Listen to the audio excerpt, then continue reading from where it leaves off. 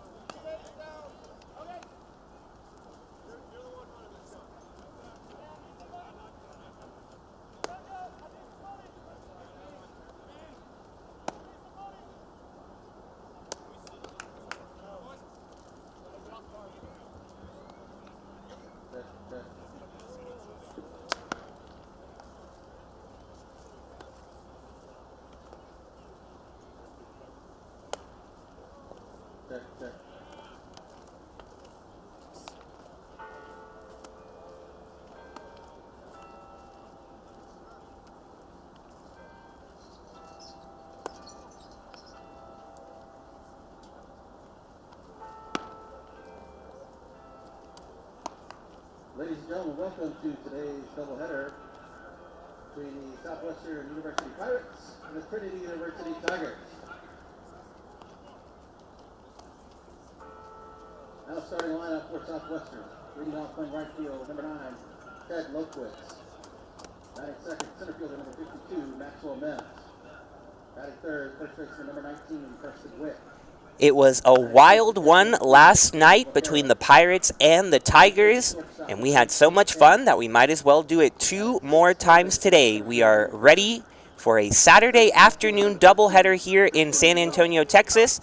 I'm Brian Yanselson, joined by Luke Terry. Luke, great to have you back for what should be an exciting day of baseball. Yeah, Brian, thanks so much. I'm excited to be back, certainly, and you're absolutely right. Great game to return to. Had an awesome one last night, and we should be in store for a couple more today. Yeah, and you get a good look at the starting lineup for the Pirates. We'll take you through it as they go along, but leading off will be right fielder Ted Lokewitz, a man very familiar with the top of the lineup. Someone the Pirates trust to start things off day in and day out. And the left-handed batter will face the left-handed pitcher for the Tigers, Samuel Conti.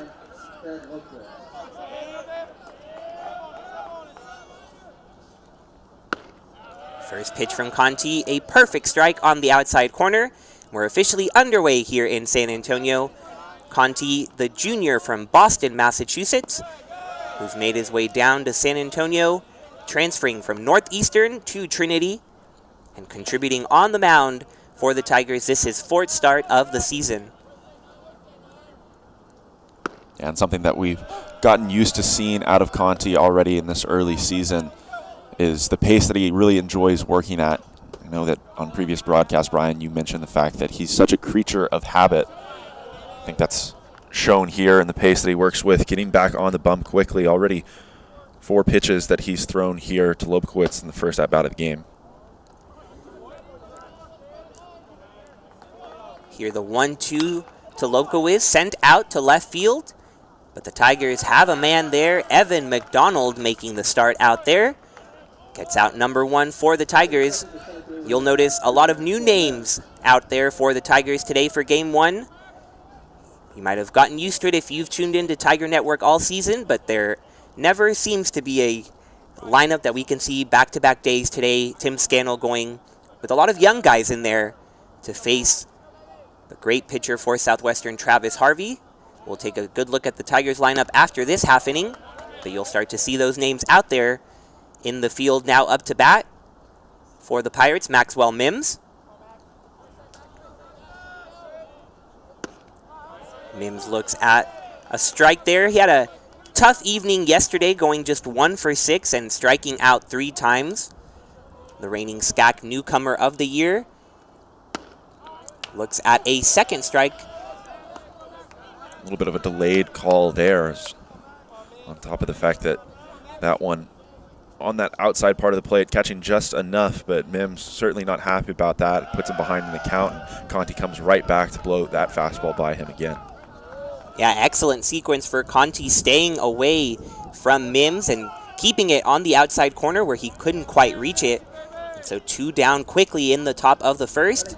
It'll bring up the powerful left-handed first baseman, Preston Witt.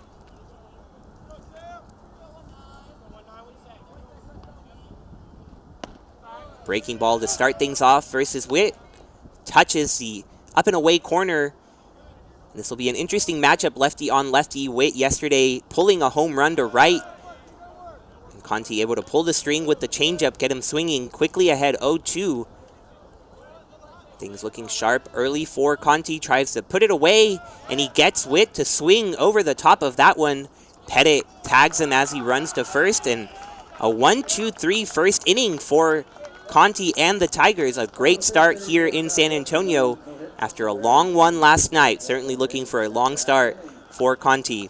We'll take a quick break on Tiger Network and be right back with the Tigers coming to bat.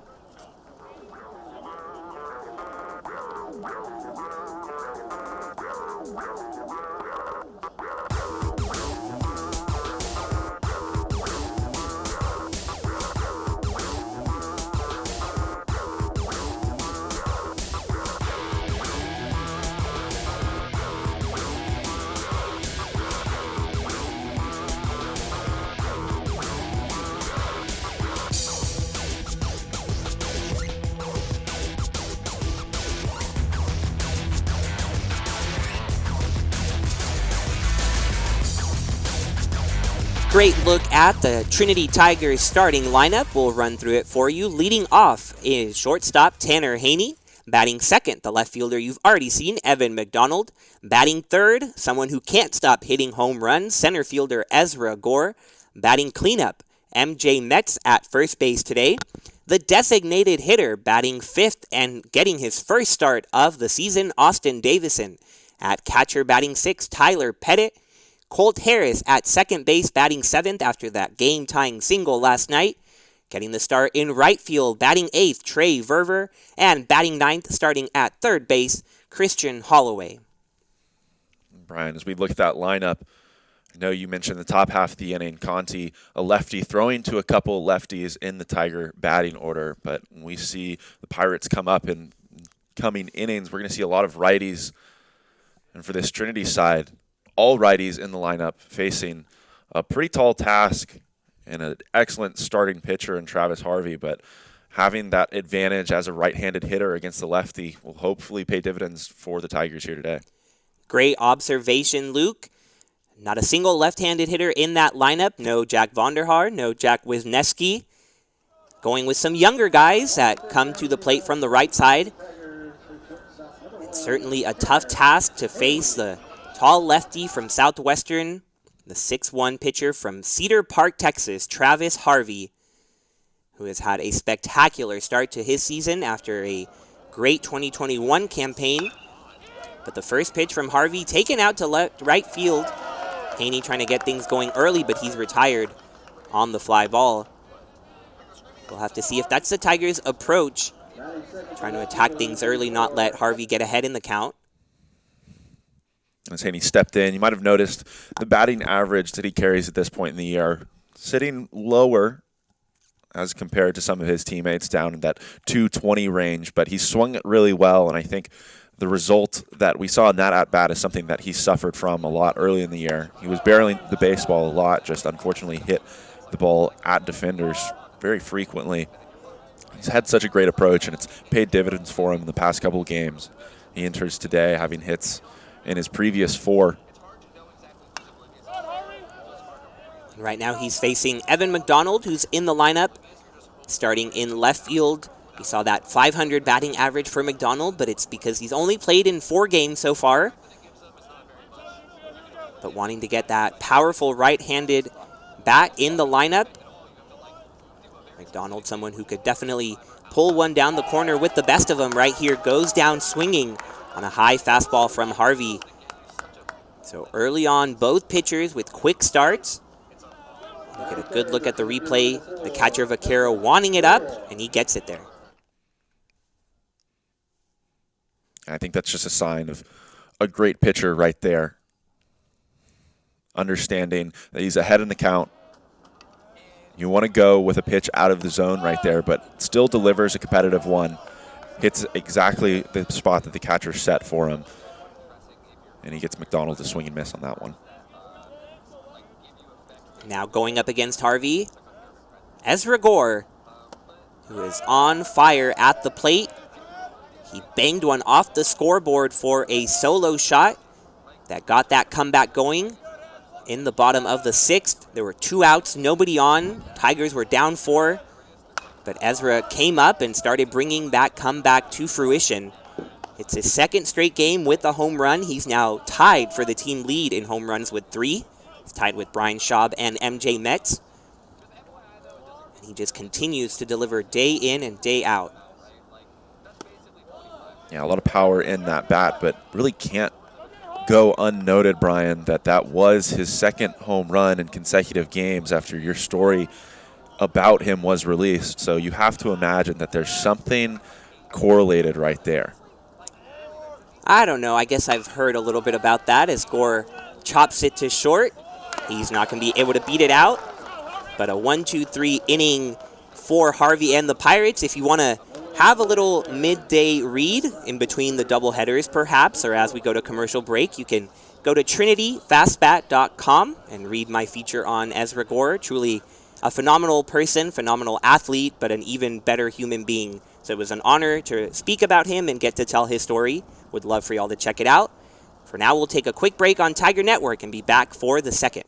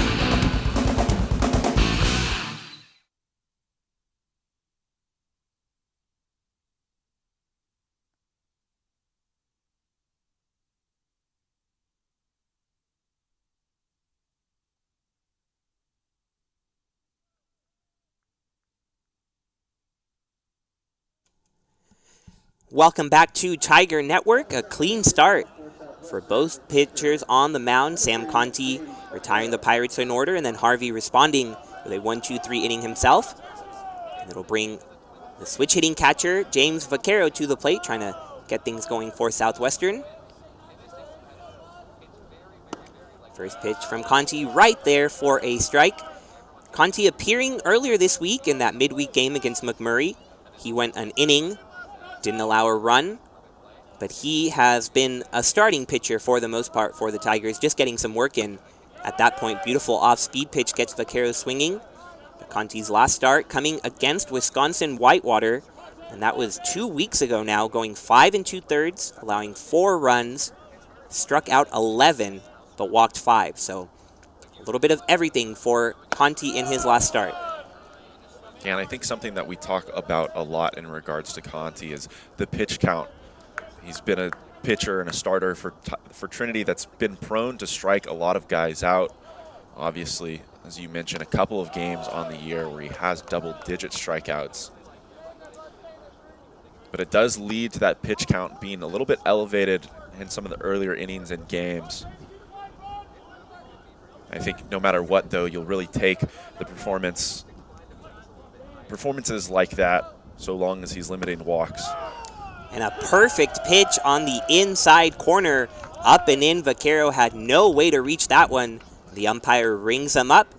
So 4 up, 4 down. You see Pettit setting up and in, and he didn't even have to move his glove.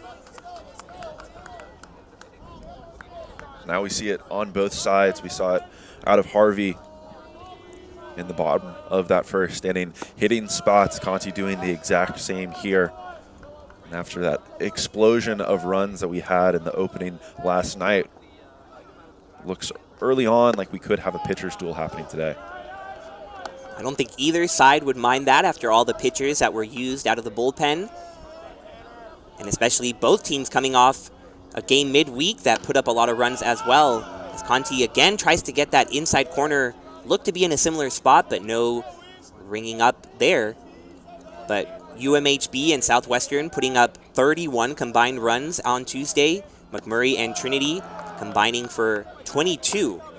So lots of pitchers out there, lots of innings thrown. So I'm sure Coach J.C. Bunch and Coach Tim Scannell would love to see long outings from their starters. Right here, Conti getting ahead 0-2 on Tanner, now falling behind and getting to that full count, 3-2.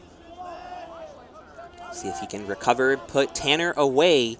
He goes inside, and Tanner belts it to left field. McDonald going back, but he's not going to get it. A home run for Jacob Tanner puts Southwestern on the board first with the opening salvo of this one. And you mentioned that Conti went ahead in this at-bat 0-2. That third offering looked to be a strike, or at least similar to the same pitch that was called a strike in the previous at-bat.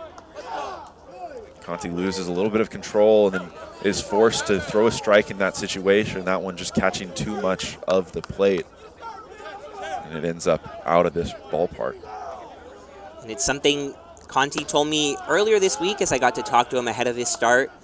One of the biggest things he's had to work on is putting guys away with 0-2 counts, and right there, not quite able to do it. Tanner laying off a couple of close pitches and then getting one he could handle and driving it out to left center field. But for the Tigers, not used to giving up when they're behind. We saw it yesterday. They fell behind 4 runs twice in the ball game. On Tuesday, they fell behind by 6, but they came back to win both of those games. So these bats know how to come back in a ball game, just got to keep it close enough for them to do their work. So Conti still with plenty to show, and he comes right back with the changeup that gets Fisher swinging. So 4 strikeouts on the afternoon already for Conti. Yeah, and I think the emphasis that you just placed is exactly right. Keeping this one close is going to be what the Tigers have to do. Conti doing a really good job in that at-bat, responding immediately, delivering when he does get ahead 0-2 with that really nice breaking ball. Had the hitter well off balance, Fisher way ahead of that one. And he continues to get ahead, work quickly, See him receive the ball and get right back on the rubber.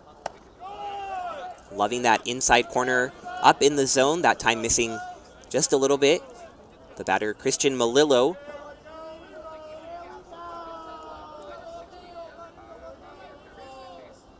Pettit again has his glove inside, this time down in the zone. Melillo went 2 for 5 last night, drove in a run. Also struck out 3 times. So the freshman in there among a group of veteran Pirates continues to get playing time. He swings at this one underneath his hands, fouls it straight back.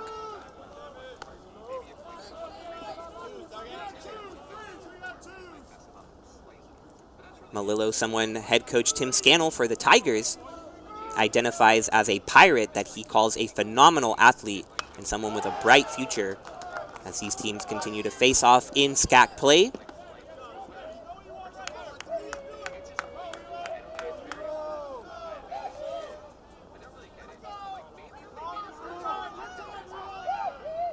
Conti ready for the 2-2. Melillo taking a little step out of the box, now back in there.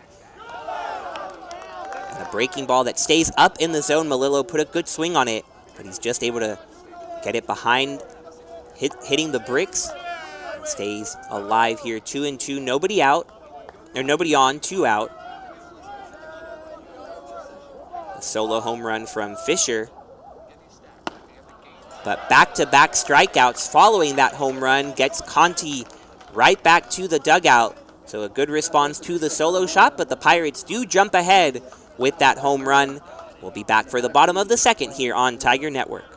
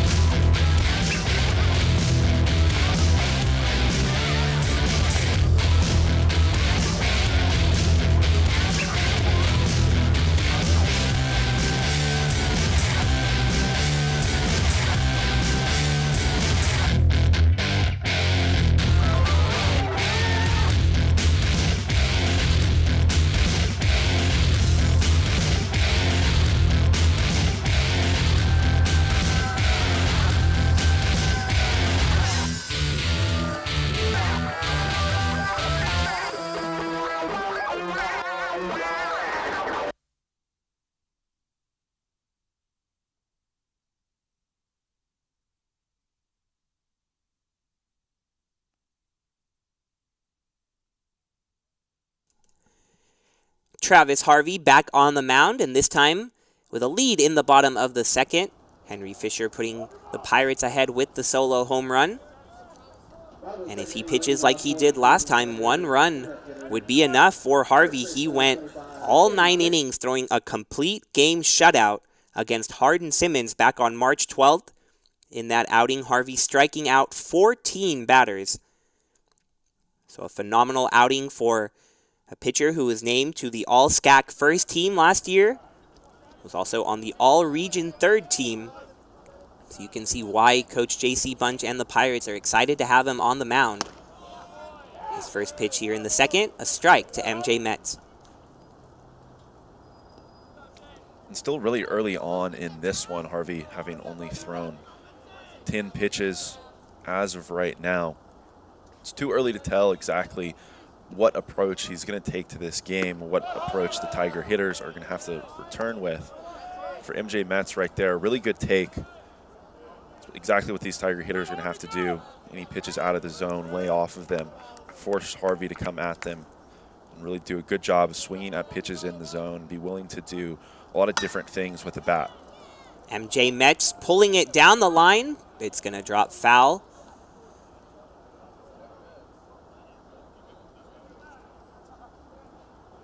Taking a slow walk back to the box. We'll see what happened on this replay. That ball just hooking foul.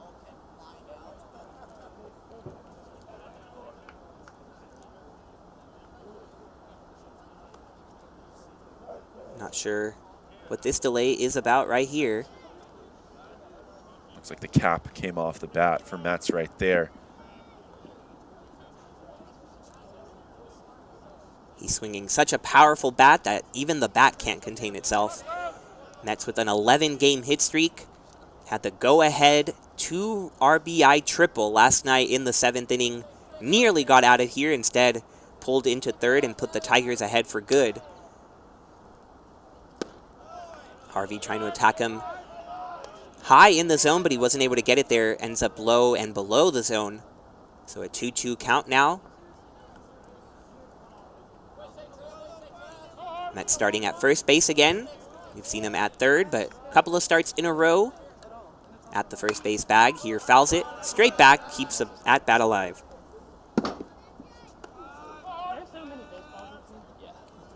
And a really good job from Mets in this at-bat. Going back to that foul ball, really seemed to be a pitch that Mets just stuck his bat out there on and traveled pretty far, Brian. I think that's something that taken note of early on in this one through just an inning and a half. A couple of what looked to be soft hit balls off the bat that traveled pretty deep in the outfield.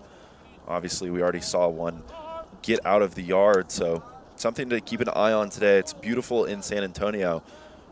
Might be perfect weather for the baseball to travel far. But Harvey trying to make that a non-issue. Strikes out Mets with a swing on the pitch that was in the zone, but Mets unable to connect. So a couple of strikeouts early on for Harvey. And then it'll bring up Austin Davison to the plate. Davison with his first start of the season. Saw him pinch hit a couple of weeks ago against DeSales, and he got a hit in his one at-bat. So good to see Austin in the starting lineup. Luke, I know you came into Trinity as a catcher, and he's in your same class, so you might know Austin a little bit. Yeah, absolutely. I think on both sides of the baseball, he's absolutely an outstanding player. As a hitter, I really love his approach. Hopefully we'll see a result that's favorable for him here in this at-bat, but someone that's really hunting for line drives, hunting that fastball, doing a really good job of sending the pitch back where it came from and utilizing the middle of the field. He's really never trying to do too much, jumping out on pitches, trying to pull him over the wall in left field. He does pull this one to left field, but plenty of room for Melillo over there in left.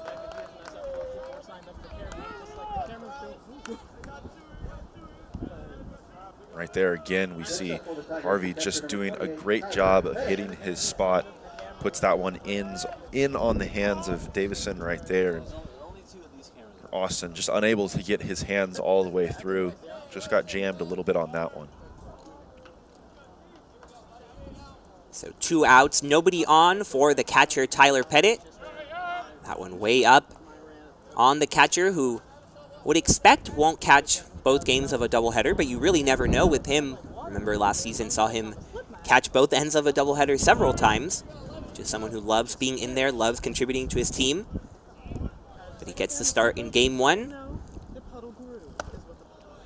Another fastball, a little bit high, takes the count to 2-0.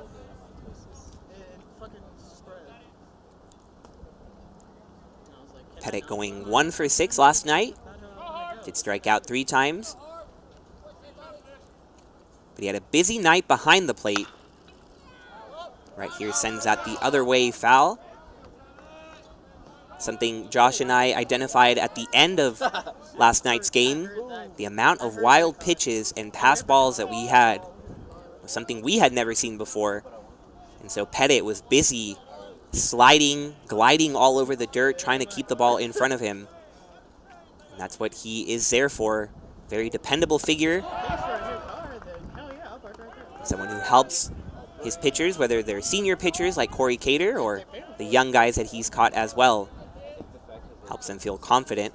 And speaking of Cory Cater, hoping to have him join the broadcast at some point in today's doubleheader. Might be sooner rather than later, so stay tuned here on Tiger Network, talking to last night's starting pitcher. Right here, Pettit fouling it off his own foot, keeping the count at 2-2.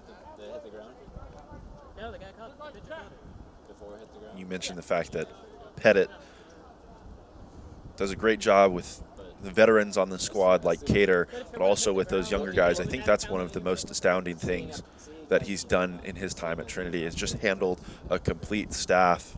Over the last 2 years, Brian, we've seen some 15 guys, different guys that Pettit's caught, and he's done such a spectacular job.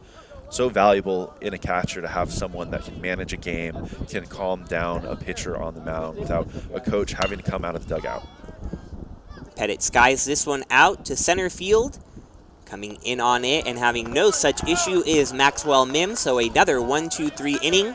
6 in a row retired for Harvey on the mound. Southwestern remains ahead 1-0 as we head to the top of the third.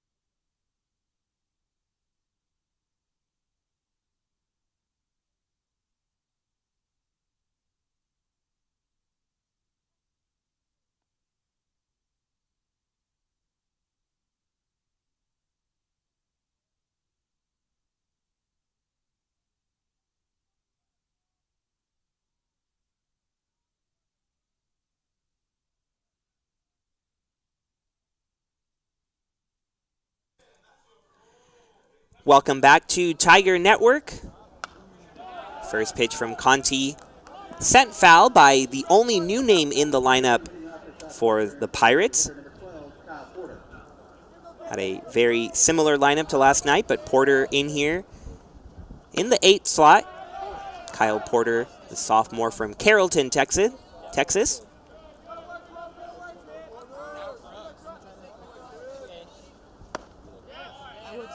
Conti loving that inside part of the plate with 2 strikes. That one, though, nearly hitting Porter, so the count now 1-2. It's not that long a distance. See, that sounds like somebody who doesn't have anxiety. I would be more anxious going down the ladder. This is Porter's first appearance of the season. He has not recorded an at-bat for the Pirates. And his first will go down as a K. Conti gets him swinging on that fastball in and make that strikeout number 6 for Conti.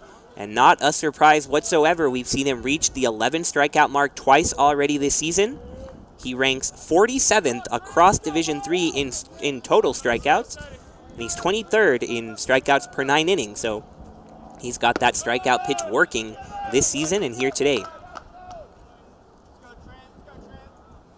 Yeah, you're absolutely right about that. And again, we see him doing a great job in this start, getting ahead earlier on in at-bats. Does a nice job inducing some soft contact to the right side on that one. That's another thing we mentioned earlier in the broadcast, some of those elevated pitch counts, mixing in, allowing your defense to play behind you is really important to keep that pitch count low, but also to keep them more involved in the game. Yeah, and when you consider those 6 strikeouts and that last ground ball, remember that early pop fly to left, there's been no hard contact other than that solo home run from Jacob Tanner. So that was sprinkled in there in the top of the second. But other than that, it's been smooth sailing for Conti. The top of the order now back to the plate, Ted Lobkowicz.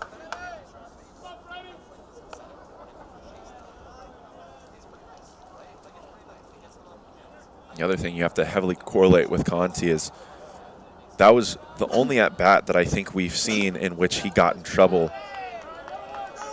Obviously, he got ahead in that one, but lost a little bit of his command there, forced him to throw one over the heart of the plate, and it was a pitch that Tanner was able to ultimately take advantage of. Outside of that, though, he's been absolutely spectacular. Hasn't given up anything meaningful.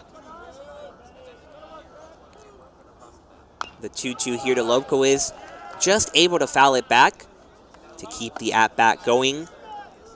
I think you have it perfectly there, Luke. He got ahead 0-2, had that very close call, looked to be back-to-back strikeouts on that inside part of the plate.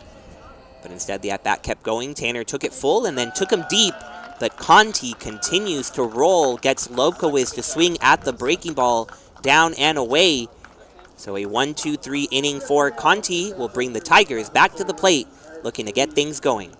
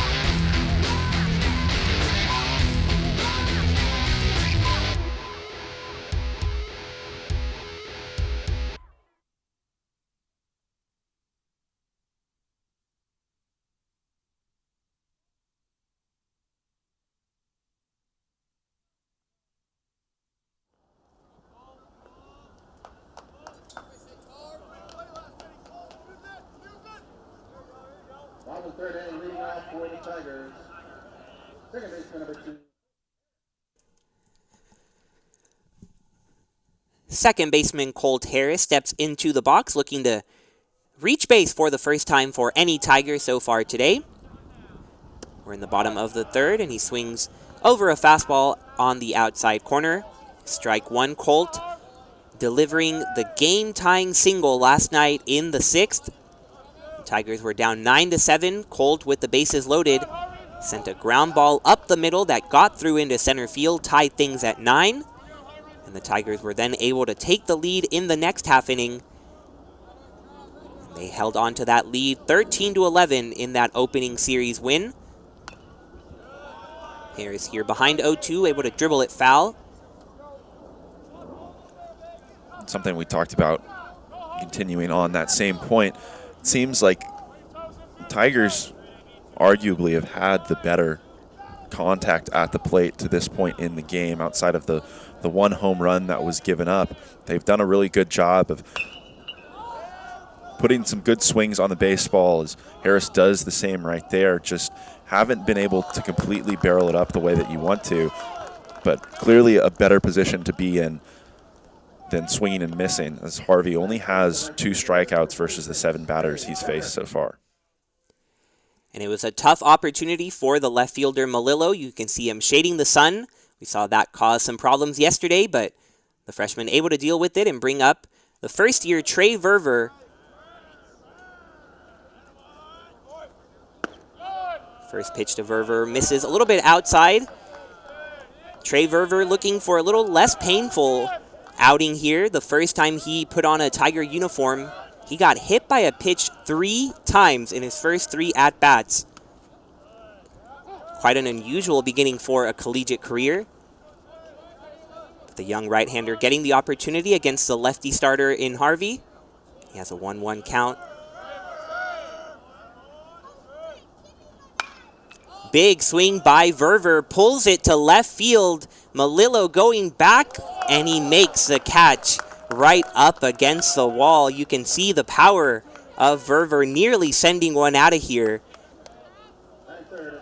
But Harvey able to remain perfect so far. The Tigers still unable to reach base, but they were close. Yeah, and again, another batted ball that off the bat didn't seem like it was hit all that hard, but Verver almost sends that one out of here. Looked from that replay that he was just a little out in front of it, maybe that one off the end of the bat just a tad, but for Verver, a really nice swing on the baseball. The Tigers continue to have success putting the ball in play.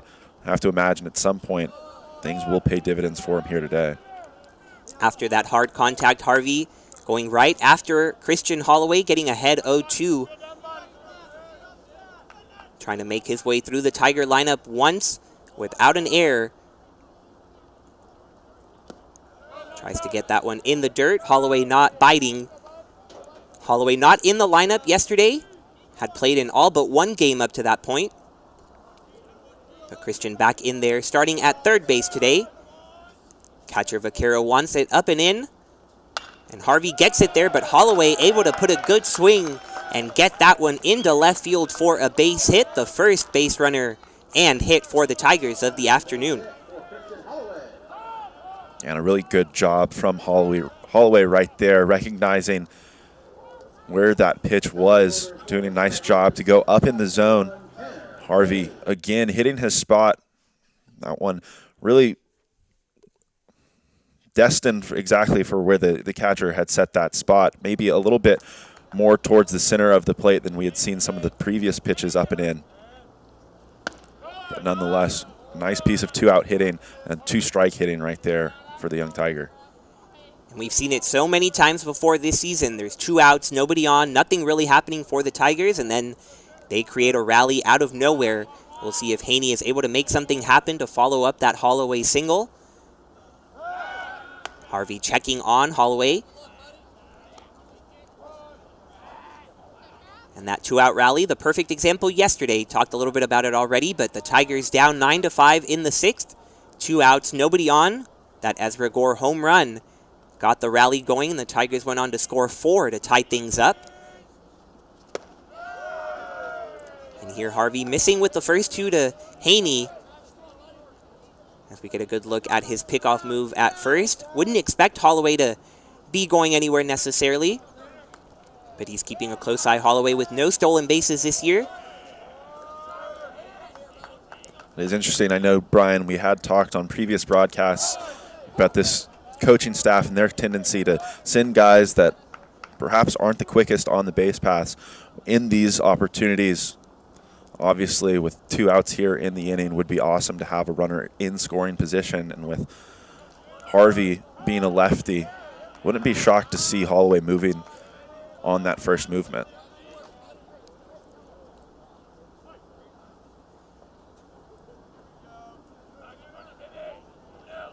We get to see what Harvey sees, looking at Holloway at first, and remains concerned with the base runner. But this is exactly what you want as an offense. Get something in the mind of the pitcher. He had been just rolling through this Tiger lineup, and finally you get a base runner, get him thinking about something else, and maybe that could cause a mistake to the batter. And Haney, someone who's been taking advantage of mistakes these past couple of games, and he gets good barrel on that one and lands it in front of the left fielder Melillo. And so the Tiger bats waking up a little bit here. Consecutive singles off the bats of Holloway and Haney. And something that we saw early on this season from these Tiger hitters, seemed like they were in situations like this, barreling up the baseball, sending line drives to the outfield, but unfortunately just right at hitters. I think in the past couple of games, we've seen them do a really nice job of purposeful hitting and just depositing those balls into the outfield, but making sure that they land in front of those outfielders. So now Evan McDonald with the great opportunity. 2 outs and 2 on. Harvey goes with the breaking ball to start the at-bat, lands it for a strike. First sign of trouble for Harvey. Now facing Tiger batters for the second time. We'll see if they've gotten used to what he has to offer. Long look into the catcher, Vaquero. Looks like he's setting up and in. McDonald pops it up. Foul territory. The catcher, Vaquero, going back. And he is able to make the grab right up against the brick wall here at Trinity's ballpark. Tough break for McDonald and the Tigers.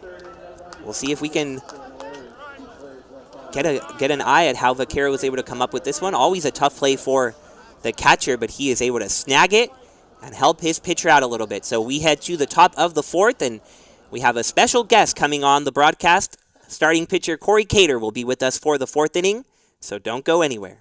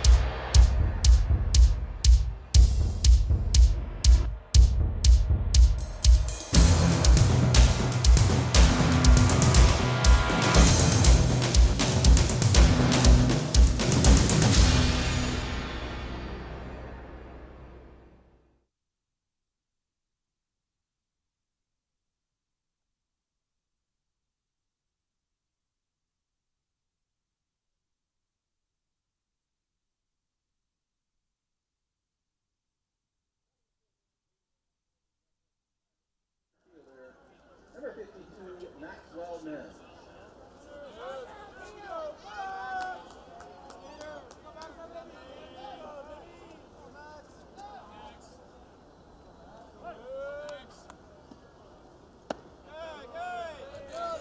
Welcome back to Tiger Network, and very excited to have special guest Cory Cater, starting pitcher from last night's ball game. Cory, thank you for joining us. Yeah, of course. Thanks for having me. Pleasure to be on the broadcast.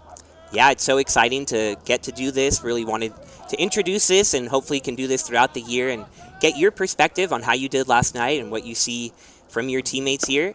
As Conti, who you know well, get back into the count 2-1. But Cory, what did you feel about last night as you were out there against these Pirates? Yeah, I was really impressed with the Pirates at bats last night. They did a really good job. Jumping on the fastballs whenever I made mistakes. So one thing I always do after I pitch is I go back and watch the broadcast and kind of analyze what went wrong or what went well for me. And so I've yet to do that. But yeah, I was just really impressed with their at bats. So I know I have a lot of things to work on this week. Yeah, so you gave up 5 runs in 5 innings pitched, 9 hits off Southwestern, but you did have 8 strikeouts and just 1 walk, and I know you've been trying to really attack hitters. So are you okay with kind of letting the other team beat you and know that you're not throwing just those base on balls? Yeah, I was really happy with the way I attacked the hitters. They're a pretty aggressive team, so I think I kind of took advantage of that with the 8 strikeouts, taking advantage of their aggressiveness. I think they were able to jump on my fastball because I wasn't throwing enough quality breaking balls for strikes early in the count. So I think that's one thing I need to work on. But I was pretty happy with the swing and miss stuff I had last night. I think I just need to put it all together. Speaking of swing and miss stuff, Sammy Conti continues to rack up the Ks. That is 8 now as he gets Witt to go down swinging. Cory, when you get to watch your teammates go out there, especially your teammates who are on the mound, what types of things do you look for? Do you do to help them out maybe a little bit? Yeah, like watching Sammy right now, I just love how he's just getting on the mound ready for the next pitch. Really great tempo, which just picks up the rest of the team. He's getting us back in there to hit really quickly, getting back on the mound, you can see there. Which just helps him go deeper in games and also gets our offense back on the field. How much interaction is there between the pitchers? I mean, I know y'all are almost a whole separate team since you do your own thing. So just how much interaction is there between y'all? Between the pitchers and position players? Between the pitchers themselves. Like, how much do you talk to other pitchers as you go through your routines? Well, typically the when the guy's in the game, we'll leave him alone. But once he comes in between innings or after he throws, we like to talk and kind of discuss what worked for you, what didn't work for you, and kind of give the feedback to the relief pitchers coming into the game so that they can succeed as well. And Conti maybe feeling your presence, wanting to do well for you. He gets another 1-2-3 inning. That's a couple in a row as he got Vaquero to ground out to Holloway and gets the out. But we'll stay here for the break to continue talking to you, and you'll stick around for at least the bottom half of this inning. But Cory, I know you're in your 5th year here at Trinity. So what was it that made you want to come back? Yeah, so I was planning on sticking around for the master's program at Trinity, and so with the COVID year, getting an extra year of eligibility, that worked out great. Because, I love playing here, so getting the opportunity to stay around for my 5th year, which I was planning on doing anyway, just worked out perfectly. What is it about you baseball guys in accounting? Dave Smith, our pitching coach, is an accountant, and he's actually the one who put me on to accounting. I remember my freshman year on a bus ride, he talked to me about accounting and how it's just a really tracked major to get a job out of college. And so I think he might have a lot to do with it, because I know a lot of guys follow that path. So a pitching coach and maybe an accounting coach as well. Yeah, exactly. Speaking of Dave Smith, I know that he got to play with J.C. Bunch, who's now the head coach for Southwestern, and not only played with them as a Tiger, but then coached alongside him for 11 years. I know you also have a connection with J.C. Bunch. Can you talk a little bit about that? Yeah, JC's the coach who recruited me. So when I came on my visit, he's the one who took me around and, was the coach that showed all the interest in me coming in. So I remember I was really sad to hear that he was transferring because he was gone before I got here. But whenever we play the Pirates, I always get to speak with him and catch up with him. And so we have a good relationship. So you got to talk to him a little bit last night? Yeah. It's always good to see him. How does it feel to go against him knowing that he played such an integral role in getting you here? Yeah, it's always interesting. Obviously you want to do good against any team, but, it's just interesting pitching against the guy who recruited me. I always want to do well against the Pirates, so. Sounds like a common theme here with the Tigers wanting to do well against the Southwestern Pirates, their SCAC rival, and someone doing extremely well at the plate. Ezra Gore steps to the plate for the second time today, still just under 2 p.m. But Harvey running into a little bit of trouble last inning. Tigers finally getting some good barrels on the ball. Cory, when you look at opponents as well, what do you see from Harvey, who is one of the better pitchers in this conference? Yeah, I see him working really fast and keeping the ball down. Even the 2 hits he gave up last inning seemed to be pretty quality pitches at the bottom of the zone. Just a good job from us, good piece of hitting from us. But I just see him really attacking hitters and making good pitches. And that's something he does really consistently, which makes him so good. He makes a great pitch, but Ezra just able to put a little bit of contact on it, and Harvey, with that left-handed delivery going the other way off the mound, was going to be really hard for him to catch that one. And Gore, with his speed, reaches with a lead-off single. So maybe a little something going for the Tigers with that speed at first. And the heart of the order coming up, MJ Metz.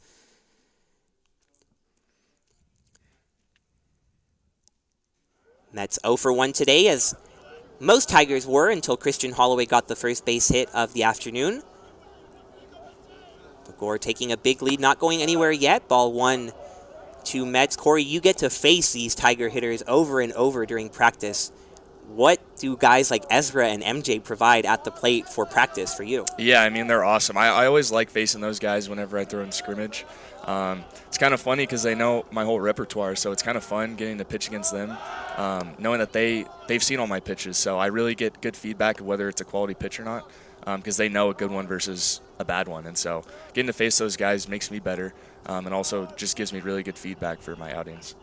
That is so interesting how the pitchers can help the hitters and vice versa. Mm-hmm. And right here we get a great look at the big lead from Gore, not going anywhere yet. Metz rifles it down the line, and that is going to stay fair. Gore is going to hustle over to third. Metz stands up with a double at second. And the Tigers have something cooking with 2 on in scoring position and nobody out. I think you're used to seeing a lot of that in practice, aren't you? Yes, definitely. These 2 guys have been awesome. Ezra and MJ have really, really stepped up for us and been huge, so no surprise there. And now the opportunity will go to Austin Davison, the catcher who is getting his first start of the season. And he has a big chance here to put the Tigers ahead. The contact really improving against Harvey in these last couple of innings. And Harvey trying to get things back in his way, starts with a breaking ball. Davison, a native of Park City, Utah. Now down in San Antonio where he can't quite ski like he used to, but he can play behind the plate and swing a hot bat. Coach Tim Scannell going out of his way to tell me that Austin has had one of the better bats throughout fall practice and into the spring, and the coaches are desperate to try to find a way for him to be in the lineup. And so he is getting the start today and has a great chance to prove he belongs in the lineup. 1-1 count. And Harvey continues to go with the off-speed stuff, gets ahead 1-2. Another unique perspective on hitting comes from a catcher, I'm sure, who is so used to catching y'all and telling you what to do. So we'll see what he's able to come up with. 1-2. Anything in play likely scores a run. The infield playing back. Vaquero wants it up in the zone. And Davison able to foul it off, stay alive. Good piece of hitting there on a tough pitch. Yeah, Austin's a really good hitter. He keeps a really short swing. Me and him have a lot of fun in our at-bats. We have a pretty good relationship, so we go back and forth with a little bit of trash talk, and he got me good the last time we faced. So I like to see him in the lineup today.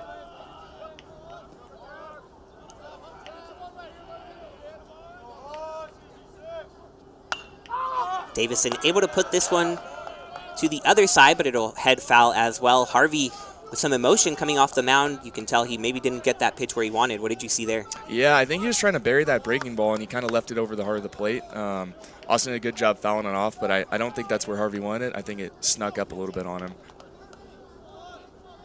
Got away with one there.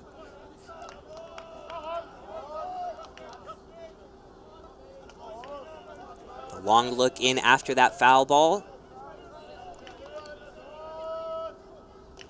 That time the breaking ball does get in the dirt. Vaquero out in front of the plate gets Austin at first, so that looked a little more like it. Yeah, I think that's what he was trying to do the whole time, and that one he was able to execute. So good job from Harvey there. How tough is it to command your breaking ball right where you want it? Yeah, I think one of the things that pitchers get in trouble with is they get 2 strikes and try and make too perfect of a pitch rather than just throwing it. So I think, you know, it's really easy to overdo it, per se, and try and make it nastier than it needs to be. But if you're able to just execute it like that, you're going to get good results most of the time. So now up to the plate, the catcher Tyler Pettit. Still just one away, runners at second and third. Ground ball or a fly ball would score a runner. Here, Harvey taking a step off the plate, or off the mound. Gore led this inning off with a little dribbler down to second base that the pitcher and the second baseman weren't able to get to in time, and then Mets doubling down the left field line. Davison striking out, but Pettit now trying to make things happen. A big looping breaking ball. Tries to get in the top of the zone, but the umpire says it didn't quite get there. You see some Pirate fans behind home wondering where that was, but Pettit ahead in the count. Good time to do damage here.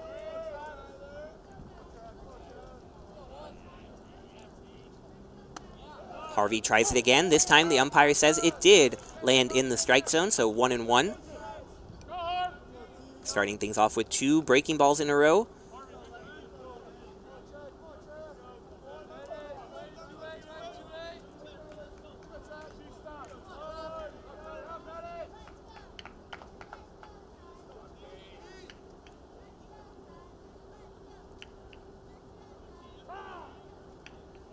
Time called as Harvey continues to give a long look.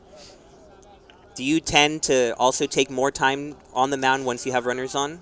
Yeah, I like to slow it down a little bit and make sure I'm executing my pitch and not rushing too much. I think having a good tempo is a good thing, but at the same time, I never want to second guess a pitch. I like to make sure I know, or that I have conviction in whatever pitch I throw, especially with 2 runners on, like in this situation. So I probably slow down a little bit with runners on versus with no runners on. I like to have a really quick tempo.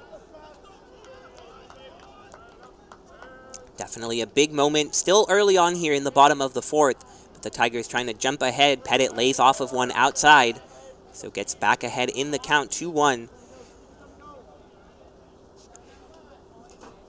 Tigers trailed most of last one, but they were able to come back from 2 4-run deficits, tie things up at 9, and then ended up pulling out the 13-11 victory in this SCAC opening series. We've got a doubleheader on tap. Game 1. Here, 1-0 lead for the Pirates, but the Tigers threatening, and now a 3-1 count for the catcher. What do you expect to see here as Harvey falls behind on a powerful hitter like Pettit? Yeah, I've seen a lot of off-speed stuff, a lot of breaking balls and changeups this at-bat.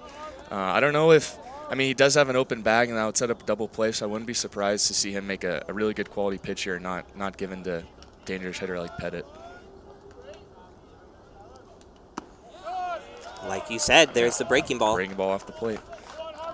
I don't think he's too frustrated with that. Sets up the double play, but it's also good to get another runner on base for the Tigers. Yeah, and for the Tigers, certainly the open base there, but one of the hotter hitters in the lineup, Colt Harris, with a 7-game hit streak, and talked about how he tied the game up last night. He's had a pair of 3-hit outings as well in the past couple of weeks, so we'll see if Harvey's decision pays off or if Colt can make him pay.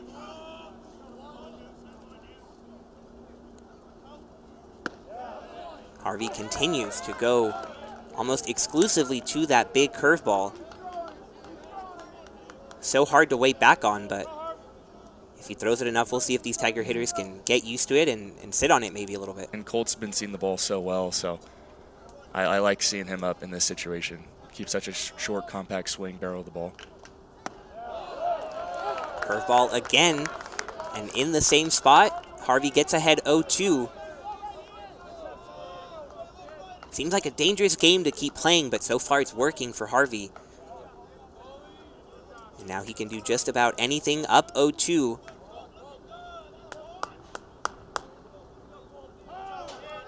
Colt not wanting to sit in there too long, takes time. So do you think he goes back to the breaking ball and maybe this time out of the zone? I don't know. He's kind of set up the high fastball with those 2 breaking balls, so I wouldn't be surprised to see him go either breaking ball in the dirt or high fastball trying to get a chase. He sticks with the breaking ball. Harris puts a good swing on it. The center fielder Mims is going to range over, make the catch, but Gore is going to be able to come in from third base, and Harris delivers the sacrifice fly to tie things up here at 1. Yeah, that's a great piece of hitting from Colt. I think he left the curveball up. Probably don't want to throw a strike there, or definitely not at that height, about belt high. So Colt makes him pay with the mistake down the middle. And I know y'all practice certain situations a ton in practice and scrimmages, so I'm sure bases loaded, runner on third, less than 2 outs, something y'all work on a lot. Yeah, and the 2 strike situations as well. Working on, a situation where you need to strike a guy out, working on executing that pitch, and again, not overthrowing it or trying to do too much with it, but just putting it where you want. So Harris ties things up, and the Tigers still with an opportunity to now take the lead. Metz at second, Pettit at first, and Verver steps to the plate after sending one to the warning track his first time up. We'll see what he can do here at the bottom of the order, going up against Harvey, who's had some trouble these past 2 innings after a clean start to this one. Verver swinging over that one in on his hands and falls behind 0-2.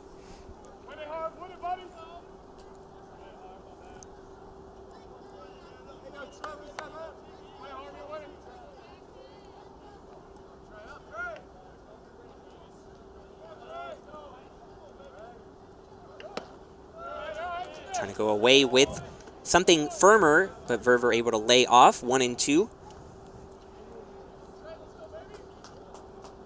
Cory Cater along with us. He's a 5th-year senior and getting to watch a first-year player at the plate, so a little bit of the future and the present,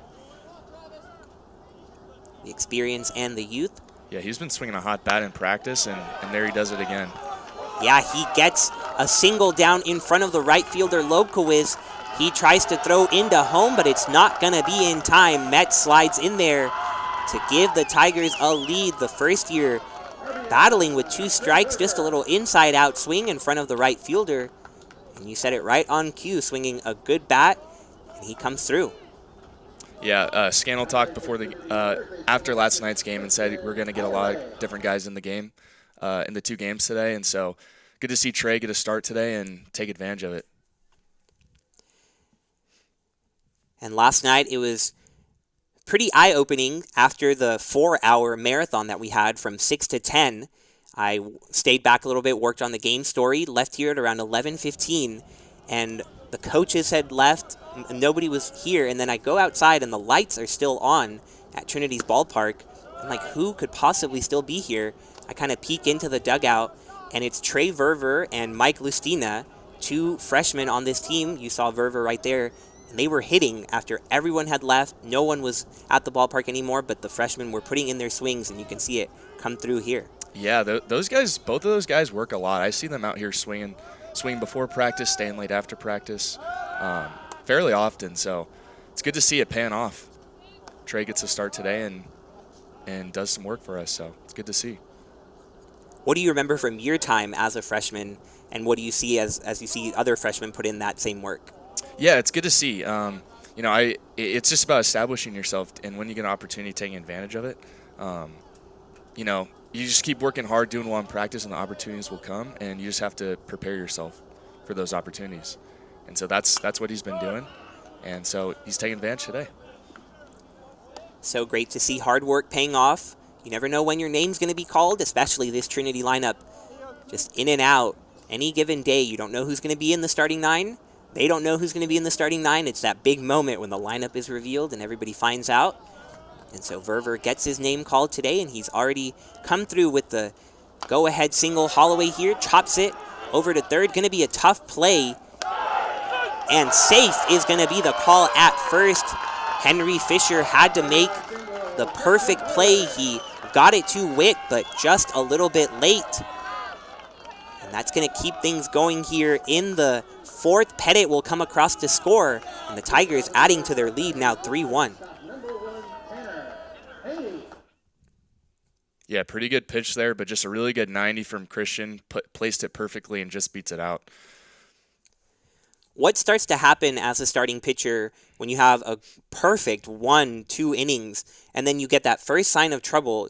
Do you sense your rhythm thrown off a little bit? Yeah, I mean, I can't help but wonder if the curveball he left up earlier in the inning with 2 strikes is still on his mind. But that's just one of those things. As a starting pitcher, you have to flush it. There's a lot of game left. But it's easy to get caught up in making a mistake pitch that would have ended the inning, but instead extends the inning. It's now led to a few runs.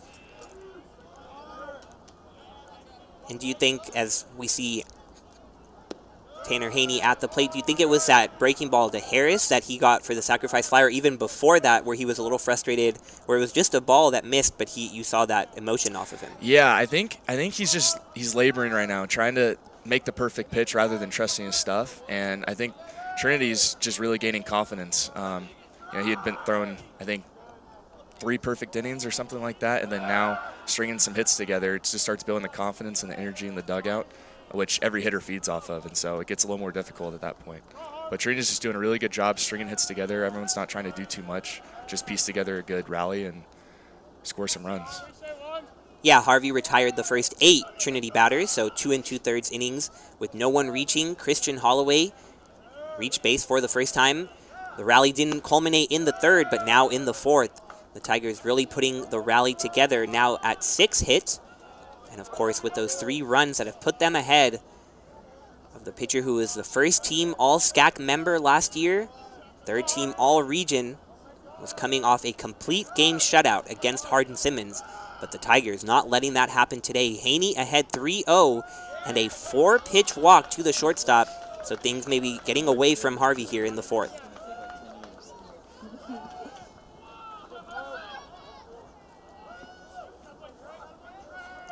Do you have anything that you go to as you get in these tough moments that you're like, okay, it'll bring me back? Something to think about, something to focus on? Because right now it must be tough to get your focus together. Yeah, I think what makes me right is I've been working on my front leg and my mechanics this year. And when my front leg's right, I have tilt on my fastball and I pound the zone at the knees. When my front leg's not right, my fastball starts to creep up. My breaking ball, I miss high. So whenever I'm missing or not putting pitches where I want, I focus on my front leg, and that basically fixes it for me. Yeah, I just try and pound the knees, get ground balls, get quick outs. And then right here, as we see Coach Lacey on the mound talking to Harvey, what really goes on in these pitching visits? How much can change with one conversation? It's pretty surprising. It honestly resets you because sometimes you can be out there for, like, he's had a long inning this inning, a lot of pitches. You get kind of tired out there mentally and physically, and so those pitching visits can do a lot, just resetting you. Just think of it as a brand new inning and make one pitch at a time rather than worrying about all the events that have led to this moment. So we'll see how Harvey responds to the visit. McDonald at the plate. Breaking ball in the dirt, and it hits Evan McDonald. And that'll bring home another run. And you can see Harvey, the frustration as he gets the ball back. Not what he wanted to do there, and the carousel continues to turn for the Tigers. How frustrating is something like that? Yeah, that's never what you want to see on a mound. That's always frustrating. But now Ezra's up. This is a great spot for him, swinging a hot bat. And Gore got this all started. If you can remember, still in the bottom of the fourth, he let things off with a just little single to second, and here tries to add more. Unfortunately, right to the left fielder, Christian Melillo. But the Tigers find their bats and put up 4 runs here in the bottom of the fourth. They are up to 6 hits now, had 4 of them in the inning. And Cory Cater, thank you so much for joining us. I think fans at home love this. I love this, having this conversation, so I hope we can continue doing it this year. Yeah, it'd be awesome. Thanks so much for having me. It was a lot of fun.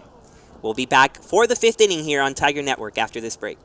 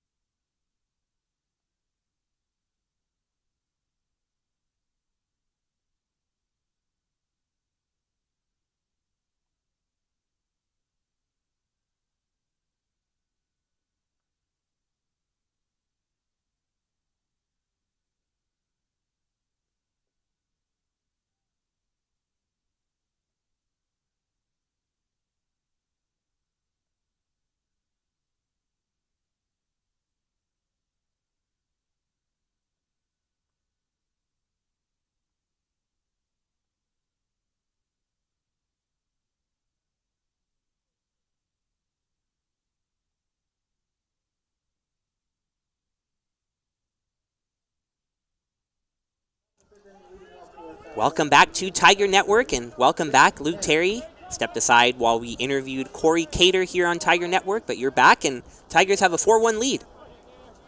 Yeah, all of a sudden missed a lot of action, but good to be in here in the room with Cory while the two of you talked. A lot of really interesting things that he had to say. Such an awesome perspective, having the opportunity to get a guy in here, especially a pitcher. He obviously knows the rest of this staff, but can talk about the approach of hitters from our own team, from opposing teams. So really great, but would love to know his opinion and his thoughts on that type of inning and how it impacts you as a pitcher. Obviously, Conti sitting down for a long time. Great to have this lead that's ballooned to 3 runs now, but see how he responds here in the top of the 5th. I think that's a great point, and we've talked about it when we've been together, and we've seen it on Tiger Network all year, that shutdown inning. What can a pitcher do after your offense gives you a lead or brings you back into a game?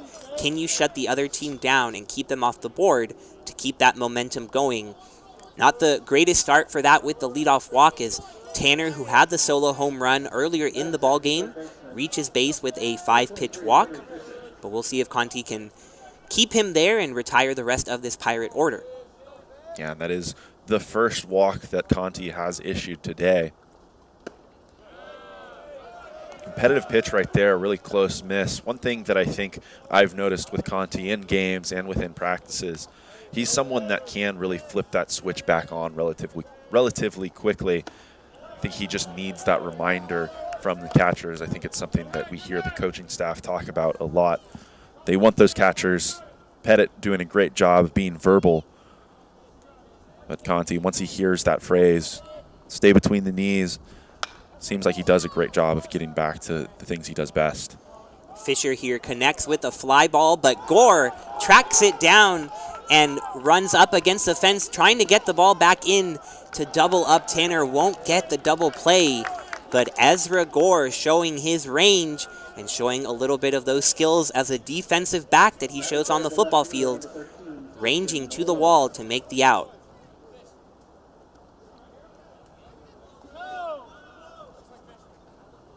Yeah, really impressive job by Gore right there. Talked about the fact that the ball's carrying a little bit further than we would have expected off the bat a couple times. It seemed like they would be relatively routine plays, but it seems like the wind's blowing out here in San Antonio a little bit. Seemed like that one got cut up in a little bit of a jet stream and made it a tougher play for Gore than originally expected, but does a nice job of sticking with that one. It's really a perfect day here in San Antonio. Couldn't ask for better weather. It was pretty windy yesterday, not as much today. But the ball does travel a little bit better during the day. We saw it with Tanner's home run that just snuck over the fence. And Fisher trying to do a little bit of the same, but Gore says, not on my watch. So now Christian Melillo to the plate, one out and a runner on. Melillo reaches for that one low, sends it to right field, but no problem for Trey Verver out there. So far, a nice response to that leadoff walk, 2 outs in a row. Yeah, absolutely. Conti doing a nice job of getting back on the mound and working quickly. When he does lose that control, it's not really those close misses around the plate. You see him really more typically losing that pitch arm side. That breaking ball finishing in that other batter's box, that left-handed batter's box. But when he's on, he's really on, and he's really close to the zone really consistently. Right here, we're getting a replay at that long fly ball that Gore was able to get to. Takes a hit on the wall, then immediately gets it back into the infield. Great look. Thank you to the control room for that. As Porter steps to the plate with 2 outs, Tanner still over there at first with the leadoff walk. Conti keeping a close eye on him, and the first move from Tanner was towards second base. Conti seeing that a little bit, keeping it in his rear view mirror. And we'll see, will be an interesting thing to track here if he goes with 2 outs. Tanner with 2 stolen bases on the year, hasn't been caught yet. So with 2 outs, maybe a way to get a little something going, get a runner in scoring position for the bottom of the order. It's that same concept that we talked about earlier. Trinity, a lefty on the mound as well. Wouldn't be surprised, as you say, to see a runner in motion on first movement, get someone in scoring position. But he won't get the chance to go anywhere. Conti continues to dominate this Southwestern lineup. 9 strikeouts through 5 innings pitched. Dave Smith fired up as he heads back into the dugout. We are halfway home of Game 1 in San Antonio. Such exciting baseball still ahead on Tiger Network.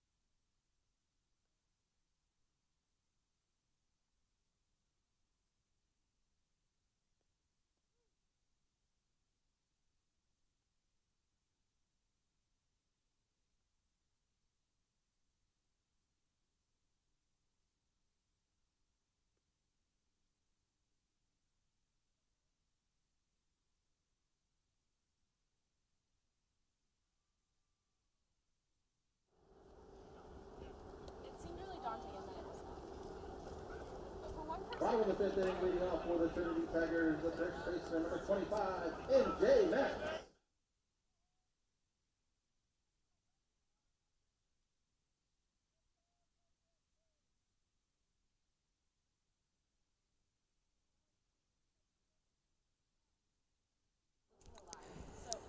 Sammy Conti was able to get that shutdown inning that we've been searching for all year, and the Tiger offense right back to the plate after putting up 4 runs on 4 hits in the bottom of the 4th.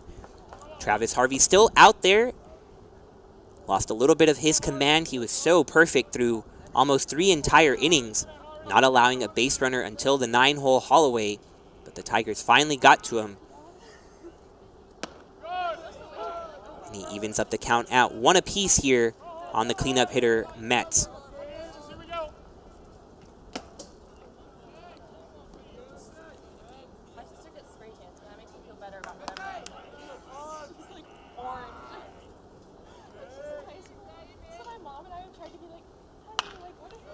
Pitch to Mets, driven up the middle, but right to the center fielder, Mims. We've seen a couple of line drives off the bat of Mets, and now Mets, and we saw one off Gore. Hit well, but just right at these Pirate outfielders for out number 1. Yeah, and you have to imagine that the wind playing a little bit of a part in those at-bats, maybe keeping the ball up in the air just long enough for those outfielders to camp under it.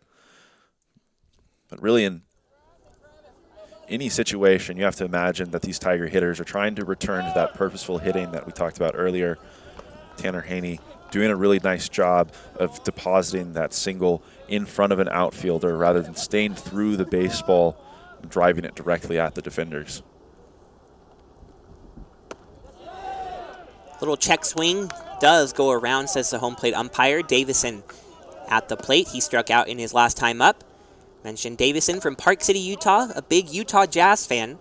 Something I talk to him a lot about since I'm a New Orleans Pelicans fan, and I just can't go through this broadcast without shouting out the Pelicans for that domination of the San Antonio Spurs last night. The Pelicans were in town. I was here on the broadcast. Pretty impressive for me to stay here, but my Pels came through. Yeah, Brian, I know you're not the most, I don't know what the word I'm looking for is. Can't think of it off the top of my head, but I know we don't hold too much weight on being in one spot or not being present and a team performing in a particular manner. I know that we got a little unlucky earlier in the year when you didn't have the honor of hopping on some broadcasts, and we won some games. You come back and we lose, but I think you'll be happy that the Pelicans won, even though you didn't have the chance to get out to that one. Oh, I think you've got it right on the head there, because I always go see the Pelicans when they're in San Antonio, and they always lose. So my lesson learned, when they come to town, I'm no longer going so that they can win. And it was really hard to miss those games against Whitewater, 2 walk-off home runs that I missed, all the dramatics, but it was actually thanks to my brother's wedding, and just so happens that my brother is sitting right behind home today. I see my entire family just off to the left behind home, those Southwestern fans. So you can blame him for me missing those walk-offs. But of course, congratulations on the wedding. The former TLU Bulldog played baseball in Seguin in this conference for 4 years, but it was worth missing those games, I do have to say. But just barely, because I love being here. Love being here on the broadcast with you, with Josh, with all the students in the control room. And when these Tigers are playing the way they are right now, it is hard to want to be anywhere else. Up 4-1 over the Pirates. And Pettit drawing the 2-out walk as Harvey had recovered after that 4-run inning, retiring the first 2 here. But you can see a little frustration back on his face as he allows the 2-out walk. It'll bring up Colt Harris, who is getting used to tying games up. Tied the game yesterday with a 2-run single.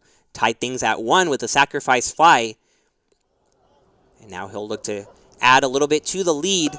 Swinging at the first pitch breaking ball. Not connecting, down 0-1. Yeah, and that last at-bat, I know you and Cory had the opportunity to really dissect his performance at the plate, taking advantage of that breaking ball that Harvey left up in the zone. Tigers do have the lead, done a really nice job against one of the conference's premier pitchers, but they have left 5 runners on base so far in this one. Anytime you can do some damage with 2 outs already on the board, you're going to make the coaches happy. So for Harris, another great opportunity right here. 0-2 breaking ball to Harris is taken to the hot corner over there, but he handled it at the time, but the throw gets away from him. Harris is going to strut on over to second. The runner will also advance to third over there. That is Pettit. And the Pirates not going to be happy with the opportunity to get out of the inning. Witt unable to handle the pick on the throw from Fisher. And with 2 outs, Verver will get a chance to drive in a couple more as he gave the Tigers the lead in his last at-bat. Yeah, and hard to tell from that replay right there. It seemed like Witt had a ton of time to set up over there at first base. Ultimately got caught a little bit in the middle. Looked like he went to back pick that baseball, but it was a little bit on his body still. Makes that a really difficult play for him to make. And for the Pirates, last year they started 0-6, were able to turn it around 19-13. This year had a similarly slow start, but Coach J.C. Bunch telling me it all starts with effort, hustle, and defense. And they've had a pretty clean defensive start to this series. That's just the first error.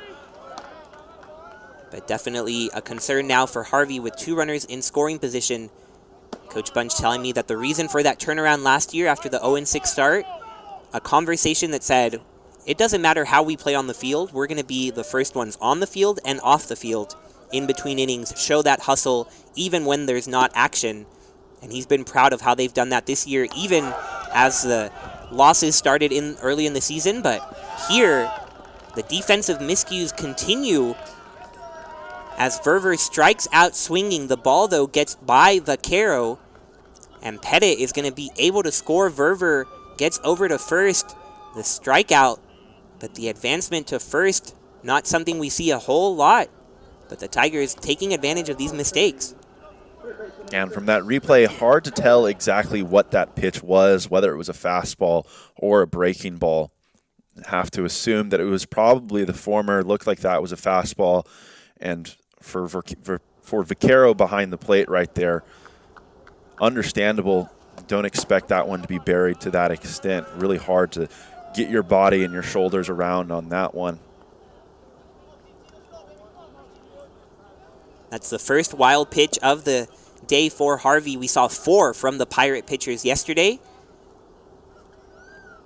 And it strikes at the wrong time here in the bottom of the 5th. The Tigers adding to their lead, and Holloway trying to add a little more. But he swings over that pitch outside. Count 1-1. Runners at the corners, 2 outs.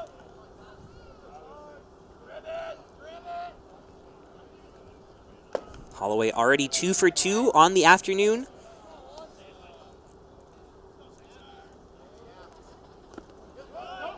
He looks at one in the dirt. No runners going. Vaquero doing a nice job blocking it.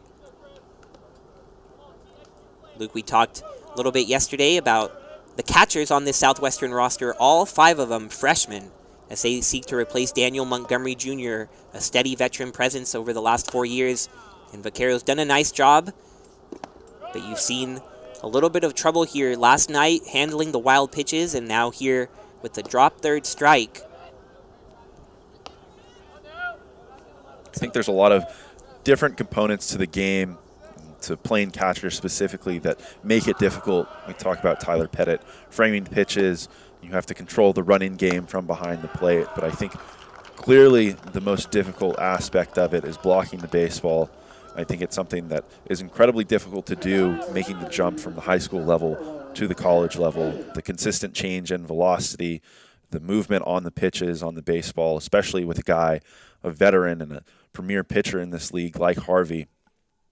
Certainly a difficult thing to do, but you have to imagine that the early reps and the experience that Vaquero is getting right now is certainly going to pay dividends for him in the future. Absolutely, and it's interesting you mentioned that transition from high school to college, as Coach Bunch saying that he played on a team that reached the state semifinals at Strake Jesuit, so that adjustment period really hasn't been there. But right now, just things getting a little out of control for Harvey and the Pirates. They're going to try to get things back in their direction with a pitching change. So the Tigers get Harvey out of the game in the 5th inning. I know they're going to be thrilled with that one. And they have the bases loaded when we return from a quick break after this Pirate pitching change.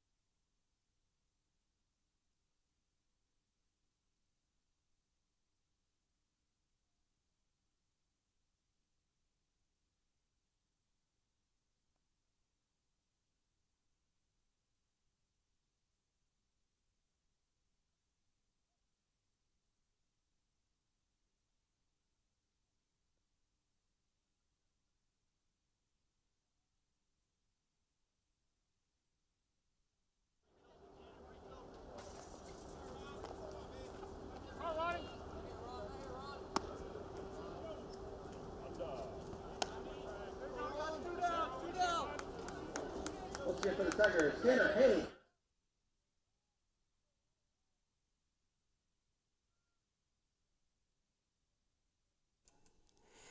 Colt Harris at third, Trey Verver at second, Christian Holloway at first. The bases full of Tigers, and Tanner Haney looking to really break things open.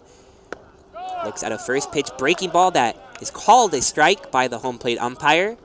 The pitch coming from the arm of Trey Dees, the junior from Humble, Texas, who comes in to replace the starting pitcher, Harvey.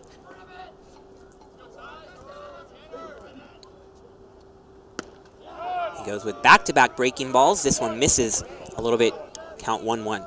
Yeah, and a good job from Haney on that pitch, laying off of it. You saw him start his hands right there, but doing a nice job to hold off on that offering. This time a fastball. Haney chops it to his counterpart at short. Tanner able to get the easy out at second. And so Dees does his job coming in from the bullpen.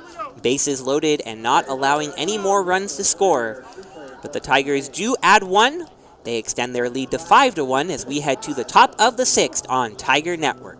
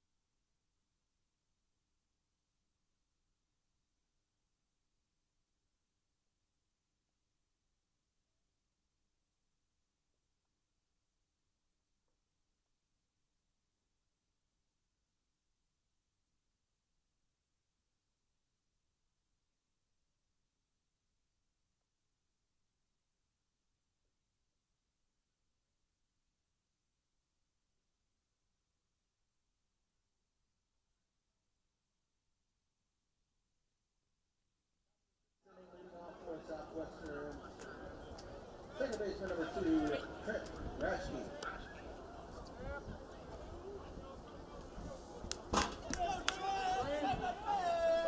Rashke asking for a little time as he steps to the plate to lead off the 6th inning. Conti now ready to deliver and puts a strike on the upper part of the plate, getting ahead, and he has done that with great consistency. Conti retiring 11 of the last 12 Tigers. Little ground ball. Harris handles it, gets it onto Metz. And a quick, easy out to start the 6th.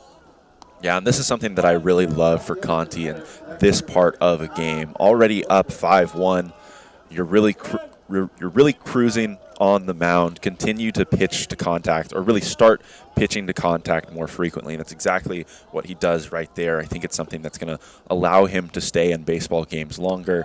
And in situations like this, where you've already used a lot of your arms out of the bullpen in the first couple games of a series, it's really a pleasure or a benefit for this team moving forward. The top of the order is back up at the plate. Ted Lobkowicz. Conti falling behind 2-0 here, but he has gotten ahead consistently as he goes through this Southwestern lineup for what will now be the 3rd time. Falling behind 3-0 here. You see him tell his catcher Pettit, that was on me. We'll see if he can fight back in this count. Lobkowicz not even thinking about it. Looked to be a little close there, but the 4-pitch walk for the leadoff hitter. Just the 2nd base runner the Pirates have had in the last 4 innings. Both of those have been walks. The only hit still on the board for Southwestern, the solo home run from Jacob Tanner back in the 2nd. But since then, very weak contact, if any contact at all. 9 strikeouts for Conti. And he tries to pick off Lobkowicz over there at first.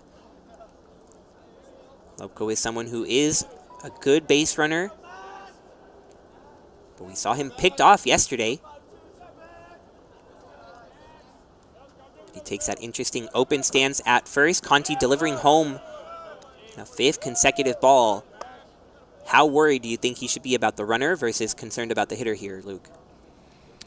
Well, in a game where you're already up 4 runs, obviously you want to try and focus in and attack the hitter at the plate. You have to imagine if the runner's going to be in motion as that one's lifted to right field. Trey Verver drifts to the line, and he hauls that one in for the 2nd out of the inning. Now with 2 down, you really don't want to have to worry about that runner.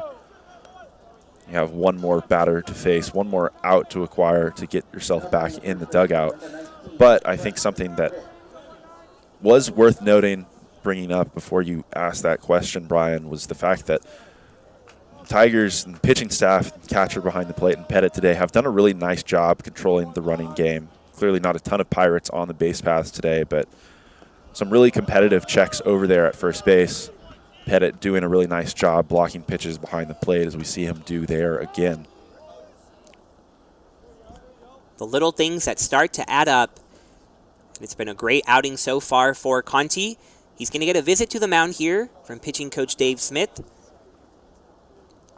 And getting to talk to Sammy Conti earlier this week ahead of his start, one of the other things he told me in his conversation, really working on his leadership, trying to be someone that the young guys on this team look up to.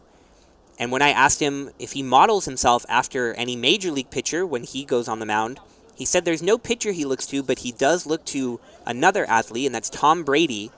Conti, the native of Boston, Massachusetts, of course looking to the former Patriot, and just saying he loves how Tom Brady is a selfless teammate, someone who is worried about his team before himself and wants to get the best out of his players, and that's what Conti wants to be on the mound. So the results on the mound, of course, positive so far, but it is that type of leadership and vocal motivation that he provides his teammates that at the end of the day are even more important. Witt here able to squib it to the left side. The shortstop Haney was not shaded over there, and Witt able to reach base with a single. The Pirates trying to get a little 2-out rally going. Not hard contact at all. We'll get a look at the replay The lefty-on-lefty matchup. Conti going with the breaking ball. And Witt just getting it into the outfield. You have to imagine with the left-handed hitter at the plate, Tanner Haney at shortstop, perhaps shaded a little bit more up the middle, as you mentioned on that replay. Don't have the original positioning where those infielders were set up, but you could see that Haney was moving in that direction of the baseball. First pitch to Vaquero, a bit high, but we saw it yesterday on the other side. The Tigers coming back from a couple of 4-run deficits, proving that no lead is big enough here in Division III baseball. So the Pirates with an opportunity to creep a little bit closer. Conti trying to keep them at 1. Falls behind 2-0, and the switch-hitting catcher has the advantage now. And right now seems like it's a issue with that release point. We've seen him miss low pretty consistently in the last 2 or 3 at-bats. Does a nice job responding right there. Also in situations like these, you see pitchers so frequently go to throwing that breaking ball in hopes of finding that release point again. So something to keep in mind if he uses that, but that last pitch exactly where he wanted it. This next one misses high. Vaquero not chasing anything out of the zone, and the count now 3-1. Dangerous moment in this one. Top of the 6th, Trinity up 5-1, but the Pirates looking to get back into it. Conti attacks the zone. Vaquero sends it to right field. Verver shading into foul territory, and he makes the catch to get out of this jam. A big-time moment and a big-time performance by Conti to get out of the inning. And the Tigers remain ahead 5-1 as we head to the bottom of the 6th. Southwestern 1.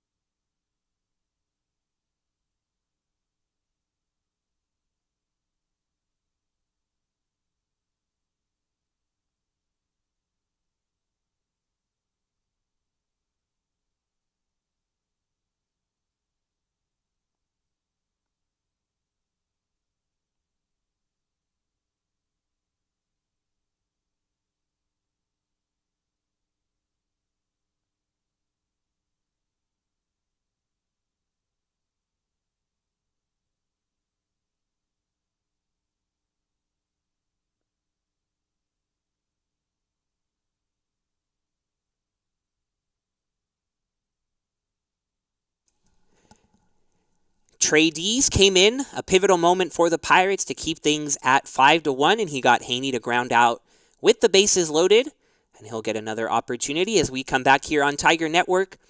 You might see on your screen a lot of black and gold, a lot of Southwestern fans. We've had great crowds on hand so far for this series between two SCAC rivals. We started introducing some stories last night about the connections between these two programs, not just Trinity and Southwestern as universities, but these baseball programs, just ties in and out for you to get a little bit of a clearer idea about all the connections. Head coach J.C. Bunch of Southwestern played for and then coached with Trinity head coach Tim Scannell. And then you look at pitching coach Dave Smith. Bunch and Smith played together here at Trinity before coaching together for 11 years. And then even assistant coach Andrew Waters, he played for J.C. Bunch when he was a coach here. So all three coaches at Trinity have different but valuable connections to the Southwestern coach. And it just makes for a lot of interesting relationships and stories, Luke. Yeah, absolutely. And you have to imagine that it impacts a culture of an entire baseball program. And I think being out on the field in the pregame, that's something that I took note of. Bunch being the coach that was throwing BP to his hitters, saying a lot of things that are similar to the things that are preached by Scannell and this Trinity coaching staff. So I think really awesome to see those parallels between these two programs. Evan McDonald currently at the plate to lead things off.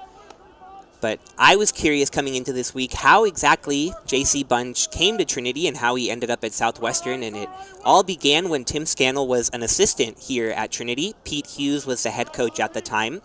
And Coach Hughes said, Tim, can you go up to Austin and scout this player named J.C. Bunch? And he said, sure, I'll head on over to Austin. So he went north on I-35, saw J.C. play. And according to Tim Scannell, he popped up a few times, wasn't the most impressive, and Coach Scannell says, I'm not really going to recruit him. But J.C. Bunch didn't listen to that. He wanted to come to Trinity to study chemistry. He really wanted the academics here. And so he came to Trinity, tried out for the baseball team, and Scannell and Hughes said, okay, prove us wrong. A couple of weeks go by his freshman season, and Scannell telling me he ended up being the guy clamoring for Bunch to be in the lineup because of how he proved himself in the fall and in that freshman year. Bunch went on to hit 400 in his career at Trinity, 2-time All-Region, 4-time All-SCAC, and he ranks in the top 5 of runs, hits, and runs batted in as a Trinity Tiger. So from not wanting to recruit him to top 5 in a lot of categories as a Tiger. Yeah, I think it really sheds light on how difficult the job of recruiting is, especially in a sport like baseball, where you go and you have a handful of games.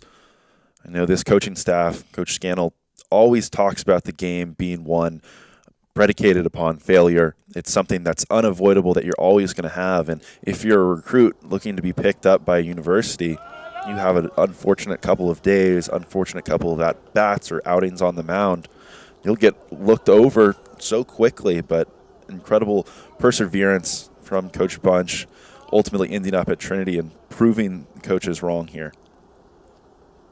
Yeah, over 30 home runs in his career, and another very unique recruiting story, the man at the plate right now, Ezra Gore, who was recruited by the football coaches here at Trinity, and they thought one way to get him here instead of going to Vanderbilt or Rice, Stanford, that he had the opportunity to, say that he can play 2 sports at Trinity.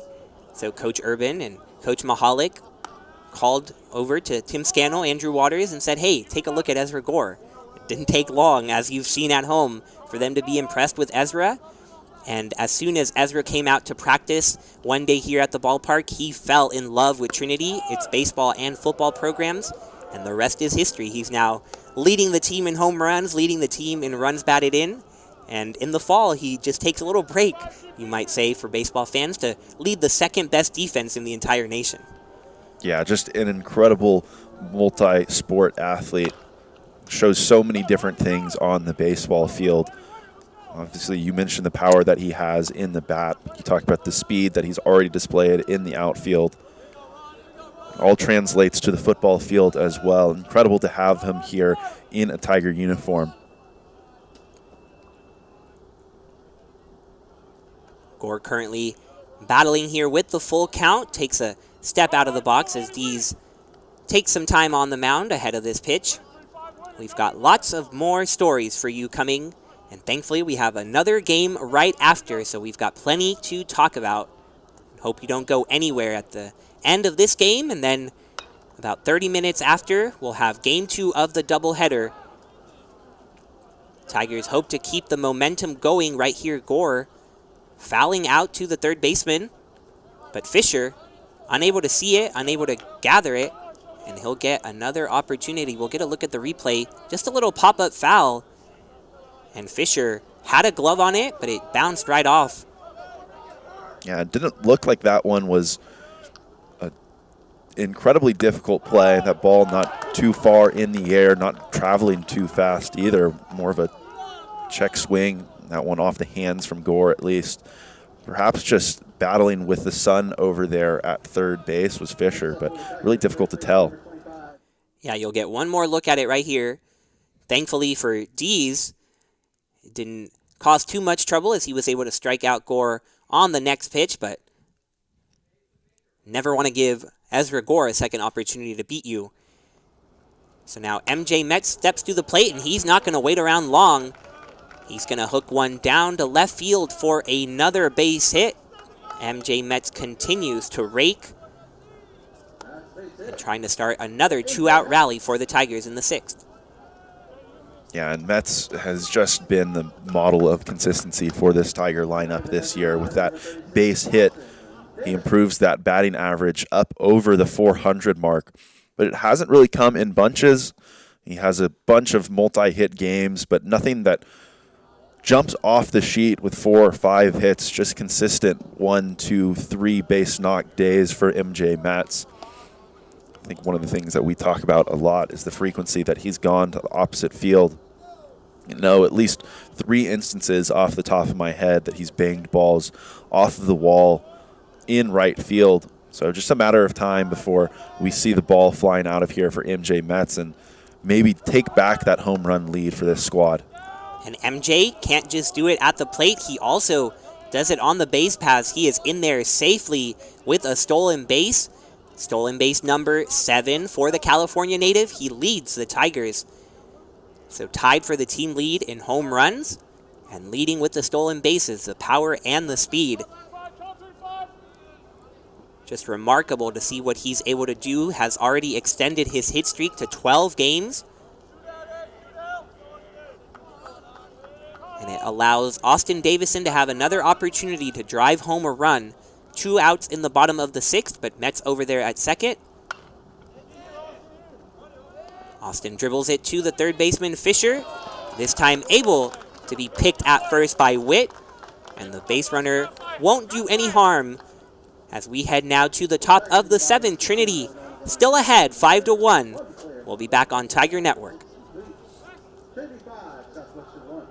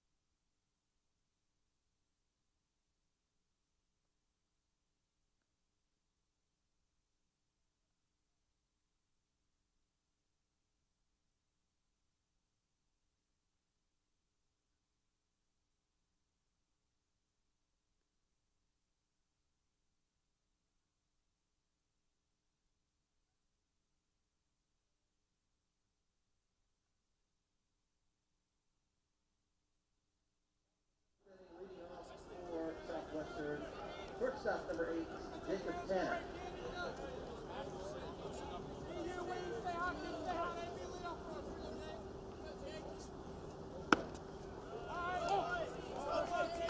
First pitch strike to Tanner from the arm of Conti, who remains on the mound here to start the 7th inning. And he continues to attack, nearly hitting that inside corner that he's been so good at getting to tonight. Conti running into a little bit of trouble for the first time in the 6th, and here will hit Tanner in the back. Not what he wants to do to start the inning. But Conti was able to get out of a little jam last inning. Runners on first and second with 2 outs, and Vaquero flying out to right field. But it's been pretty smooth sailing apart from that and apart from Tanner, who's really had the best at-bats tonight, hitting a home run to left center field for the only run of the Pirates' day.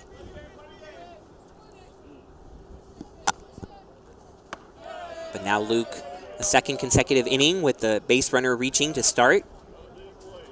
And 88 pitches now for Conti, so what do you think he's going through now as he gets through this order for the third time? Well, I think he's on that last at-bat at least, running into the issue of losing a little bit of control as he, as you mentioned, climbs in that pitch count. You combine that with the fact that he's consistently tried to hammer that inside part of the plate. That was the end result of a hit by pitch right there. And I think what we talked about in the last half inning for him, and continuing to be right in and around the zone, hopefully having these Southwestern Pirates swinging the bats and letting the defense play behind him to get some quicker outs, is what he needs to be looking to do right here. Tyler Pettit taking command here, going out by himself to talk to his starting pitcher. No coach joining him, just the backstop doing a little bit of work with his pitcher that he spends so much time with. As you heard from our conversation with Cory Cater earlier today, a ton of interaction not only between the pitchers themselves, but then the position players to kind of help each other out, and especially those pitchers and catchers who work so closely. We'll see what Pettit was able to tell Conti as he is behind 2-0, and he misses again well outside Fisher with a 3-0 advantage.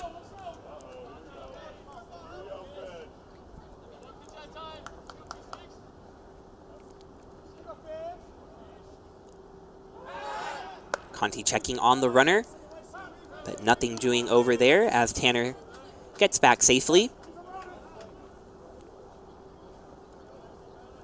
We'll see if Fisher is swinging or just taking. And he's not forced to decide as that one is well outside once again.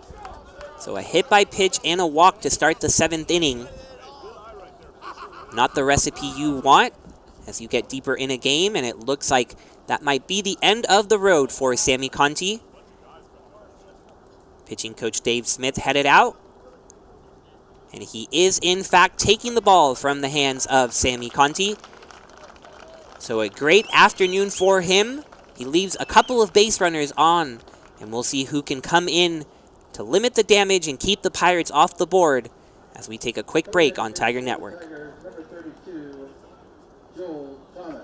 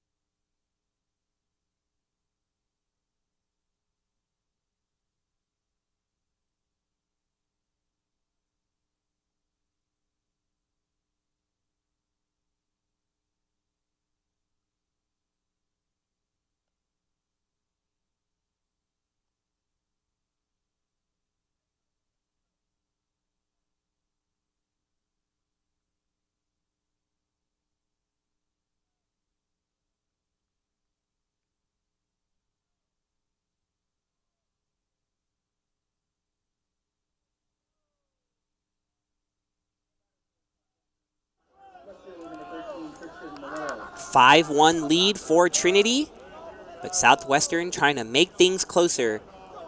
So Trinity calling to the bullpen and bringing Joel Thomas to replace the starter Sammy Conti. The First pitch from Joel misses high.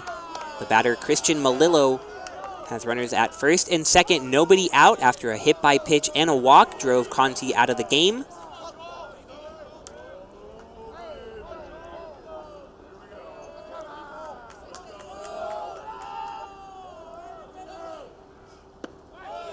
Second pitch from Thomas misses away. So Malillo getting ahead 2-0. We'll hope to get something to work with. I think something worth noting is the fact that a lot of these relievers coming in out of the bullpen for Trinity have inherited very few clean scenarios on the year as Thomas turns around and fires that fastball in there to get back in this count 2-1.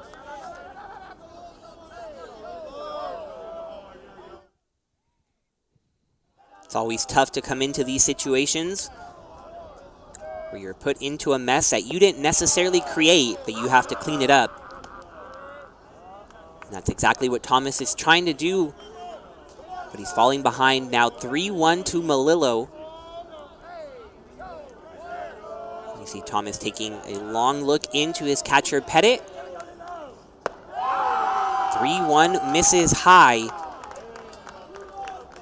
And the Pirates will load the bases with nobody out in the top of the seventh.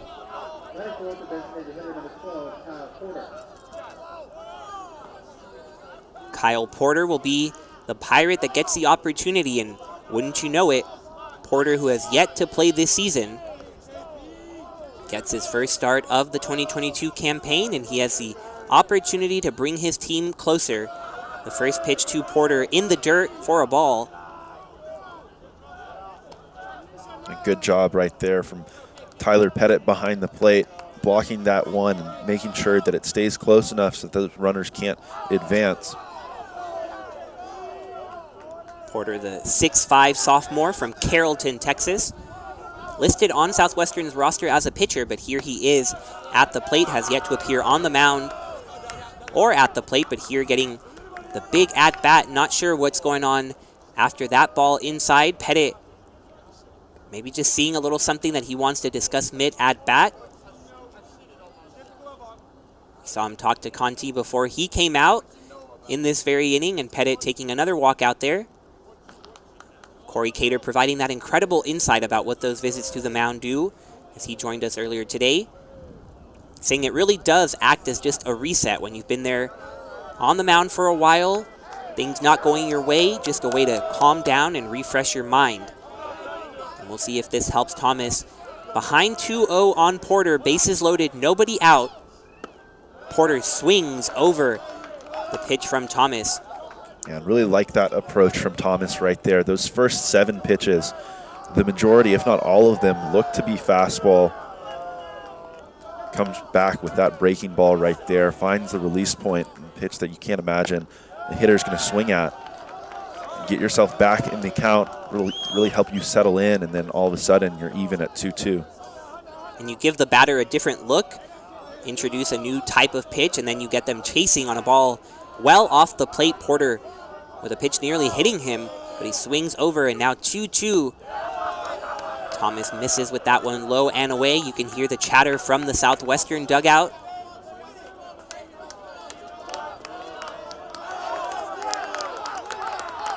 Lots of noise coming at the ballpark. Great crowd on hand. The 3-2 grounded foul. Or was it? It looked like it was headed foul or off Porter, but the Tigers turned the double play. And it looked like Porter really tried to sell that one. I think you're right. Kind of hobbled out of the batter's box. We'll see again right here. Certainly hitting that dirt right in front of home plate, but the Tigers doing a really nice job of playing through it anyway, and they're able to get 2 outs out of it. Holloway over there at third, not falling for it one bit. He fired it home, and then Pettit took advantage of the fact that Porter had not run out of the box and turned 2. So a 5-2-3 double play with the bases loaded, and suddenly Thomas just one pitch away from getting out of this unscathed.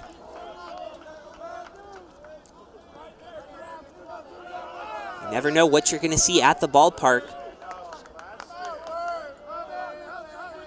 We'll try to get another look at that pitch in a little bit, but here Thomas still with 2 runners in scoring position, trying to get out of it. Bottom of the order, Rashke. Now with 2 outs here in the inning, totally changes the complexion here. And goes to that breaking ball, that curveball in the dirt again. Pettit doing a nice job behind the plate, blocking that one and keeping the runners at bay. But for Thomas right here, that one pitch that's really worked for him in this inning has been that changeup. So going back to it here with a need for only 1 out, something that I really like. Rashke sends that one to the left side off the glove of Holloway. Haney tries to back him up and recover, but he won't have a throw at first. So Rashke reaches, a run comes across to score. The other runner will have to stay at third, but the Pirates get one back here in the 7th. It looks like that might have been that changeup right there, had a little bit of run back in towards the hands of the hitter. For Thomas, exactly the result that you wanted, that ground ball that stays in the infield. Unfortunately, just kicked off the glove of Holloway, as you mentioned, and the inning continues here for the Pirates. Now Ted Lobkowicz to the plate. He's been fairly quiet this series, 0 for 2 today, 1 for 4 yesterday. But he came into this series hitting over 340. He has been a consistent presence at the top of this Pirate lineup. Takes a strike to even the count at 1-1. Lobkowicz, the All-SCAC honorable mention last year. One of a few guys, 7 of them, that are returning starters in this Southwestern lineup. It's an experienced team that is looking to close the gap between Trinity and Southwestern here in the SCAC. For the past 2 years, it's been Trinity knocking Southwestern out of the SCAC tournament.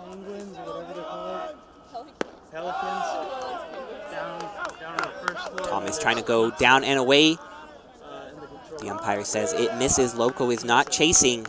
And he's ahead 3-1. Runners at the corners, 2 away.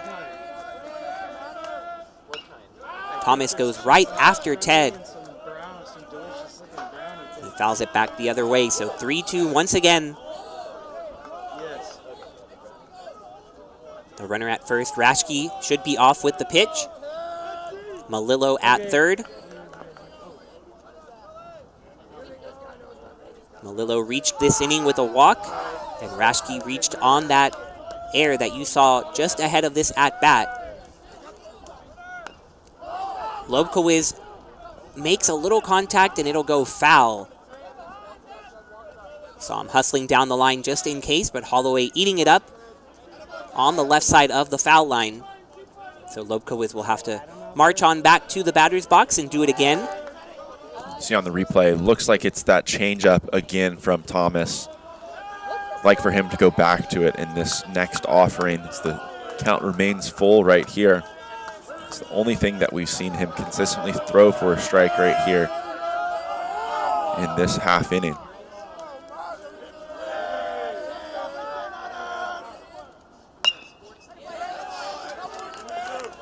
This big at-bat continues as Lobkowicz fouls it towards his own dugout, shaking his hand a little bit.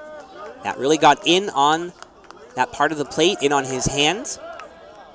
So Thomas trying to work inside out. We'll see what he goes to on this third 3-2 delivery. As much movement as he has on that changeup, really hard to do anything with it, putting it up in the air. And Lobkowicz puts it on the ground. Harris retires Lobkowicz with the throw to Metz. So Thomas doing a nice job, came in with two runners on, nobody out. He allows just the 1 run, but the lead remains intact for Trinity. 5-2 as we stretch in San Antonio. Game 1 of this doubleheader should be up for an exciting finish.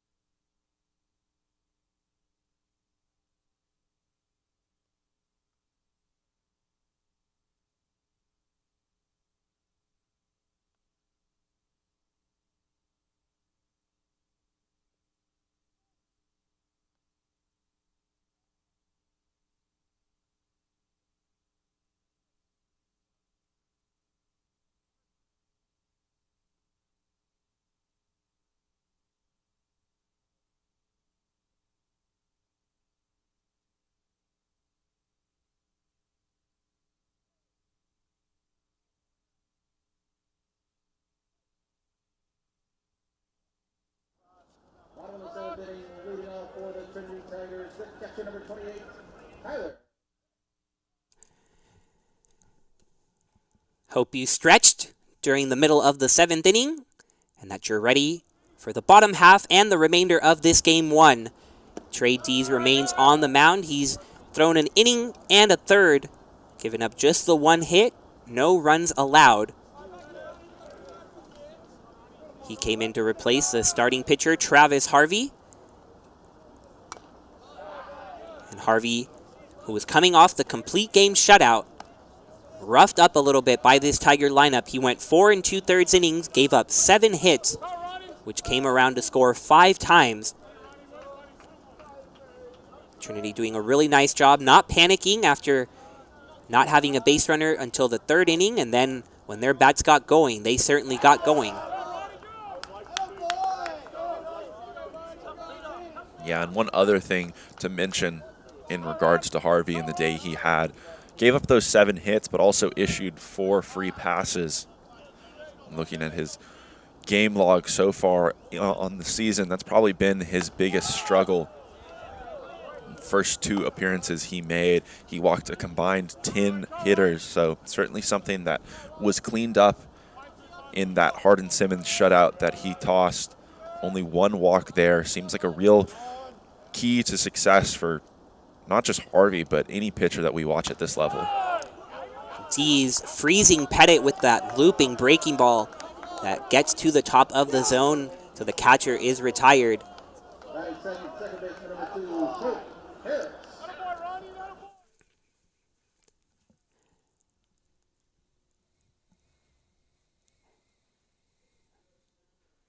This Tiger lineup knew what they had in store with them, with Travis Harvey starting game 1.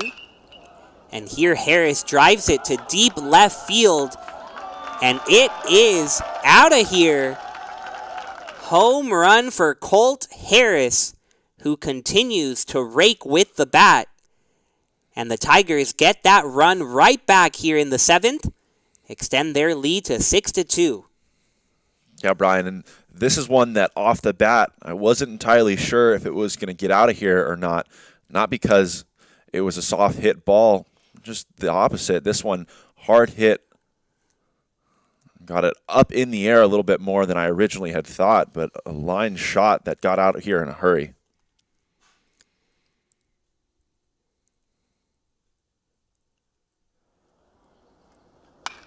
Verver not messing around, going after the first pitch, and he rifles it down the left field line. He'll be held to a single, but these Tiger bats continue to pummel the baseball. They are now up to 10 hits. That makes it 4 consecutive games with double-digit hits.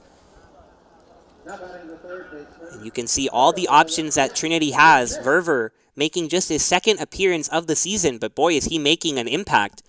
At the bottom of the lineup there, Verver 2 for 4 with that run batted in earlier. And he almost hit a home run himself in his first time up to bat.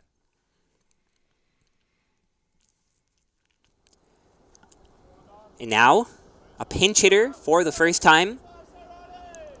With a lineup full of righties to start things off, we have our first left-handed batter of the game. Jack Wisniewski comes in for Trinity. He comes in for 3rd baseman Christian Holloway, who went 2 for 2, drove in a run, and drew a walk as well.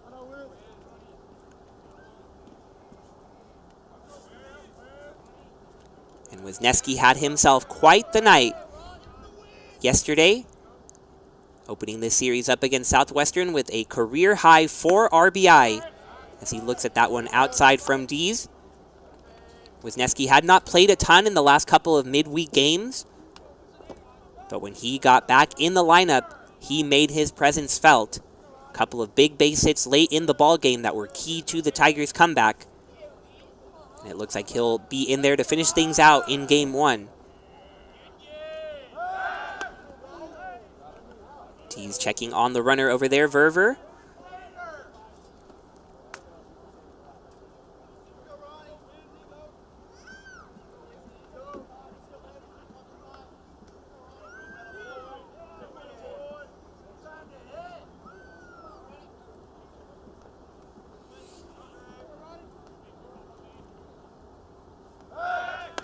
another throw over there, keeping an eye on Verver and Luke. Wisniewski, a little bit of a slow start to this season, but now that batting average up over 300, where we're used to seeing it for the super senior. Yeah, absolutely. And we talk about his approach a lot, and that being a big reason why he has one of the highest averages on this team. I think it's one that will continue to increase as the season moves along. More than anyone in this lineup, he's a guy that's willing to use the entire field. See him go up the middle a ton, but not a whole lot of left-handed hitters that we see willing to use the left side of the field as much as he does. Never trying to do too much, just trying to make good contact and spray it wherever the ball is pitched. Runner is going. Verver off with the pitch on the 2-1 count. Wisniewski fouls it back, so Verver will have to come on back to first. You can see the throws over to first. Makes sense for Dees, as Verver was in fact planning to take off. We'll see what's up on this 2-2 count once Verver gets back over to first.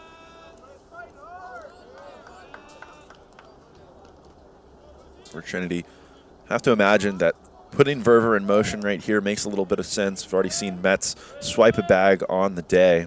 So to have a runner in scoring position before you get to that 2-out mark certainly be huge as you look to increase this lead. Great take on the 2-2. Looked like a changeup that tried to get Wisniewski to bite, but no such chase from the third baseman. He takes a deep breath and prepares for this full count delivery. Another throw over, and he gets Verver. Now in a rundown, Verver trying to get out of it, but he'll trip up a little bit. And the tag will be placed on him by the pitcher Dees, who gets in time for the tag. So the throws over there paying off. I think that was the 4th throw over during that at-bat. But Dees able to catch Verver off with the pitch, and now no base runners on and 2 outs with this full count ahead. Yeah, just a really ideal spot to throw over for Dees right there. Wisniewski in the box, having that count run full. It makes a lot of sense to put the runner in motion with the possibility that Wisniewski draws a walk anyway. That's exactly what he did. So unfortunate outcome for the Tigers on the base paths right there. But nice to have another runner on base as the top of the lineup comes back to the batter's box.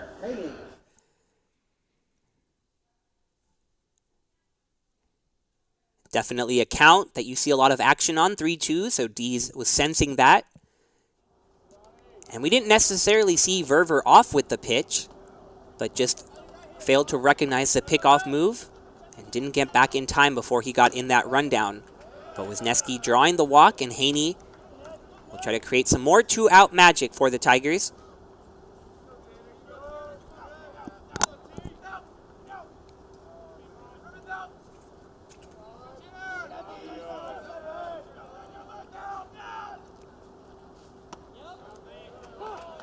Big breaking ball, gets in there for a strike. Haney getting his 4th straight start at shortstop. A position we saw a lot of rotation with during the first couple of home series against Babson and Whitewater. But Haney, a 5-game hit streak. Runs batted in many of those games. So it seems like he's finally adjusting to being in San Antonio. Like Cory Cater earlier today, also in that Masters of Accounting program. But he joined that after not being an undergrad at Trinity. He transferred after graduating from the University of Texas at Austin. So Haney, a former Longhorn. I'm sure he's happy with their win in March Madness yesterday over Virginia Tech, as were several Tigers, who have been chatting a lot about their respective brackets. Here Haney fans at one in the dirt. He won't make it to first in time, so he is put away for the 3rd out of the inning, but the Tigers add one on a solo blast from Colt Harris. They now lead 6-2 as we head to the top of the 8th in San Antonio.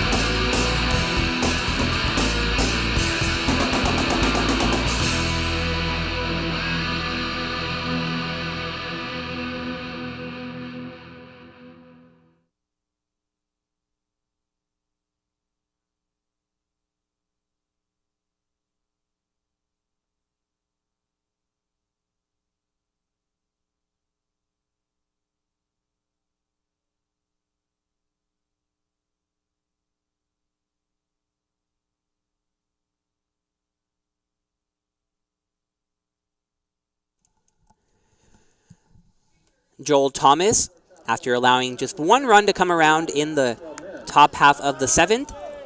Has that one put back on the scoreboard by his team, so he still has a 4-run lead. And he'll try to go through the 2, 3, 4 slots of the Southwestern lineup, beginning with Maxwell Mims. Breaking ball to Mims, misses inside. Mims 0 for 3 today, 1 for 6 yesterday. So maybe seeing a little bit about what Coach J.C. Bunch told me. The reigning SCAC Newcomer of the Year, no longer a surprise to fellow opponents, especially opponents in the conference. Last year really came from nowhere, burst onto the scene, hit .386 with 4 home runs, added 38 runs batted in and 19 stolen bases. He came in today hitting over 300, but maybe these Tiger pitchers who saw him last year, Tigers defeating the Pirates 4 times in 2021, learning how to pitch to this center fielder. Yeah, Brian, you have to imagine there's so many different moving parts that play into a start to a season like this for a guy like Mims. Obviously, you have the pressure of wanting to go out and perform, earning that distinction of Newcomer of the Year last season. You would anticipate a big year for yourself. So you imagine the type of pressure that a guy like that would put on.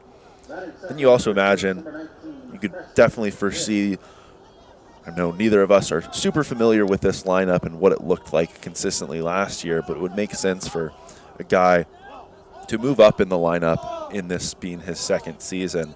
So that in itself really impacts how a pitching staff and a team will attack someone. You imagine that those 1, 2, 3 hitters have different approaches from those bottom hitters in your lineup. So a couple of different components that probably play into the start to the season that he had. But from the flip side of it, for a guy that came on and immediately was able to figure things out as a freshman, you can certainly imagine that he'll have the capability and the capacity to make that change in season and make an adjustment to how pitchers are attacking him now. Yeah, and maybe not the order necessarily. That could have shifted around from last year, but this lineup does remain almost virtually the same from last year. 7 of the 9 starters that were consistently in there last year remain at Southwestern, so this is a veteran group of Pirates who are looking, like we talked about, to close that gap with Trinity. And Mims, a big part of that with what he did last year. The Pirates going 19-19 overall. They did go 13-5 in conference, making the SCAC tournament, but getting eliminated by Trinity. But ever since J.C. Bunch took over at Southwestern in his first year, they had a losing record, and that was Southwestern's 11th consecutive losing record. But in 2019, they had their first winning record since 2008, and they've been 500 or better ever since then. Tonight, coming in 7-6 after the loss on Friday to Trinity. And they're trying to keep that momentum going after a couple of big midweek wins against Mary Hardin Baylor and the weekend before against Hardin Simmons. A couple of opponents from the American Southwest Conference before now firmly in SCAC play. Witt lays off a 3rd consecutive ball. And for Thomas, walking the leadoff hitter, Mims on 4 pitches, now 3 to Witt. So yet to throw a strike here in the top of the 8th. Had a pitching visit from Dave Smith. But Thomas not able to make the adjustment as he walks Witt on 4 pitches as well. That makes it 8 consecutive balls outside the zone. And it'll be a pitching change incoming for the Tigers. Cleanup hitter James Vaquero will be coming to the plate, and a new Tiger pitcher will be on the mound. We'll take a quick break on Tiger Network. Be right back.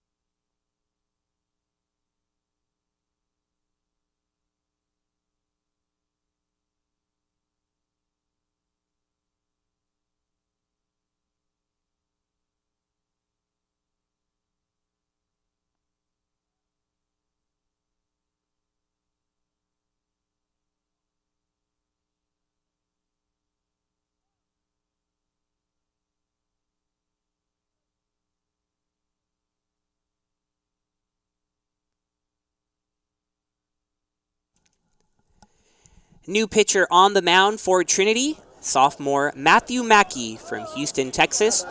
And a little deja vu from Tuesday against McMurray, the exact same spot for Mackey. Thomas had let a couple of men on to start the 8th inning, so runners on first and second with nobody out. Mackey came into that ball game. One of those runs did come across to score, but Mackey then had a scoreless 9th inning to pick up the win over McMurray. And he finds himself in the exact same situation here. 2 men on, nobody out, and the number 4 hitter James Vaquero at the plate for the Pirates. And his appearance prior to that, the conclusion of that Wisconsin Whitewater series that we mentioned earlier, he pitched 1 2/3 of an inning, had a very similar result, just giving up 1 hit, but no runs coming across on his watch. So really reassuring and nice to have an increasing number of arms that can come into games and immediately make impacts for the Tigers from the bullpen. He blew that one by Vaquero to even the count at 1. And that broke a streak of 9 consecutive balls thrown by Thomas and Mackey combined here. And a second consecutive strike. Beautiful changeup gets Vaquero on a knee. And Mackey gets ahead 1-2. And just a great sequence of pitches right there. As you mentioned, he really did blow that fastball by Vaquero in that previous pitch.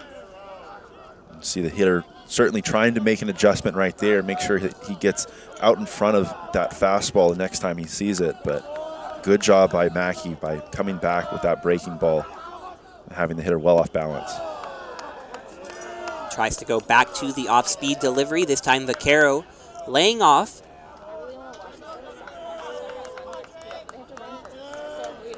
First 2 runners of this inning reaching on 4 pitch walks.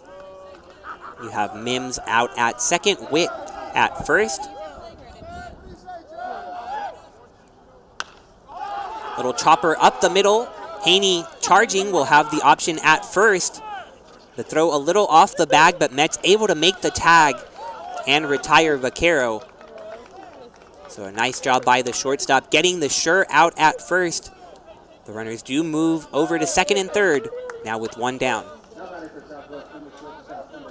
Yeah, and a really heads-up play by Mets right there. Rather than stretch and try and come up with that one with your foot still on the bag, running the risk of that one getting past you. Just coming off, understanding where that runner is on the line, having the presence of mind to know that you can still apply that tag right there is a really huge play.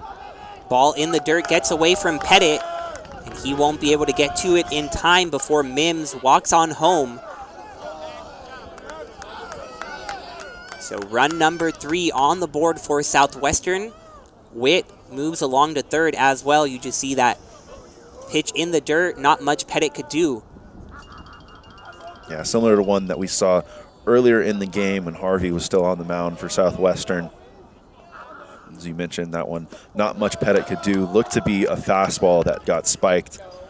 Tyler already set up on the outside part of the plate. Mackey pulling that one.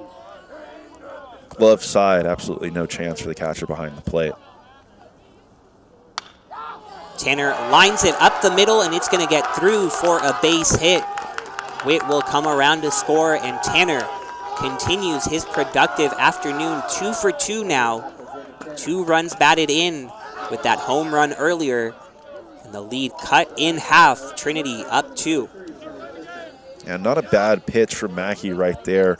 Really competitive one after falling behind in the at-bat. Went with that pitch away. Wasn't really left over the heart of the zone in any capacity. But a nice job from Tanner in that one. Really hunting fastball right there. Saw the pitch and did exactly what he needed to with something on the outside part of the plate, sending that one back up the middle. Still just 1 away in the top of the 8th. 2 runs already across for Southwestern. Mackey trying to keep a close eye on the runner over there at first. Tanner. And Mets again having to reach on over with that big frame of his to save it from going past him.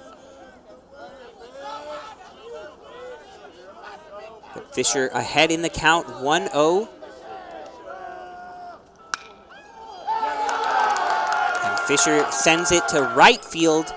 Verver with a strong throw in, keeps the runner at second, but the Pirate bats making some noise now in the top of the 8th. You can see their approach, not trying to do too much. Tanner lining it up the middle for his base hit. Now this one out to right, the opposite field. They're taking what they're given, and it's working so far as Dave Smith makes a visit out to the mound.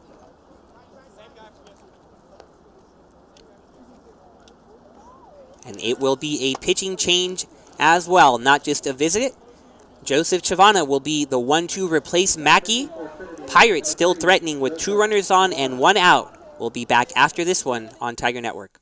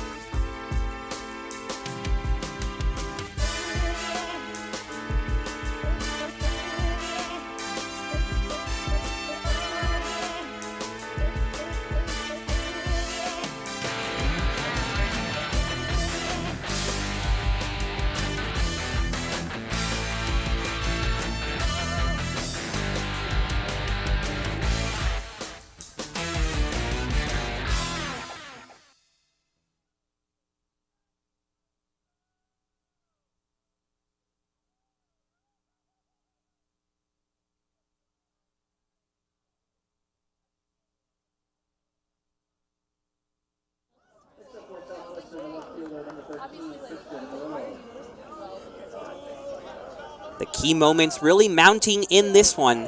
It's exactly what we expected between Southwestern and Trinity. Pirates not going down quietly, and Christian Malillo at the plate trying to bring his team all the way back, but he'll have to go against the pitcher on the mound, newly in the game, Joseph Chavana for Trinity.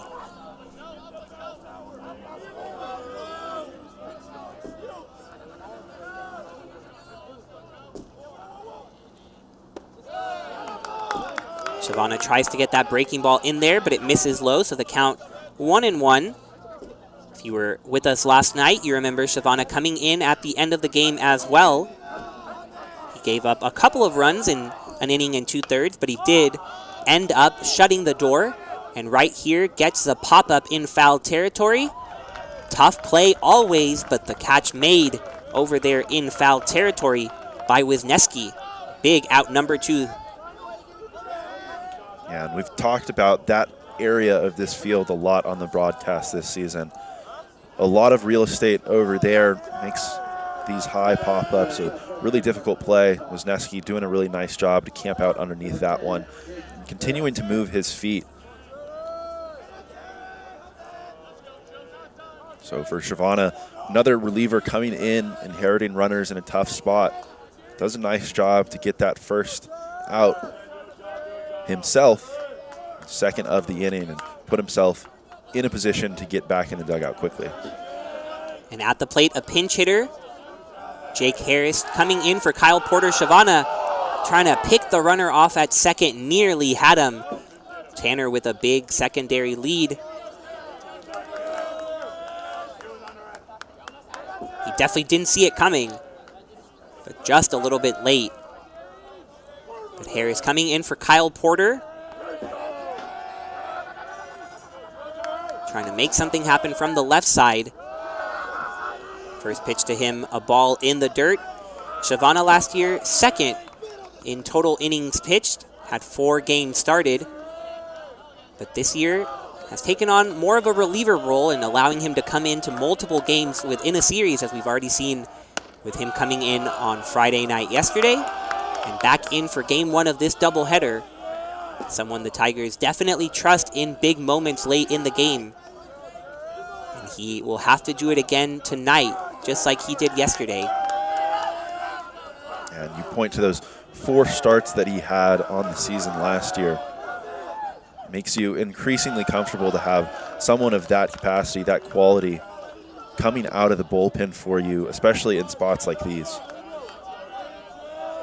He fell behind to Harris 2-0, but now got that strike in the middle of the zone. Harris not swinging, but still 2-1 with 2 runners on, 2 away in the 8th.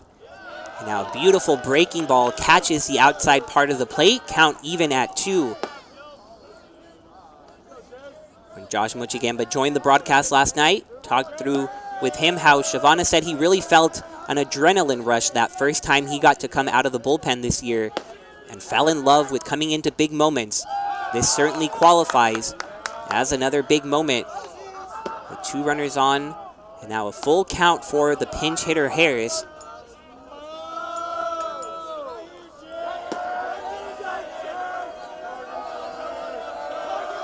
Runners will be off with the pitch.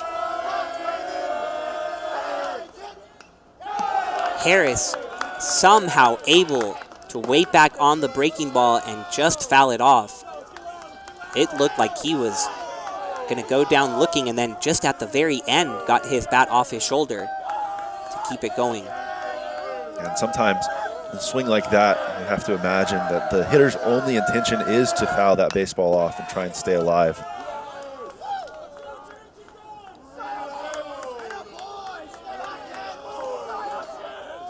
Harris making just his 6th appearance of the season, hitting 125 on the year. Last year, though, was an all-SCAC honorable mention, hitting well over 300. So a plenty capable bat. You see the action in the Southwestern dugout, but Shavana gets him looking.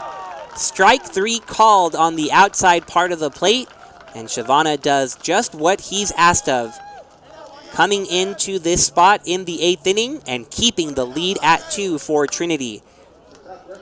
Get a good look at the replay. Perfect frame from Pettit on the outside corner, and Harris has nothing to do but head back to his dugout. So Trinity will look to add some insurance in the bottom of the 8th as they remain ahead 6-4.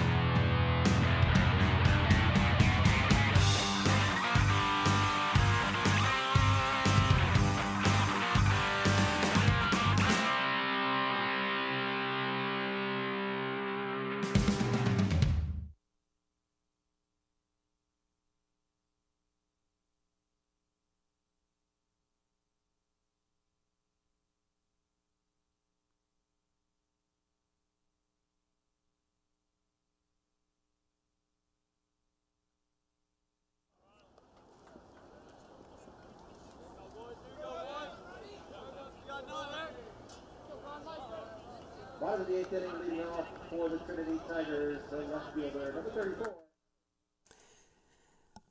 The Pirates have scored in their last 2 innings, 1 in the 7th, 2 in the 8th. So we see the importance of adding on to the lead, and it'll be up to Evan McDonald and the middle of this Tiger order to make things a little more comfortable. They'll have to do it against the pitcher Trey Dees, who remains in the game.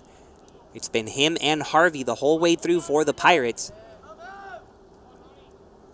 But they'll try to make a little noise here in the bottom of the 8th to make things easier for the pitchers in the top half of the 9th. Ball in the dirt to McDonald, gets to the backstop. McDonald 0 for 3 on the day, but he did drive in a run as he was hit with the bases loaded.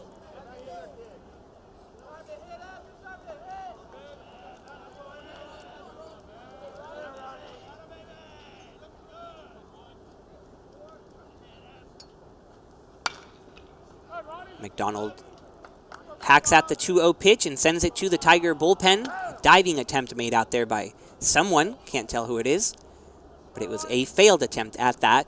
2-1 count for McDonald. Certainly nice to know that those guys down there in the bullpen are invested in the game, paying attention. Certainly nice to see that they're doing what they can to stay invested in this one. And McDonald keeping everyone honest, now giving the dugout an attempt to catch a foul ball. Just checking to make sure everyone's paying attention. I know if anyone knows to pay attention around a field, it's you, Luke. You've learned some tough lessons over the past couple of times at the ballpark, haven't you? I know. I think it probably is best for me to stay inside for at least the foreseeable future. No, I got compared to a lightning rod after that foul ball pop-up that I almost got hit by before the game started here today, but certainly will be doing my best to keep an eye open. McDonald this time able to keep it fair, and he's going to coast into second base with a double. You see the passion coming out of McDonald. He was just testing people, first fouling it to the bullpen and the dugout, and then saying, I can keep it fair, and he does with the double. But Luke, do you want to fill people in on why initially you wanted to be careful around the baseball field, or? I think you know enough of that story to give the fans at home a little bit of a preview of what happened. Oh, I don't know. I think you'll tell it better. But here, head coach J.C. Bunch not thrilled with the call of keeping that ball fair. It was a close one down the line. McDonald standing at second with a double, and Bunch still on his way back to the dugout, and he is heated. We'll get a good look at this replay. Very hard to tell. You can see the umpire ruling foul ball right there, but for the Pirates, Vaquero behind the plate pretty much immediately throwing his hands up, questioning that call. We'll see from a different angle here soon whether or not that ball actually stayed fair or if it was on the left side of that foul line. And you saw on that pitch outside, or we get a good look at this replay again, so we'll see it bounced definitely fair ahead of the bag. Yeah, it looks like it brought up a little bit of the chalk that was down that left field line, but hard to tell whether or not when it's going over that third base bag or passing by that third base bag, whether it's directly over it or a little bit to the left. And it makes it even tougher that we don't have a designated third base umpire. We just have the home plate umpire and the field umpire at second. And Gore lines it again right to a Pirate outfielder. McDonald will have to hang on at second.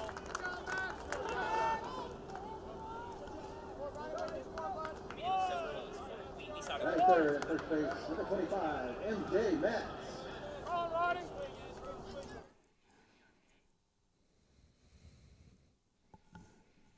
See that one just hanging up in the air a little bit for Gore. Another long line out for the Tigers here in this one. But two hard hit balls, first from McDonald and now Gore off of D's. First pitch to Metz down in the dirt. Mentioned D's came in to replace Harvey. And so now this is his third inning of work. Tiger hitters now having seen him for the second time as they come to the plate. And Metz seeing the ball extremely well on the season and today. 2 for 4, pushing that average back up over 400. And he rockets it into left field. Just everything off the bat of MJ Metz is hard hit. This time too hard of a hit because McDonald will have to stay at third. But make that 3 hits on the afternoon for MJ Metz. Yeah, and this streak that he's on right now has just been incredibly impressive and fun to watch. Don't think at any point in time when we've been calling these games together, Brian, we've seen someone find the barrel the way Metz has to start this year. He does so again right there. And I've been incredibly fortunate to get to spend a lot of time around this baseball team going back to the fall in October when they were having their Fall World Series. And I have to say, from that early series, it was clear that MJ Metz was going to have a breakout year. He was just crushing home run after home run in the World Series. And it stood out to me and everyone around. And it's translated perfectly into the regular season. There don't seem to be many pitchers who can stop the San Diego native. And much like the discussions that we have revolving around Jack Wisniewski, MJ Metz this year especially has just been entirely receptive of whatever's being thrown to him as a hitter. And once again, taking off for second, and he is in there safely with the stolen base. Bag number 2 on the day for MJ Metz. Just showing off at this point, adding to his team lead. Now 8 on the year for MJ. And a great job staying on the bag, as you saw Raschke kept the tag on him. But MJ not going anywhere. And now 2 runners in scoring position for Austin Davison. Yeah, and with that stolen bag, Metz breaks up any potential double play that could have happened in the infield. So for the Tigers here, you have to imagine that ball in play scores a runner no matter what. The infield for Southwestern is in this time. Late in the ball game, bottom of the 8th. They can't afford to give up much more. We'll see what Austin can do.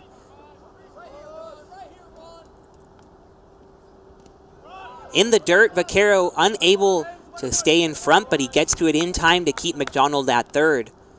That ball got well down the line,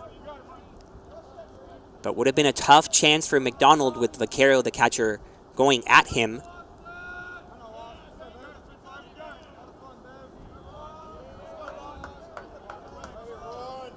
And you can see Vaquero in that shot right there, so you're exactly right, Brian. That one certainly hugging that foul line a little bit.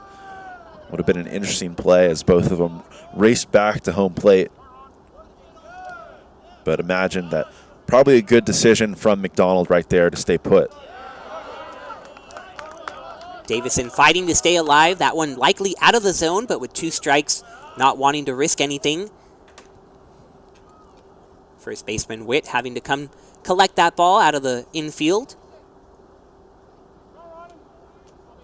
And Davison will try to do it again. Davison, someone who's done whatever it takes to get in the lineup, came to Trinity as a catcher, and he still works often in the backstop, but even giving it opportunities in left field, just trying to do anything to tell the coaches to put him in the lineup. And here he is. He grounds it right to the infield that's in. So unfortunately for Davison, he puts it into play, but right at the Pirates. Yeah, just a really nice pitch from Dees right there. Looked like a breaking ball that had Davison just a little bit out front. That soft contact, perfect for the infield playing in. If you're going to hit it at someone, you want to at least try and hit it at them hard, but Pirate pitcher doing a nice job keeping the hitter off balance right there and making that job easy for his infielder. So now 2 outs. Runners remain at second and third. Tyler Pettit swings at the first pitch, fouls it right around the plate. But a massive swing moment right here. Trinity with the opportunity to double their lead with a base hit if Pettit can deliver.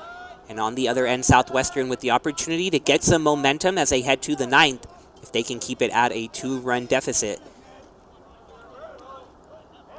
So last night filled with pressure-packed moments, and we have yet another one. And sensing the gravity of the moment, the pitcher D's taking a step off, taking his time to get back on the rubber. Now he's ready for the 0-1 delivery to Pettit. Pettit waits back and crushes it deep to left field, and it is gone. 3-run home run from Tyler Pettit. And the Tigers couldn't have asked for a better form of insurance than that. Yeah, just an absolutely spectacular job by Pettit right there to wait back and turn on that baseball.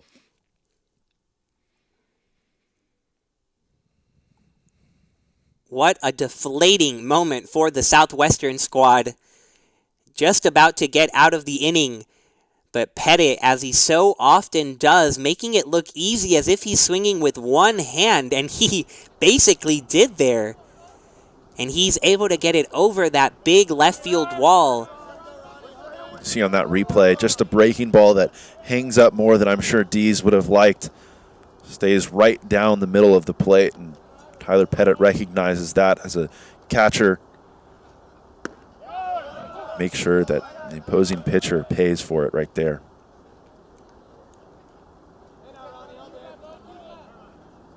Just ahead of that mention, what a massive swing of momentum either way it would have been. And hard to think of a better scenario for the Tigers than a 3-run home run. And now Colt Harris wants to keep it going as he gets his, what should be his 3rd hit of the afternoon. Did bounce off the glove of the left side there. But it was a hard hit ball. And a tough play there for the third baseman, Fisher. And the scorebook does say single. So, another 3-hit ball game for Colt Harris. And a visit to the mound. We'll see if this results in a pitching change. We've seen Dave Smith out on the mound for these pitching visits. Now we see J.C. Bunch, and Dave and J.C. playing at Trinity at the same time. Getting to talk to both of those coaches about that special relationship that then continued as J.C. coached at Trinity for 11 years right alongside Dave Smith. Dave telling me that J.C. Bunch was one of his favorite teammates just because of the competitiveness and the drive that he had, saying that Bunch always wanted to be perfect, wanted to compete, wanted to win.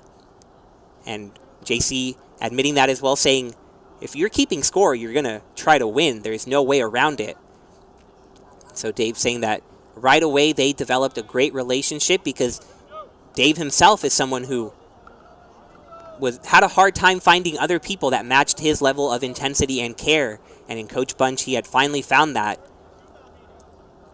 And they both told me a interesting little nugget of a saying that developed when they were players that shows how serious the rivalry was between Southwestern and Trinity.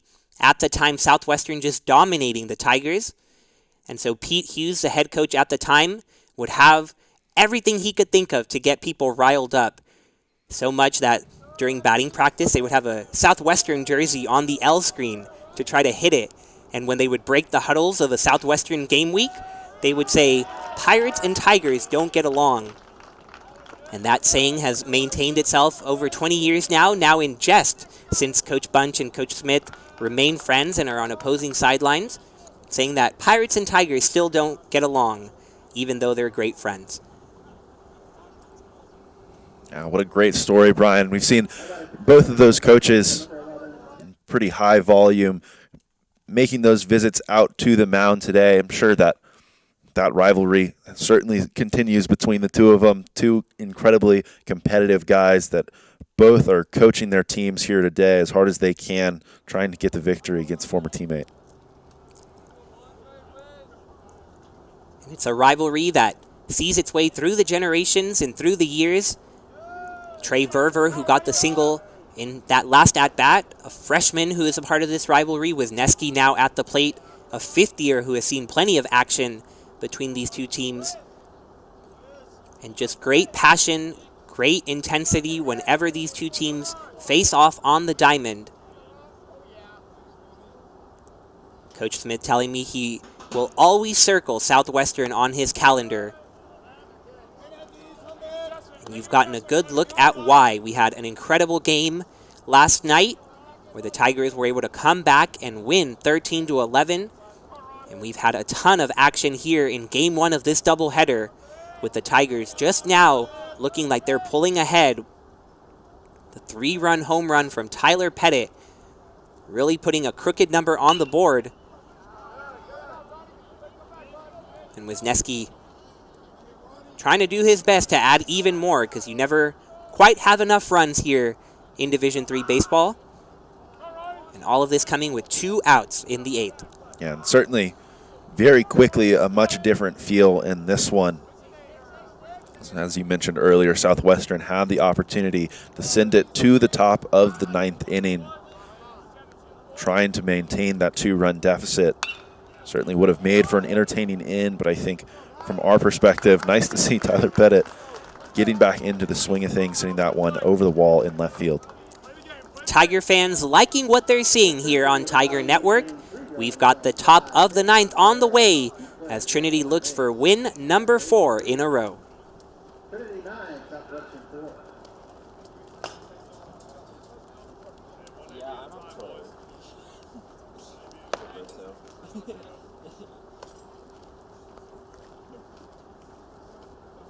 It's a little...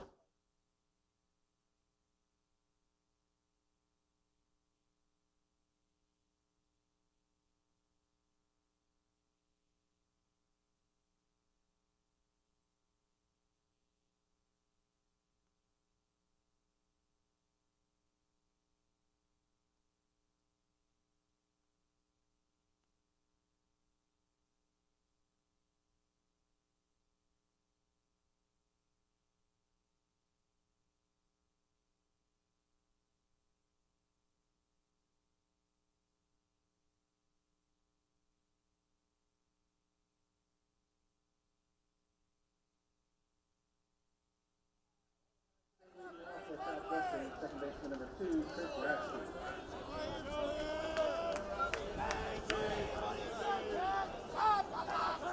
A lot more breathing room for Joseph Shavana, and he starts the 9th inning with a strike on Trent Raschke. Shavana able to keep the lead intact at 6-4 and rewarded with 3 more runs off the bat of Tyler Pettit.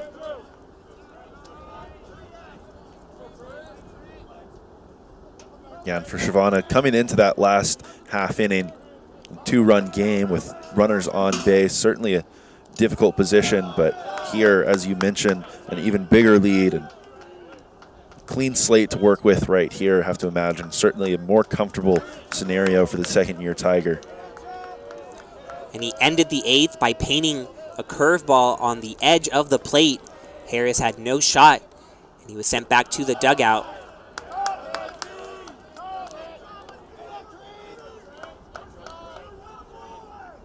So Shavana trying to secure the victory for the 2nd game in a row for Trinity. The 2-2 sent to the left side. Great play by Haney. Long throw over to first, won't be in time. But a remarkable effort by the shortstop to even get to that. As we'll see here a second look. Haney ranging to his right, coming up, firing. And Raschke just a little bit too quick there to the bag. Certainly not a bad pitch from Shavana right there, something that we saw the starters in this game utilize, specifically Harvey for Southwestern, pitching up in the zone. Tiger hitters earlier in this game having a hard time catching up to those fastballs up. Shavana trying to mirror that same approach, but Raschke doing a nice job of getting his barrel to the baseball and keeping that one on the ground. Pirates down 5 here, but they will get the chance to bring their top of the order to the plate. Lobko is 1-1 here against Shavana, and he swings past a fastball.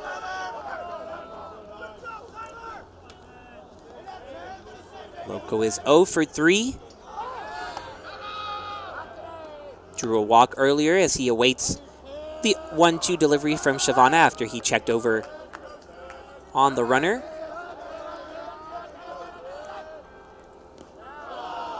This time the breaking ball in the dirt, and Lobko is lays off.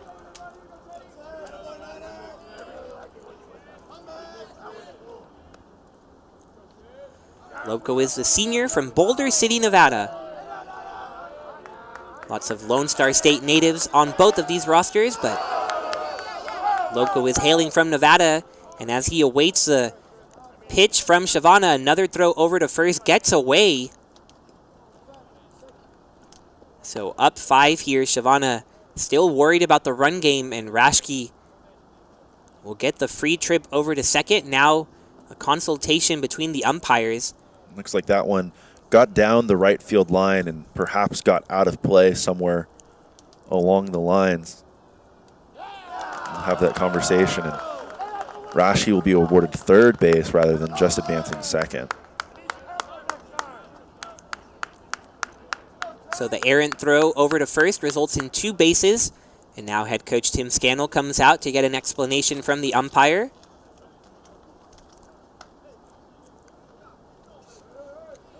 Couldn't get a look from our angle,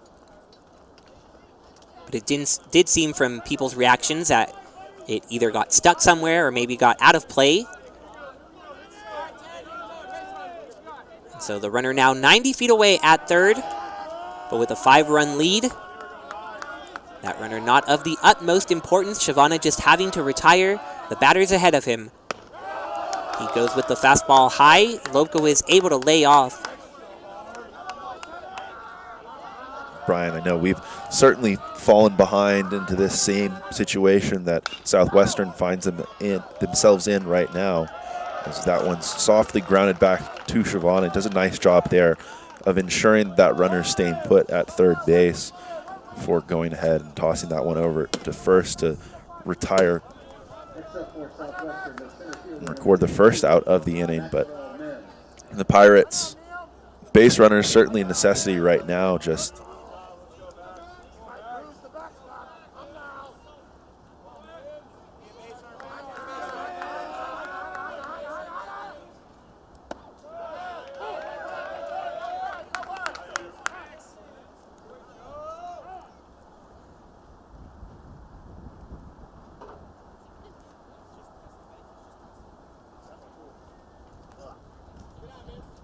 the hitter Mims here, after looking at a first pitch strike, called over to the side by head coach J.C. Bunch. Not entirely sure what this conversation is about. There's a runner at third, 1 down. The Pirates down 5. Rare to see a mid-at-bat meeting between the batter and the head coach out in the middle of the field. But whatever it was, it's the same result as the previous hitter. A ground ball back to Shavana. He takes care of it and gets it on to first.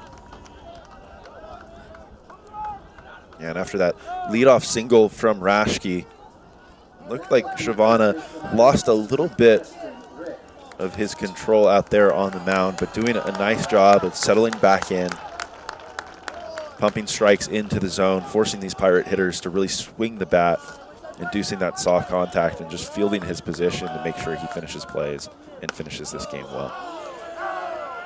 And I think maybe realizing that with a 5-run lead, there's no reason not to attack these hitters, not give them the free bases. So going right at these hitters, Witt lofts it to center field.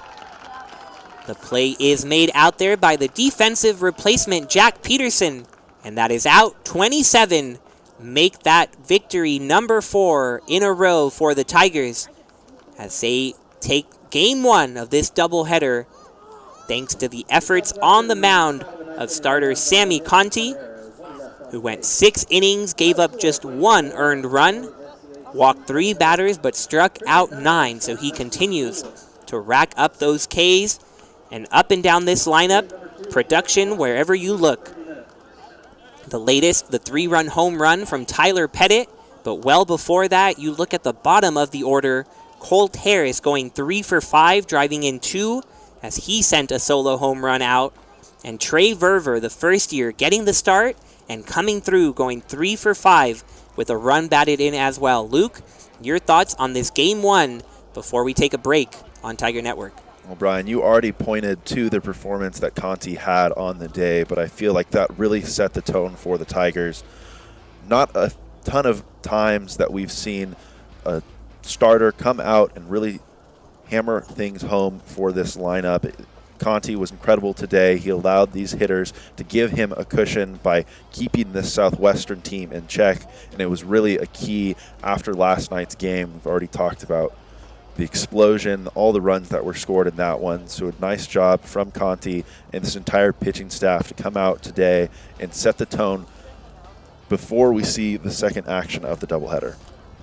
Absolutely, and these 9 runs coming off what Southwestern considers their ace. Travis Harvey had an incredible start to the game, retiring the first 8, but then the Tiger lineup got to him and sent him out of the game in the 5th inning.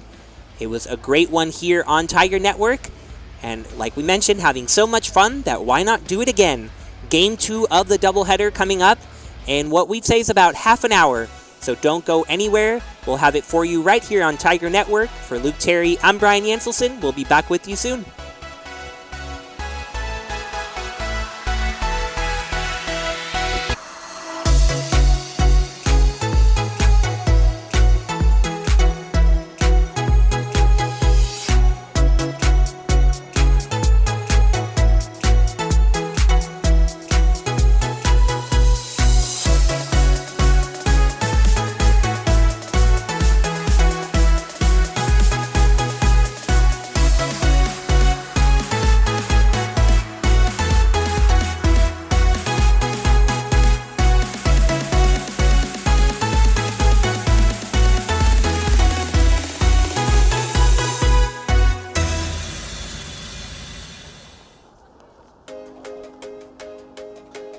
For more than 150 years, Trinity University has celebrated human inquiry. Our innovative curriculum is rooted in a distinctive blend of the liberal arts and sciences.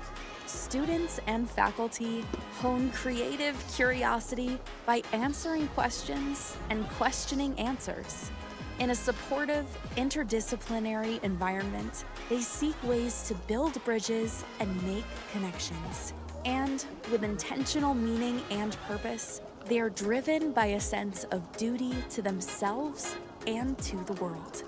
Add in opportunities for undergraduate research, experiential learning, and nationally recognized pre-professional programs in business, communication, healthcare, education, and entrepreneurship, you get the full Trinity experience. The liberal arts plus. And while this experience may end with a Trinity degree, it's just the beginning of a lifetime of inspired exploration and perpetual discovery.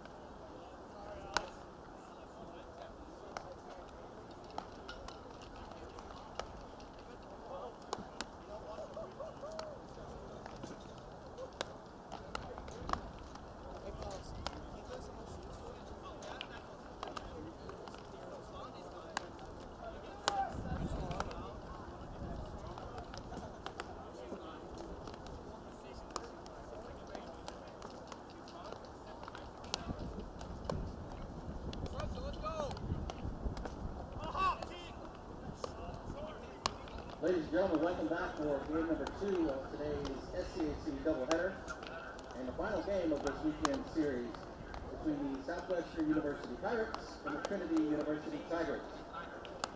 Now starting lineup for Southwestern.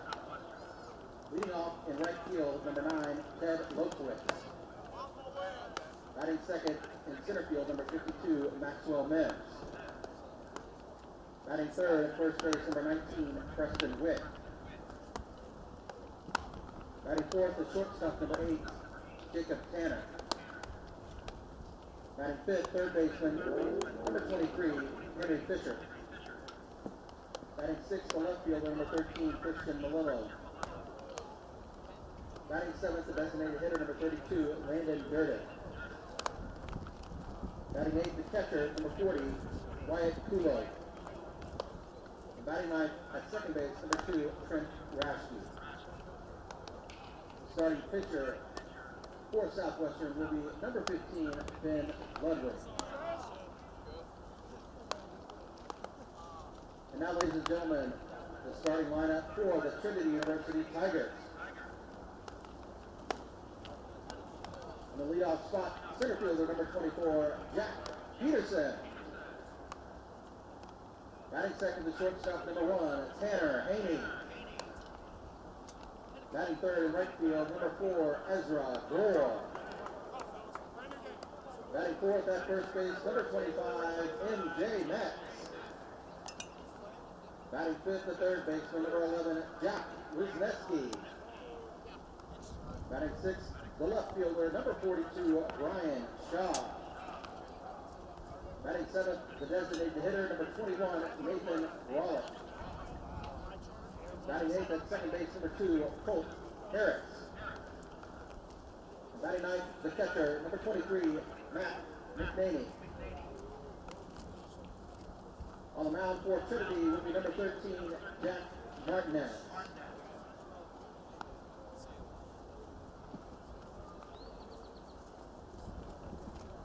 Ladies and gentlemen, game number 2 will start at 4:45. That is just under 10 minutes from now. Good time to visit the Trinity Dining Services concession stand behind the Tiger dugout on the third base side. Restrooms are available inside the Bell Center. That is the building behind the first base dugout.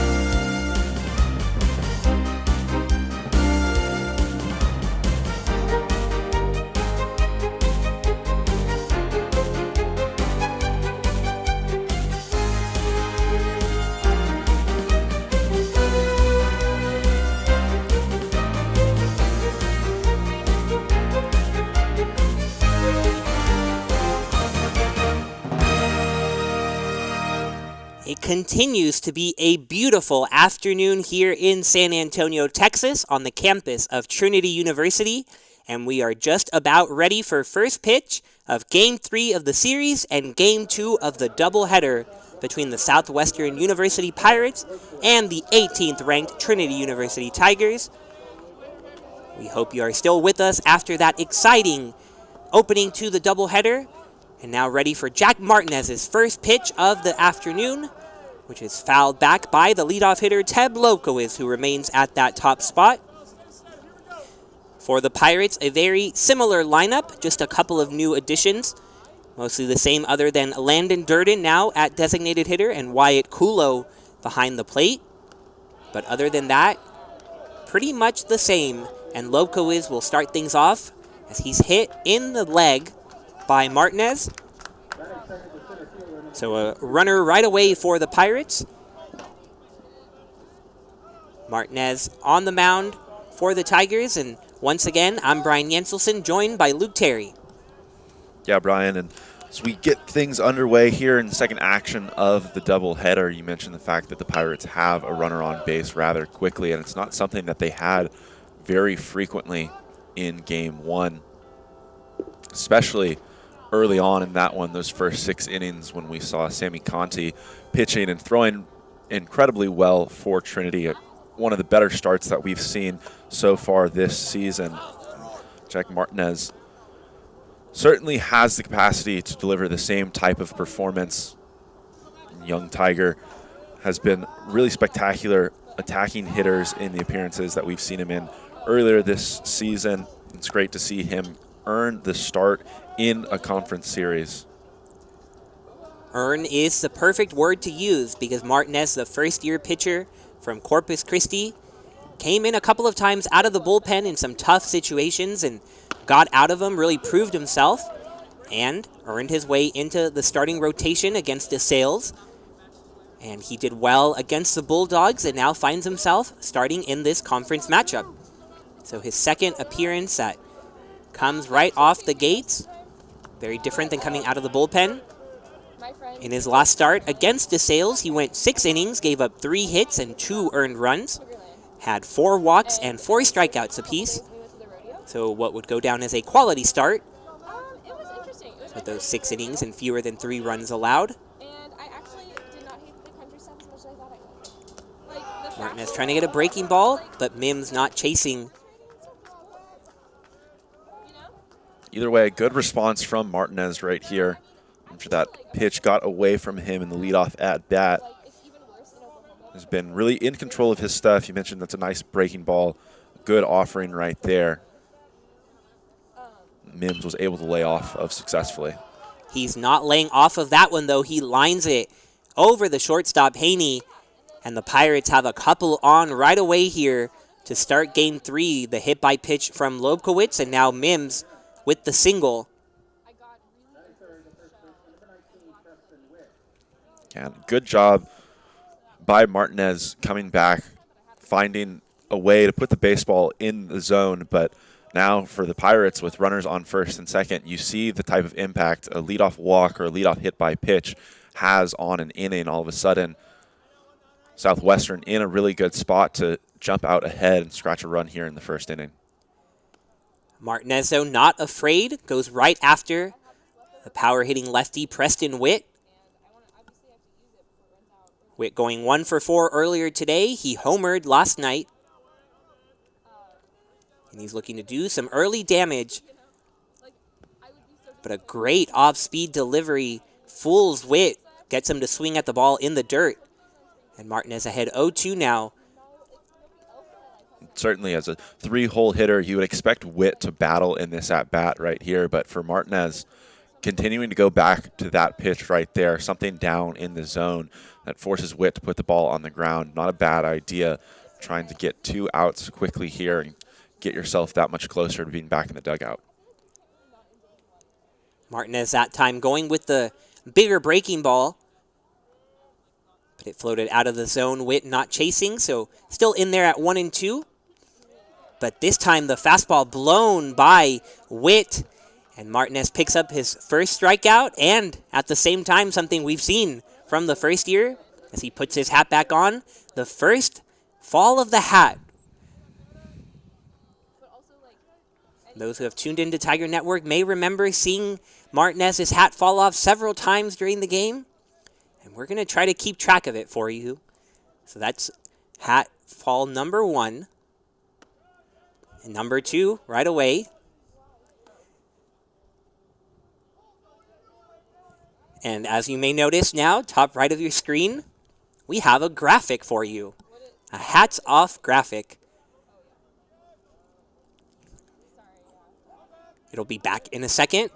This is a new addition to the broadcast, so be flexible with us, but always trying to improve things here at Tiger Network, always tinkering with things.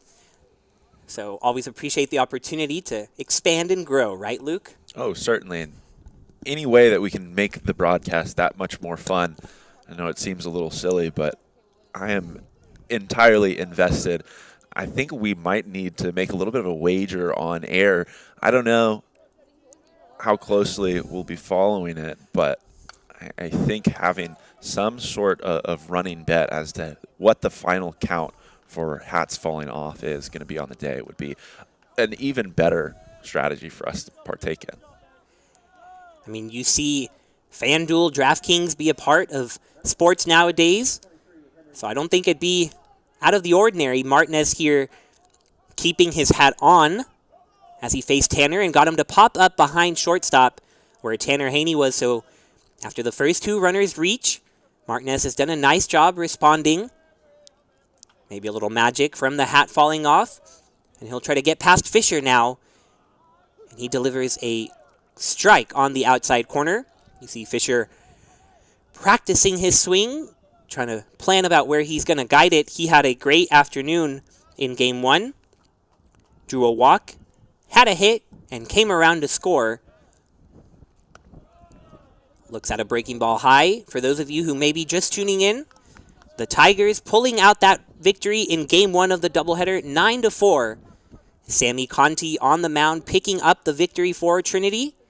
And we are excited to have Sammy Conti join us later in this broadcast. We will have to see exactly when he will, but he is going to plan on making the trip down here. So we're excited to talk to him. Talk to Cory Cater in Game 1, who pitched in Game 1 of the series. So another one of the efforts we're making to improve the broadcast here on Tiger Network. And right here, 1-2, ring 'em up, says the home plate umpire. Hat falls for the 3rd time, but it's also the 3rd out of the inning. So Martinez working his way around a couple of leadoff runners, getting it right on the corner, and he'll bring his Tigers to the plate in the bottom of the 1st.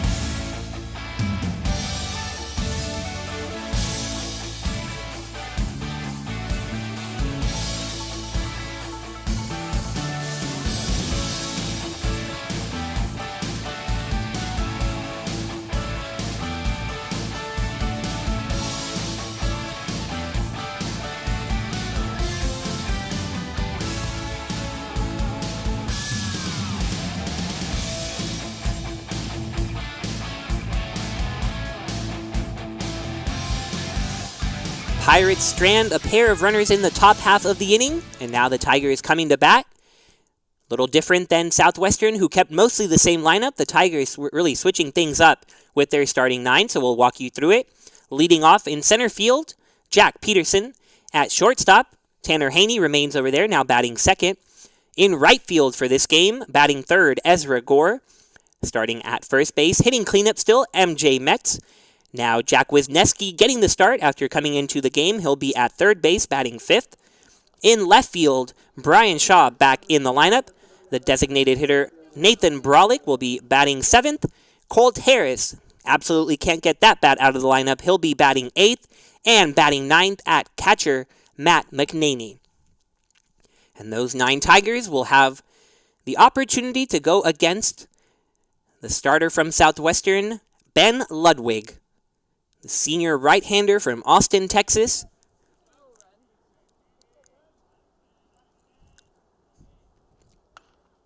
And Ludwig's first pitch to Peterson, foul back. And you saw Travis Harvey open game 1 this afternoon for the Pirates, and now Ludwig, really the two heads of the two-headed monster for the rotation of the Pirates. Ludwig, a strike thrower who had a great year last year, and Harvey, that first-team All-SCAC. I think that strike throwing tendency is reflected in that strikeout to walk ratio that you just saw on your screen. 24-3 is incredibly impressive, but also can tell, looking at his previous performances on the season, that he's in the zone a lot based on how many hits he's given up. His last appearance against Hardin Simmons, he gave up 13, and in the 2 before that, he gave up a combined 14 hits. So for the Tigers, bats that were incredibly impressive in the first one against Harvey, certainly look to continue to stay hot here in Game 2 of the doubleheader. Yeah, those 13 hits, but also going along with 8 strikeouts and 0 walks. So like you said, staying around the plate, attacking the hitters, not afraid of contact. And he's up 1-2 on Peterson, who puts this one in the air out towards left center field. It'll be the center fielder, Mims, who has it, and retires the first out of the inning. Pretty quickly on that one, as we'll see on the replay. Catcher setting that target up again. Ludwig missed a little bit on that one, but Peterson at the plate, unable to do anything with that, skies it out to center field. So a good start, even though he missed his spot right there.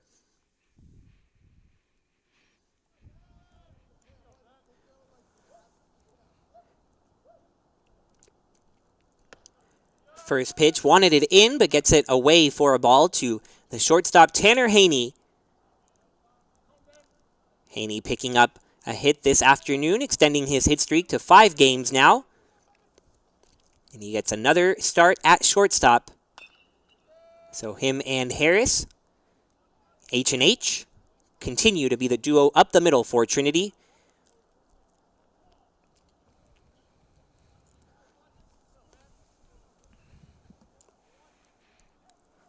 For Haney, I think it's his defense that's kept him in the lineup despite a relatively slower start at the plate this year. Mentioned in previous broadcasts, he started the year 0 for double-digit at-bats, but he's really settled in nicely, continued to swing the bat well. So you see him sky that one to center field for the second out of the inning.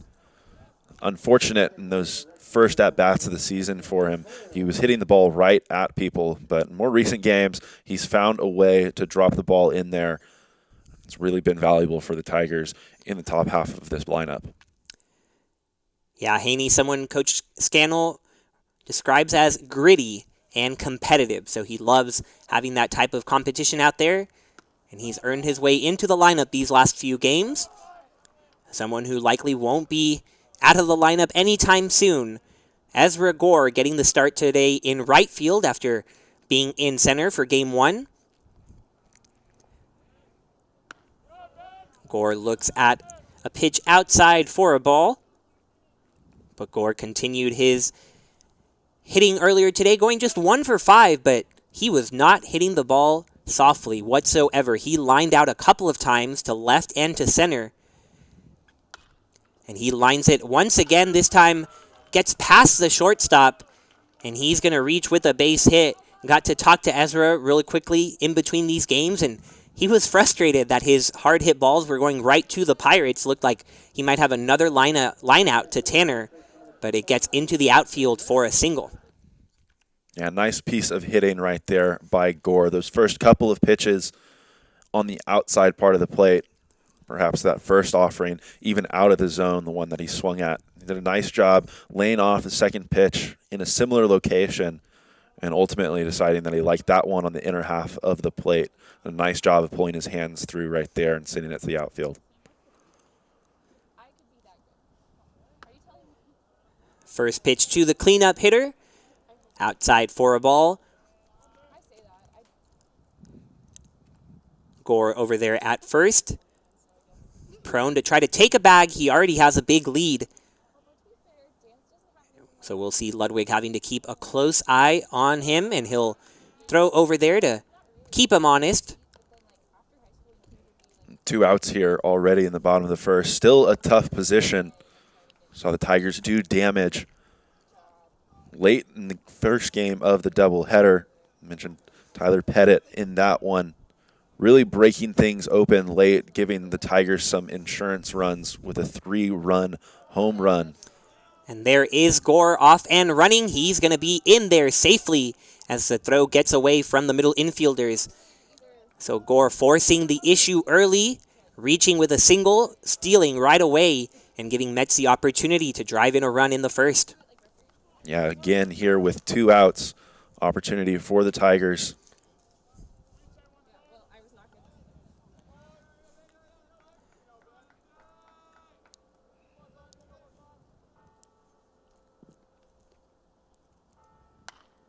And Mets skies this one to the right center field gap.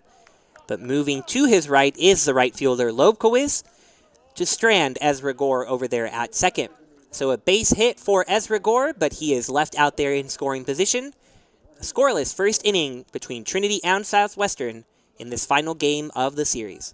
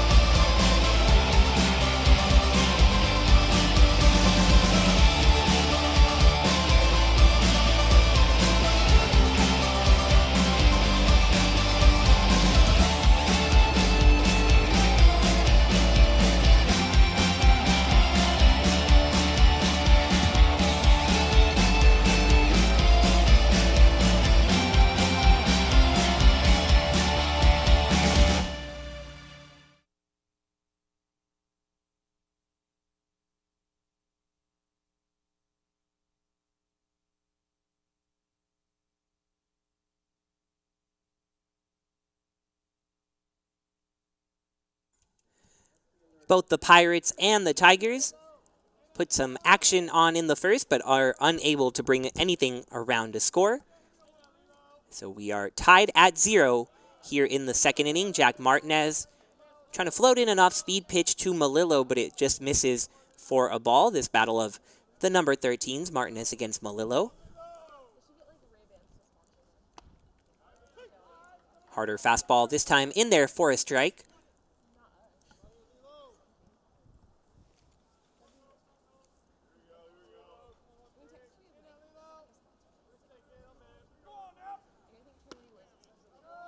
Martinez, similar to Conti, doing a really nice job early in this one, getting ahead in counts.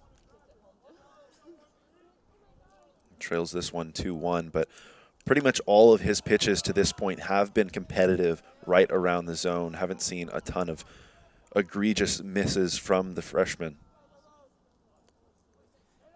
Everything seems to be pretty close, but he does fall behind 3-1 and now walks Malillo.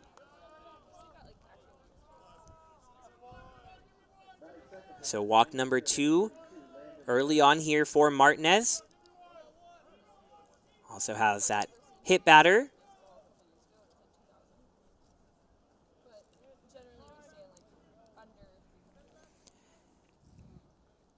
As Durden steps in, you see him checking the wristband on his belt.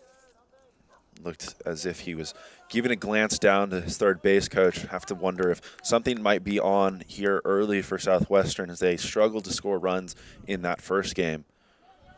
try and get a hit and run going after a couple of leadoff runners reach in both the first and second innings. Durden not in the lineup earlier this afternoon, but he was in there for last night's opener. He went 1 for 4, drove in a run with a double, and also drew a walk. And he's back in there, sends it the other way. Harris bobbles it a little bit so he can't go for 2. Tries to salvage the out at first, but every runner will be safe. And can't tell from this replay, but on other angles, looked like runner at first base got a relatively good jump on that one. Willow, as you mentioned, able to get over to second base without any issues. Harris not able to make that double play effort, but also unable to get the out recorded at first. So now the second new Pirate in the lineup looks at a strike up in the zone. Wyatt Kulo.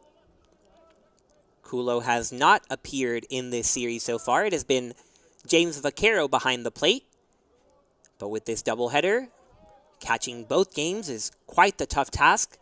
So Coach Bunch going with the second option behind the plate.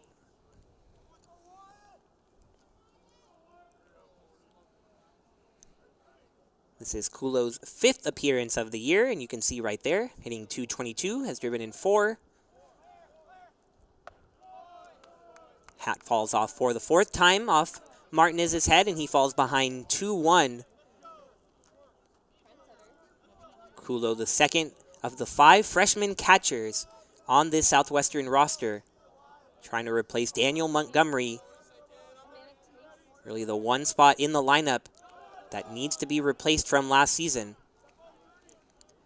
And Martinez falls behind 3-1 to Kulo, and Matt McNaney taking a walk out to the mound, talking to the first-year pitcher. On that last pitch, did a really nice job of picking that fastball that Martinez spiked ahead of the plate, right around the plate. Talked a lot in the first game about Tyler Pettit and his presence behind the plate and in the box. Certainly big shoes to fill here in this one, but a nice play to start and keep the runners in their places at first and second base. It's Malillo over there at second, who reached on a walk, and now Durden, who grounded it to second. Harris couldn't quite collect it and allowed the 2 runners to be on with nobody out. Kulo trying to move him over or bring him in, has a full count. McNaney setting up in the zone, and Kulo fights it off the other way. Hard hit ball, but foul. We mentioned in that first inning in a very similar position how Martinez might go to that off speed or that breaking ball, trying to induce something on the ground still very early on in this one. Allow that runner at second base to move on over to third, but trade that for 2 outs and try and get out of the inning more quickly. And a wild one here from Martinez goes over the head of Kulo, but it looks like it hit the bat. Would have been ball 4, nearly a hit by pitch, but a break for Martinez as he reached down to avoid the pitch. He left his bat up, and that's going to go down as a foul ball, so he remains at the plate. We'll do the 3-2 once again.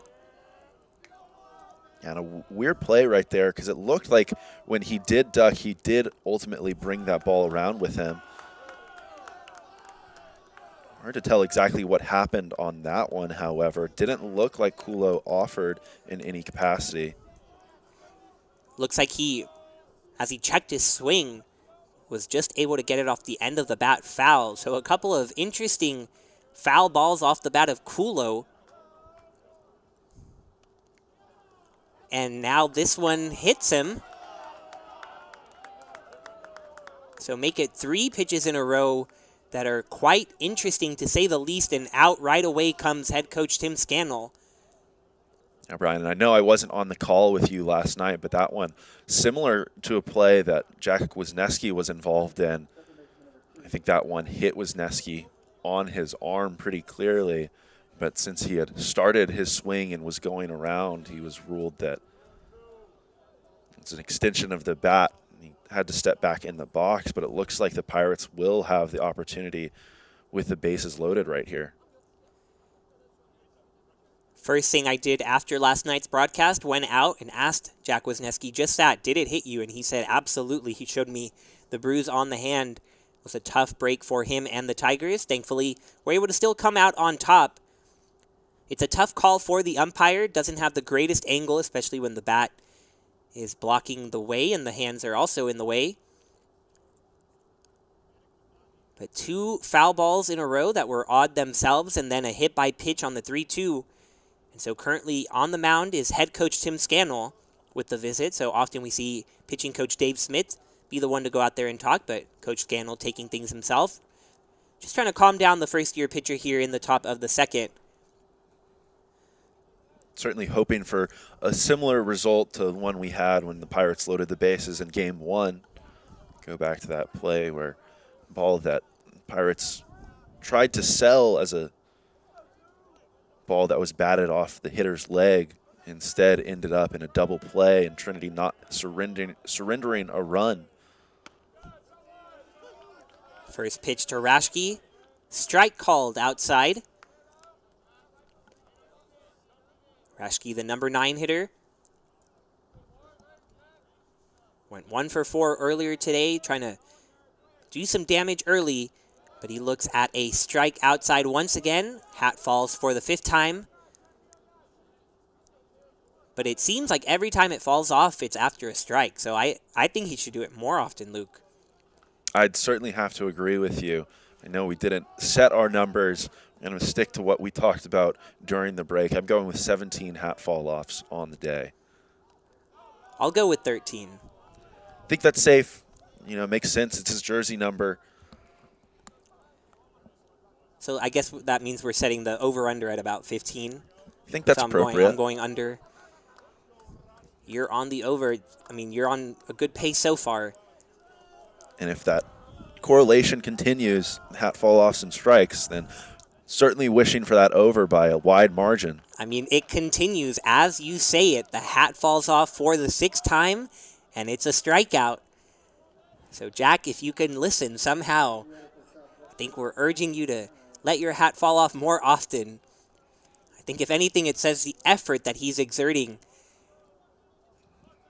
And it's very clear when you get a look at this first-year pitcher that he is quite the competitor.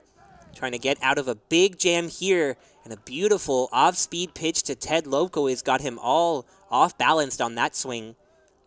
Yeah, and based on that swing right there, if I'm Martinez, I'd be going back to that same pitch immediately. Even if Lobkowitz can put something in play right here, you'd have to imagine the soft contact is perfect opportunity for the Tigers to turn that double play in the infield. He did go back to what looks to be a solid changeup. And Martinez quickly up 0-2 on the leadoff hitter. A couple of awkward swings on that pitch. We'll see what he goes with next. This time a fastball up and away. Hat falls off on a ball this time, so it's not perfect. But make that 7. I really think he went with the quality pick there. But we'll see. The 1-2.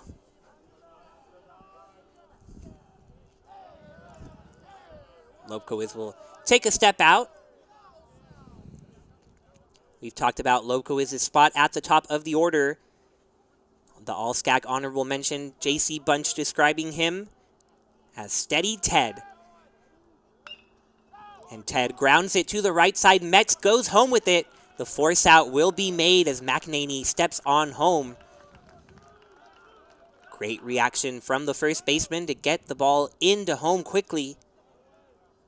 The bases will remain loaded, but now 2 away. Martinez nearly out of this trouble. And we nearly missed it, but the hat falling off yet again. Make it 8. Yeah, so a couple of hat fall-offs correlated with a couple of outs here in the top of the second inning, but you mentioned a really nice play by MJ Metz over there at first base. Having the presence of mind to go home with that baseball rather than try and turn 2 in the infield. See another one there. I think that maybe that target we set over under 15 could be a little low here on the day, but either way, we're happy with the results that we're seeing as Martinez continues to have success after that visit on the mound by head coach Tim Scannell. Have to wonder what exactly was discussed up there, because now Martinez is just a strike away from getting out of this inning unharmed. Great observation there. It was exactly after that visit from Tim Scannell, the bases loaded, nobody out, that Martinez came up with 2 consecutive and now 0-2 the count to Mims. But he'll take a little walk behind the mound. Martinez very vocal on the mound. And he'll take another walk behind the mound as Mims steps out.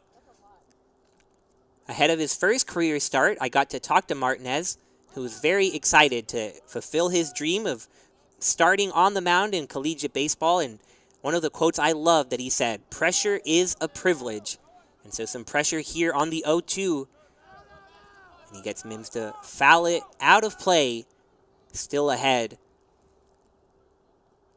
He said that pressure is a privilege, really coming in the context of thriving in hard moments.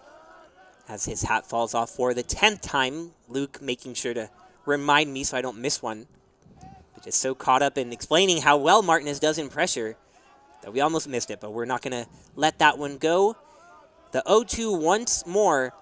Two outs and the bases loaded. McNaney setting up outside. He gets it there. Strike 3. The hat falls off one more time. Make it 11 and make it strikeout number 4. Jack Martinez magically gets out of the inning. Bases loaded. Nobody out. And not a single Pirate comes around to score. The Tigers come to the plate in the bottom of the second in a still tie game.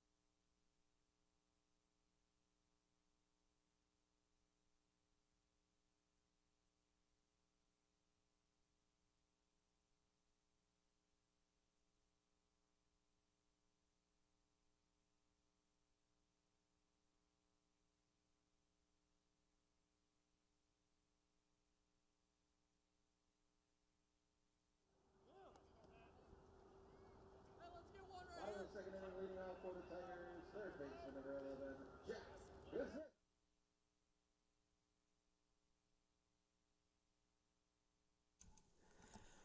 Quite the tightrope act from Jack Martinez to escape the bases loaded jam with nobody outs, and we'll see if the Trinity offense can keep things going.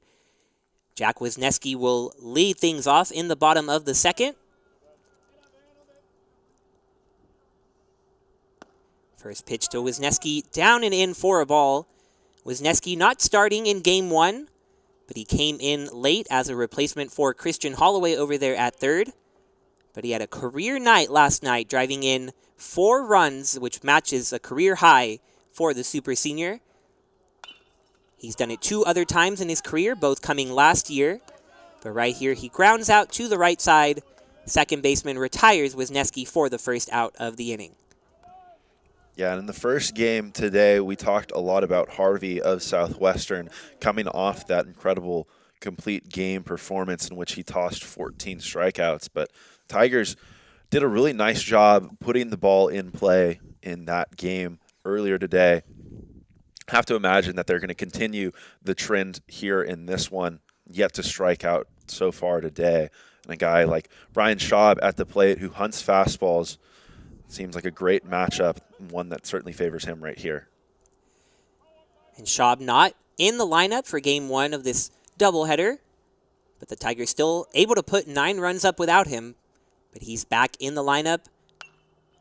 He puts a big swing, sends it foul. Maybe sensing the energy of his Richmond Spiders tipping off right now against Providence after they pulled off the upset over Iowa in the first round of March Madness. Schaub, of course, transferring from the University of Richmond to Trinity last year. He's behind 0-2 here, but able to lay off that slider outside.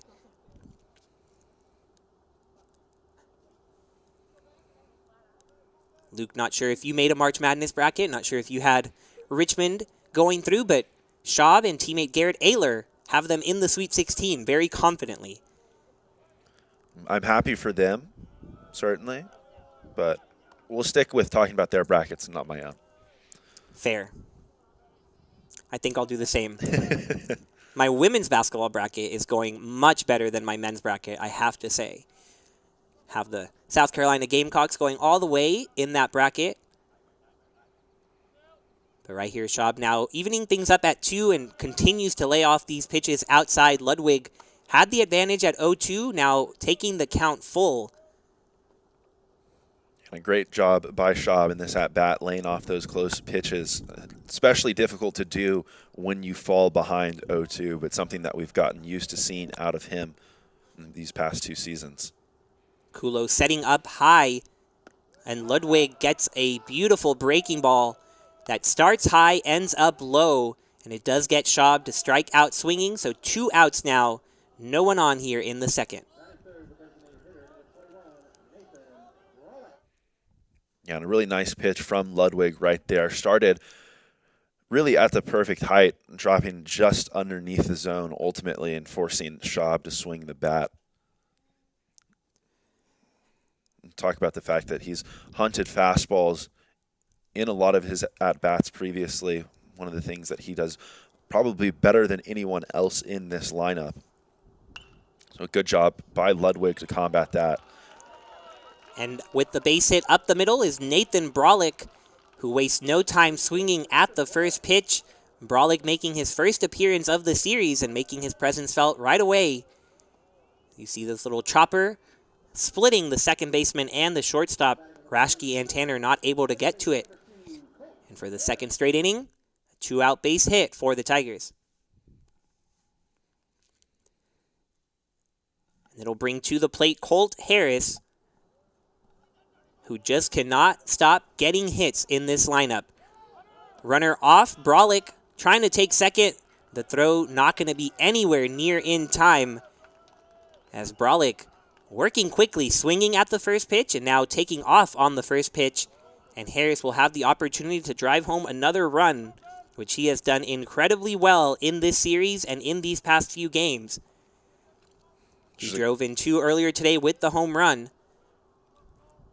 And a great opportunity right there for Brolick to run as soon as he got on base, taking off before Ludwig really had the chance to settle in.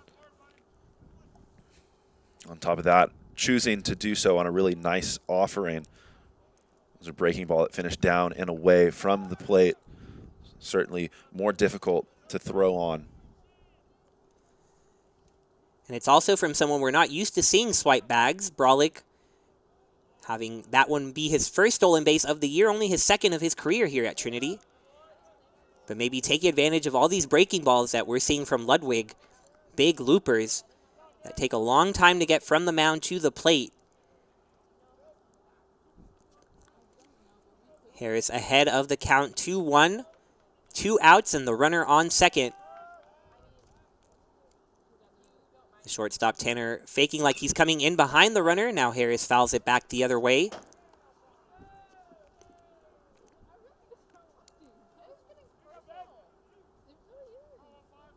Harris extending his hit streak to 8 games with that Game 1 home run. It was his second home run of the year. Had the grand slam at Wolves Stadium against Whitewater. And then the solo shot against Southwestern. Waits back on the breaking ball, fouls it straight back once again. So good job by Harris staying alive. This shot, you see Brolick meandering back over to second base, but he has quite the lead out there at second. Switch back to this other angle. Might not even be able to see him in the shot. He's so far off the bag. Have to wonder after he took first or took second base if he'll be willing to steal again. He'll have that opportunity after that ball is called as inside, missing to Harris right there. He'll stay alive as the count moves to full now. Yeah, Ludwig, you saw him take a couple of steps off the mound. He thought he had a called strike 3 on the inside part of the plate, but the home plate umpire says not so fast. The at-bat now with a full count. Catcher setting up high, and Harris able to drive it to center field, but Mims will be right there for the third out. So the Tigers, again, strand a runner in scoring position. And coming up after the break, another special guest, the starting pitcher from Game 1 of this doubleheader, Sammy Conti, will be with us, so don't go anywhere on Tiger Network.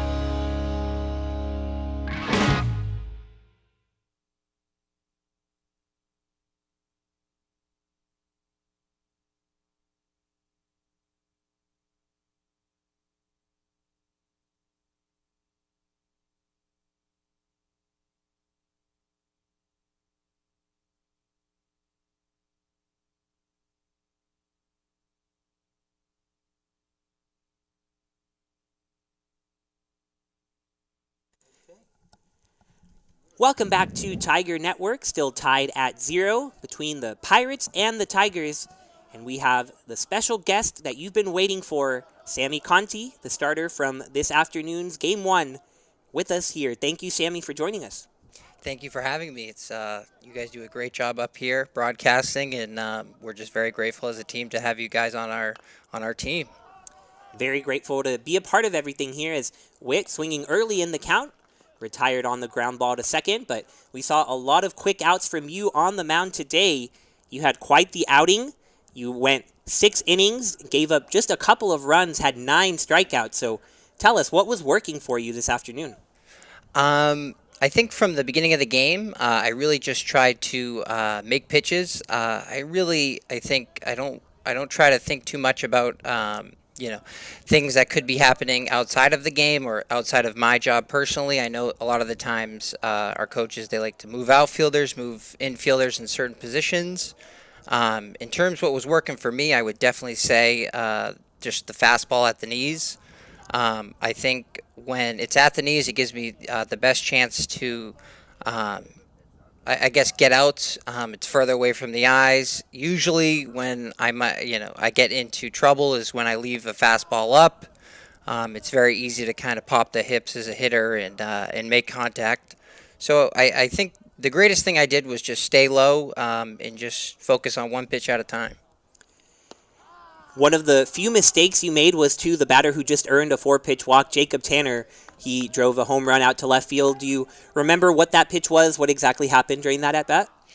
Yeah, so that at-bat, I think I went down 2-0, so I basically I pumped the brakes as far as the rhythm I had. And so he hit it on a 3-2 fastball. I don't know necessarily exactly where the fastball was, but if I had to guess, it was probably up around belt high. He did, an unbelievable job of, making contact. But yeah, they're great hitters, and you got to kind of treat everybody with the same amount of respect, no matter the team. And fortunately for him, he drove it out of the park. But I think the biggest thing too was, after that, I didn't really let it kind of affect me. I think last year, in terms of the success I had last year versus this year, I think that really would have affected me more. But I think the main thing I tried to focus was just get back on the mound and control the things I can control. Yeah, you are right about that one. You didn't let it affect you at all, and it was clear in the box score you retired 11 of the next 12 hitters.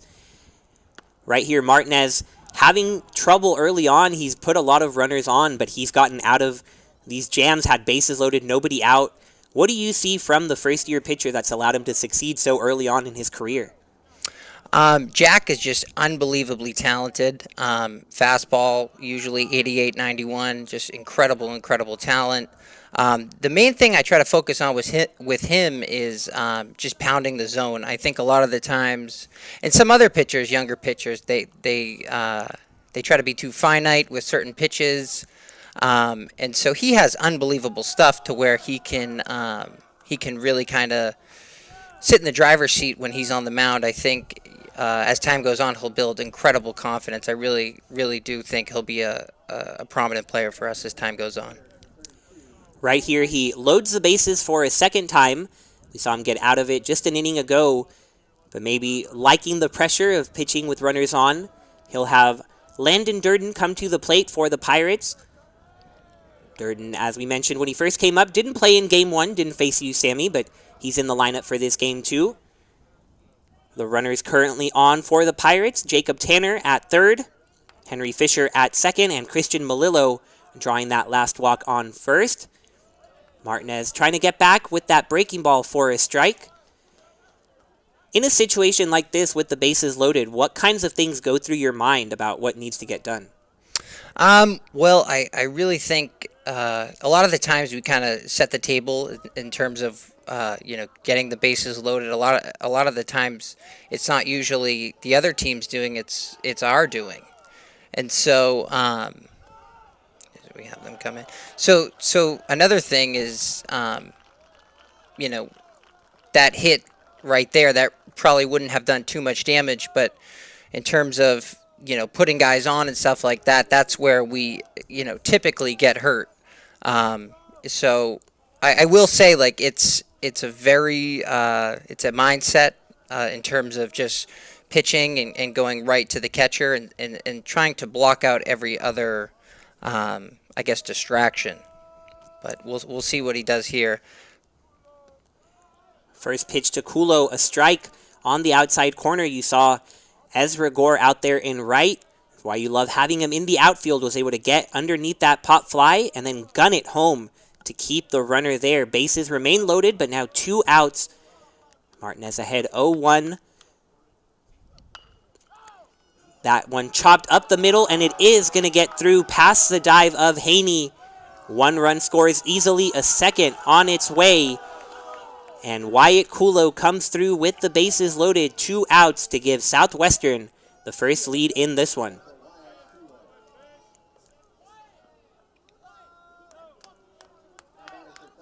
The hat falling for, I believe, the 12th time off of Jack's head. We have a little counter going. I don't know if you saw that before you joined, Sammy, but just a tough break there on the ground ball. Yep, it definitely is up there. We got to get him a tighter hat.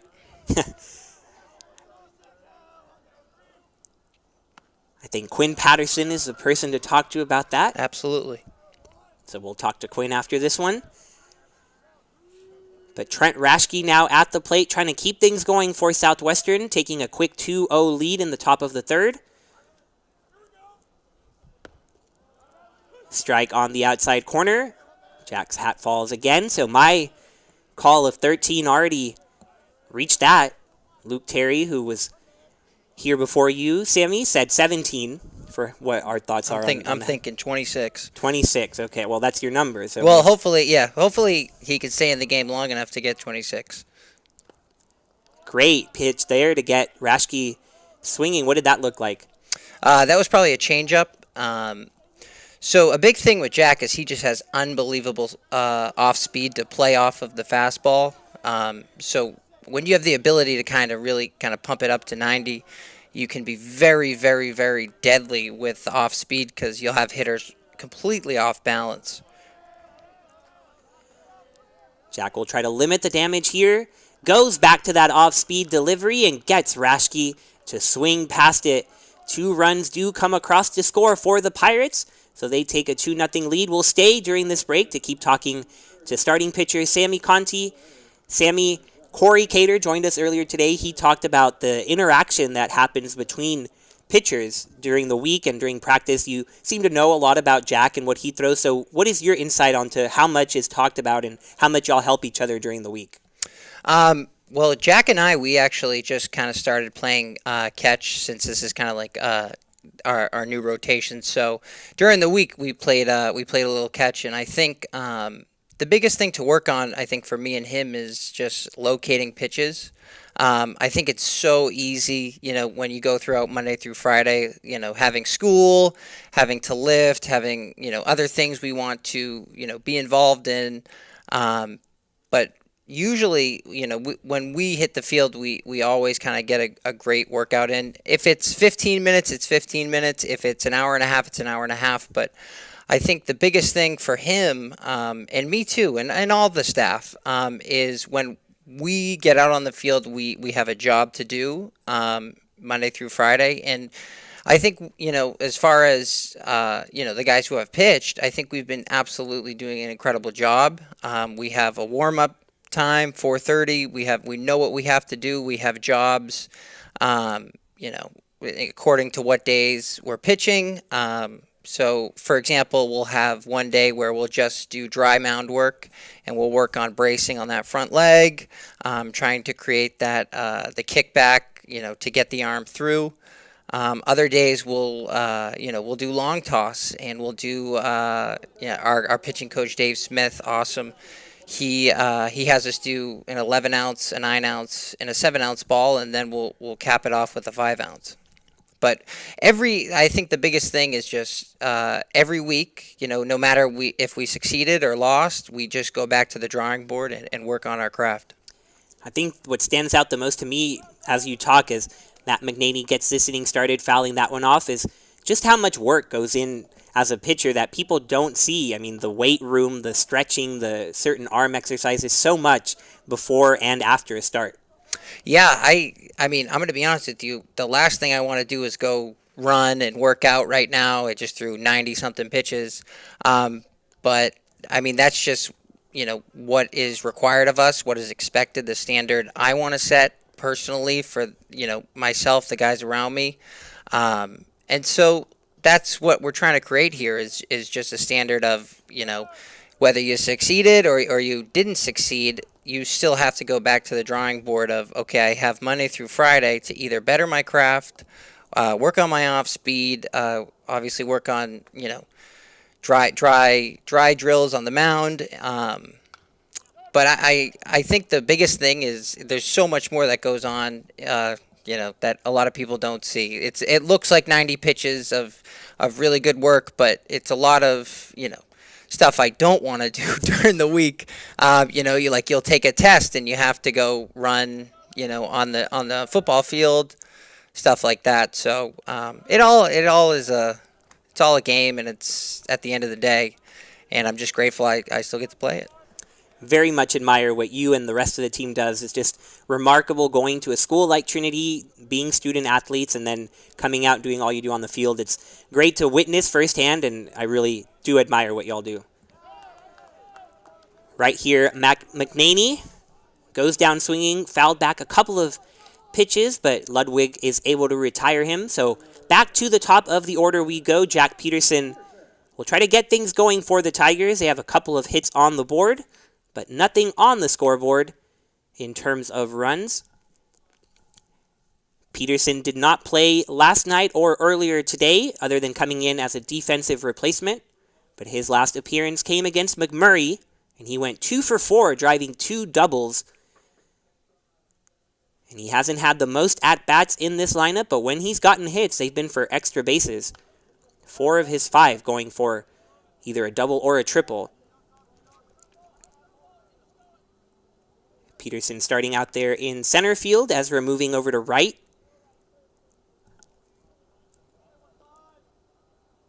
Peterson is an incredible talent, I will say. He's great to have in the outfield. I know he flies. Him and Ezra both. They're just really great to have out there. I know Ezra made a play for me, I think last weekend, almost a line drive in foul territory, somehow got to it. But it makes my job a lot easier, and I'm just very grateful I have that type of speed in the outfield. And he made another one today going up against the fence. Yeah, they're really talented out there. They cover a lot of ground. So when the ball's hit, I mean, they don't really kind of mess around. They put their head down and they'll sprint to the spot, which really does make all the difference for me because, you know, when I have that confidence out there and say, okay, well, I can put a pitch where, you know, might be a little, you know, risky in certain areas, maybe throw a curveball when it's, you know, a fastball count. That makes my job so much easier because I can always count on the 8 guys behind me to really to help me out. Yeah, that's interesting to hear from you, especially since you rack up so many strikeouts. Peterson striking out himself here, but you've gotten 11 strikeouts a pair of times, had 9 today, but you're saying that it does help you to know that you've got a defense behind you when needed. Yeah, I think I think a big thing is I'm not afraid to put the ball in play anymore. I think a lot of the times, maybe last year or years prior, I've had, just control issues, fear of getting hit, getting barreled. And like we saw, like the home run, I think, maybe last year that would have really kind of sent me, in a panic mode. But I think the greatest thing with that is I just went right back on the mound and I was like, well, I'm just going to kind of keep doing my thing. That kid, he hit a belt-high fastball, and he really got a hold of it. But I think there's kind of a big growth factor in that. That's pretty much the most thing. It's not the 9-11 strikeouts. It's the ability to, I guess, bounce back after maybe things don't go my way, because the game's never really going to go my way, and the certain things I want to happen. I just try to go out there every time and put forth, the best performance I can. So. Well, Sammy, thank you so much for joining us during this third inning. I know, like you said, you pitched over 90 pitches, so we'll let you go rest and relax a little bit, watch this game too, but thank you again for joining us. Thank you very much. Appreciate it. We'll take a break on Tiger Network and be back with Luke Terry for the fourth.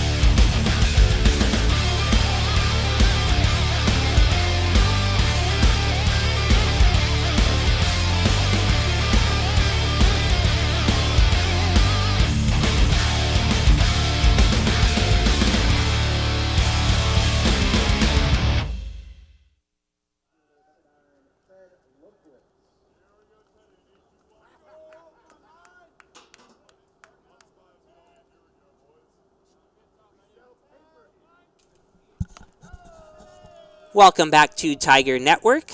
Luke Terry back with us after Sammy Conti spent an inning with us on the broadcast. But Jack Martinez remains on the mound, down 2-0, and facing Ted Lobkowitz at the top of the lineup. Yeah, and really interesting to hear from Conti so quickly after he concluded that appearance on the mound. Obviously, it was a pleasure to have Cory Cater in here earlier on for that first game. But Cater, having pitched last night, had the time to process things and pick through things, what was the most important to him. But Conti really laying it all out there, continuing to work through things. Really interesting to hear him talk about that specific at-bat in which he allowed that one home run. But again, such an awesome perspective, and so happy that we have the opportunity to sit down and talk with these guys on the broadcasts. I agree. So thankful that we have the access to it. We're able to talk to Cory, and then ran out there after game one, said, Sammy, do you want to join us? And he said, sure. So he came on down, and we're so glad he did. Provided great perspective on the starter right now, Jack Martinez as well, who continues to put up the strikeouts. That's 5 on the afternoon now for the first year. The hat counter, will not lie, lost a little bit of track as I was asking Sammy some questions, but I think we're up around the 14-15 mark. I know we had passed my 13, that's for sure. I can't blame you, though, Brian. I think earlier in the game, I might have been a little too focused on the hat counter myself, detracted a little bit from the game. So I think your priorities are in the right place, focusing on the game and focusing on the conversation rather than the hat counter. Yeah, so we won't get distracted by it, but we'll have that counter up for you, and you can see it. It is at 15. Mims on that last pitch, trying to get it into the corner, but Ezra Gore able to range over there to pick up the out. So a couple of quick outs for Martinez, certainly what he needs after loading the bases a couple of times in the second and the third. And it'll bring up Preston Witt to bat with 2 outs in the fourth.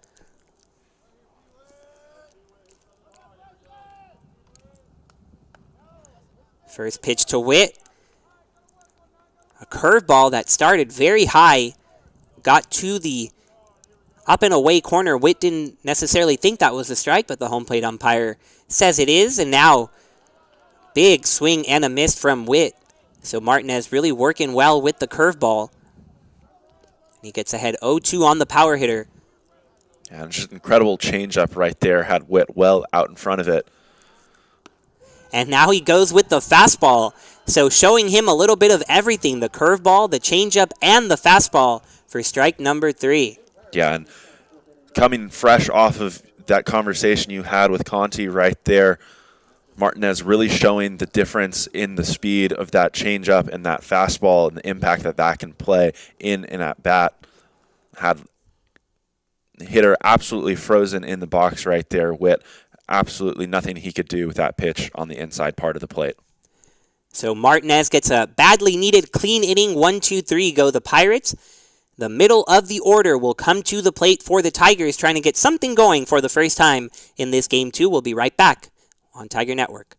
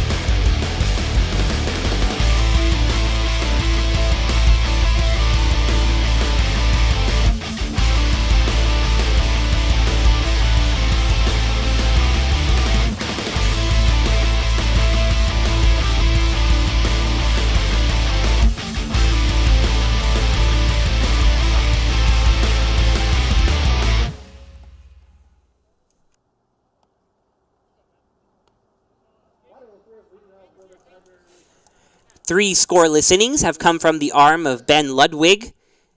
Ludwig making the second team All-SCAC a year ago, following in the footsteps of Travis Harvey, the starter from earlier today, who was on the All-SCAC first team. And I use the phrase two-headed monster to describe Ludwig and Harvey, but that's how Southwestern sees their two aces on the mound. And Coach J.C. Bunch telling me ahead of this series that he was planning to use Ludwig and Harvey during this Saturday doubleheader, because he knows how hard it is to win these games when you play them back-to-back. So typically you see maybe your number one starter go on Friday night, but he saying on Saturday, everyone's tired, the defense is kind of worn down, the offense isn't as sharp. And so why not have your two best guys go to win the hardest games to win? And that's the reasoning behind having Ludwig and Harvey.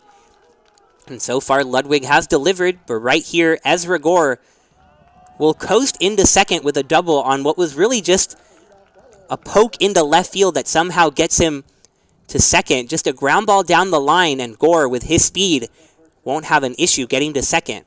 Yeah, a really nice job from Gore right there. Out of the box, understood that that was a ball that he placed down the line.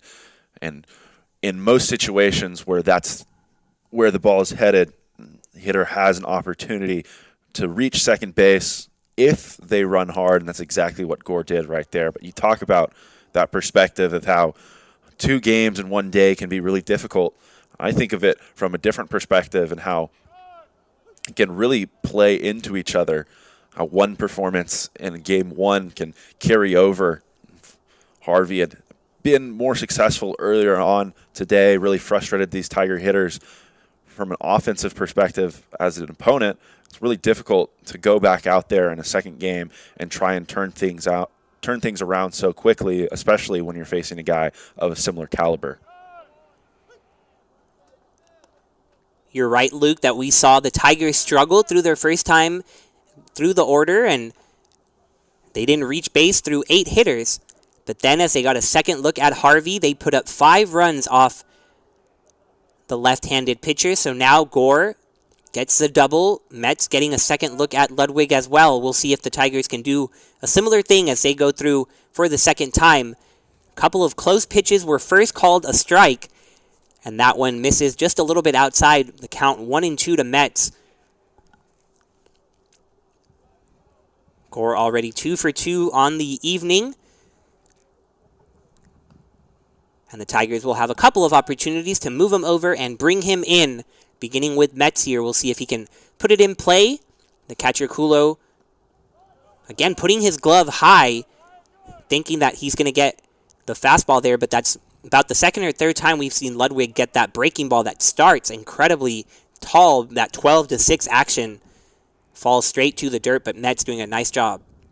Yeah, setting that target high, and I think that's just a reminder of where the catcher wants Ludwig to start that pitch. That one spiked or finishing pretty far out in front of the plate, so I think missed with that spot a little bit anyways, as Metz takes a big whiff at that one, able to get just enough to stay alive in this at-bat.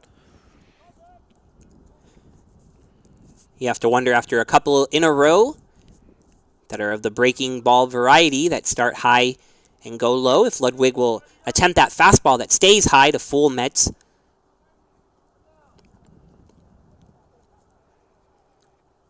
Long break between the foul ball and this next pitch. And Metz continues to just battle and stay alive, wasting a lot of good pitches from Ludwig. Has to be a little bit frustrating when you make your pitch, but it doesn't quite work out. Absolutely.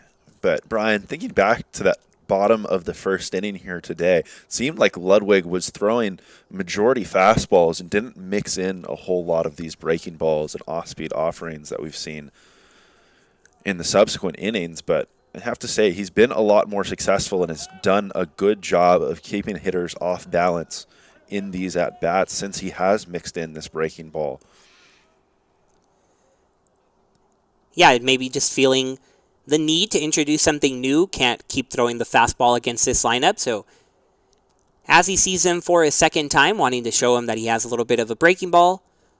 We saw a little bit of the slider as well first time through, more of the right to left action. Looked like that last one was intended to be high, but Ludwig missing with the target.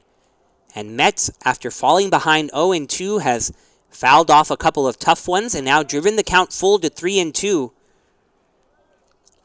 And the majority of this at-bat seems like Ludwig has tried to work on that outside part of the plate.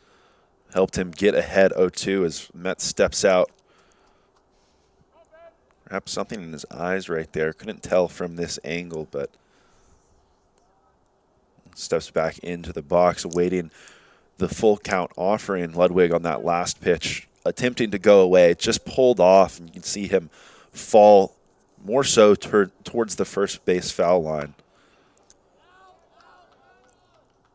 Metz just continues to be a pest in this at-bat. These are the really dangerous at-bats for a pitcher on the mound. You're battling against a guy like Metz who has the capacity to hurt you in a big way. You get frustrated with these pitches that you're throwing in really good spots that they're able to foul off, that sometimes a pitch leaks over the heart of the plate and it's too good of an offering. And the battle ultimately won by Metz.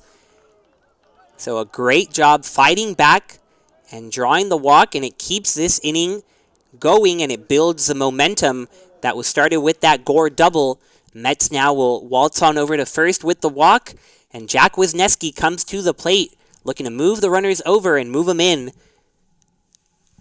And, of course, that's not the outcome in that at-bat that Ludwig was looking for, going ahead 0-2. But based on the alternatives that were there, I think you're okay giving away the free pass to a hitter that could tie the game up in one swing, especially when you have a runner already on second base and first base open.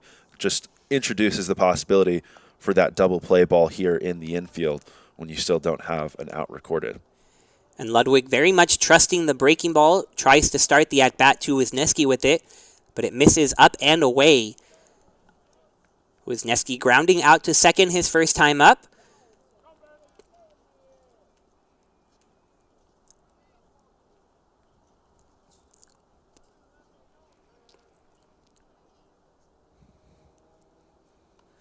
That one way outside, and it gets behind Kulo. So Gore and Metz are going to move up 90 feet. And Wisniewski suddenly with the opportunity to tie things up with one swing of the bat, just a base hit into the outfield, should score the speedy Gore and Metz from second.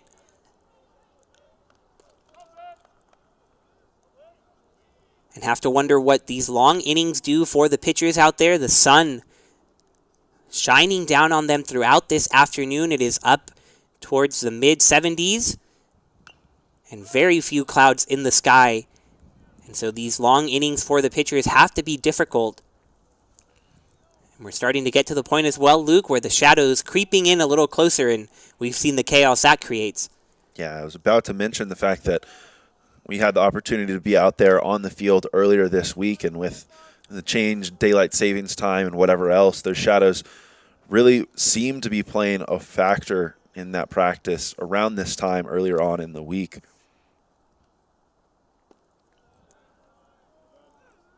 Certainly makes the job more difficult for a hitter here in Wisniewski, but have to wonder, perhaps we'll ask one of the pitchers next time we have the opportunity to speak with them, if it plays any role on the way that they approach the game. Must be difficult to really plan for, since it's different at every ballpark, depending on the setup of the buildings surrounding the stadium and the shadows. Here, Wisniewski lines it into right field over the second baseman. Gore comes around to score. Metz will hold up at third. Wisniewski, though, takes advantage of the throw coming home, and he'll take second. So the Tigers have something going here with Wisniewski driving in the first run of the evening. Yeah, and a really nice piece of hitting right there by Wisniewski. Just goes down to get that one. See him pause on the base pass right there, seeing that throw coming in front of him, but recognizes that there's no cutoff man there to stop it, and does a nice job to advance the extra 90 feet to put himself in scoring position and to take away the possibility of any double plays in the infield. With that open base that you mentioned, will be fascinating to see the approach against Brian Schaub.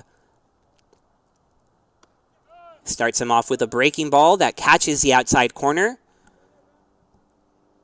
Schaub striking out his first time up. He put up a long at bat as well.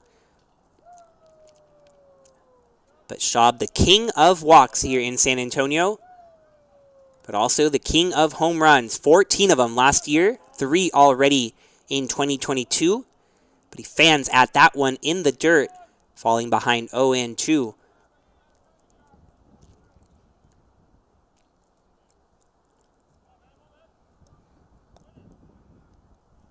Schaub led the SCAC in both of those categories, walks and home runs. And he was top 10 across the nation in walks and home runs. This time he can't help but look at a breaking ball for a called strike 3, so the second time that Schaub strikes out in this one. And a big first out for Ludwig to keep those runners at third and second. Yeah, just a great at-bat for Ludwig right there. Uses that breaking ball 3 consecutive times, but each time in a little bit of a different capacity. That first one started and finished on the outside part of the plate. And the second pitch got Schaub to swing and miss over the top of it, and then came back with that pitch that looked to be a ball, or to start as a ball on the inside part of the plate, but caught just enough to also catch Schaub looking.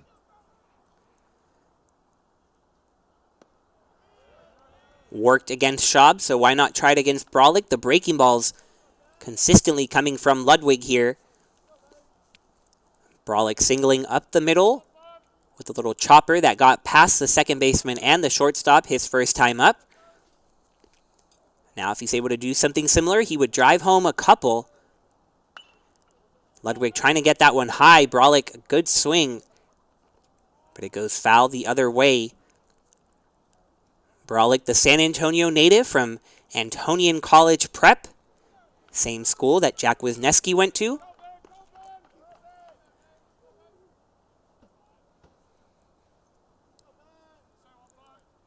Looking to come through and give the Tigers the lead.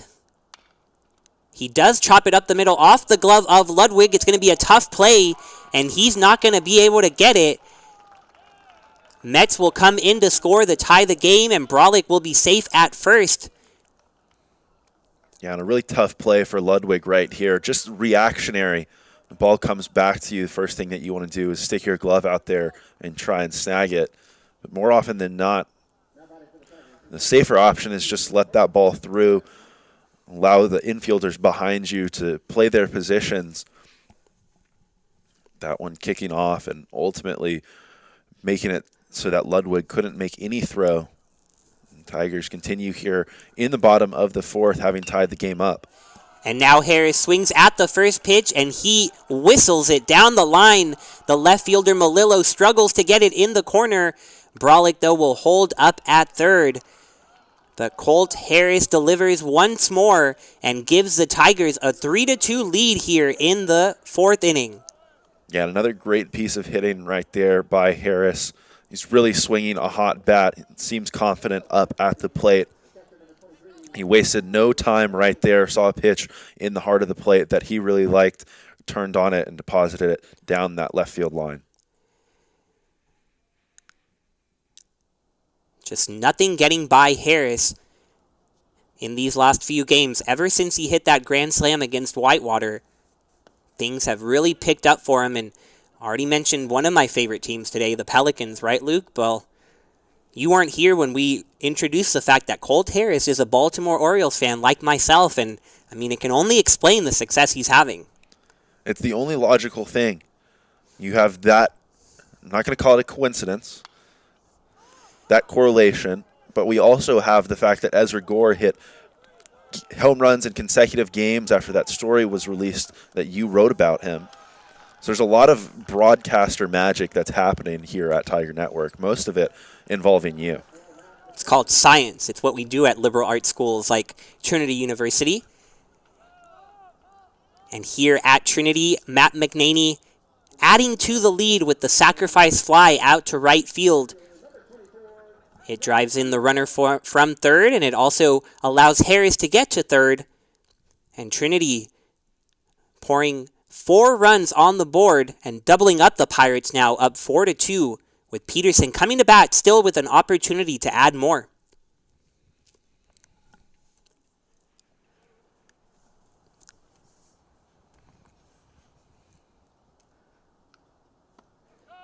Breaking ball to Peterson starts the at-bat with a strike. You heard Sammy Conti talk about Peterson's presence in the outfield alongside Gore, really providing a safety net for pitchers knowing that they have those 2 speedsters out there. And Peterson today at the top of the lineup as well. He's been swinging a good bat when he gets the opportunity. Peterson himself must be happy because he is a Minnesota Twins fan, and they just signed Carlos Correa in the wee hours of the night yesterday. So can't wait to talk to Jack about that. I know he's happy about his Longhorns winning yesterday, but he nearly able to get a hit right there, but it's not going to fall for him. Malillo charging in from left, but the Tigers put up 4 runs in the 4th inning. It's the 3rd time over the past couple of days that they've put 4 runs in a single inning, and this one gives them the 4-2 lead over the Pirates. We head to the top of the 5th in Tiger Network. We'll be right back.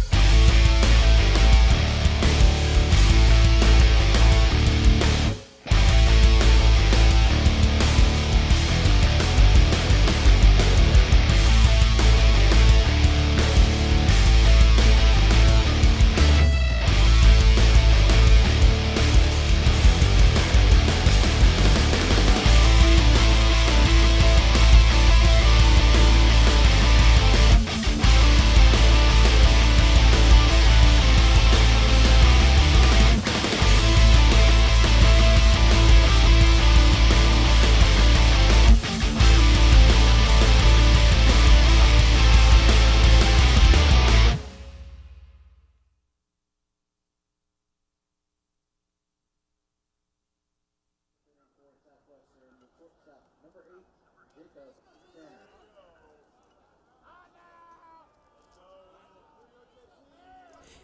Jack Martinez, happy to see a lead in his favor. His offense coming through as they have these past couple of games, putting 4 runs in the bottom of the 4th and allowing him to pitch ahead of these Pirates.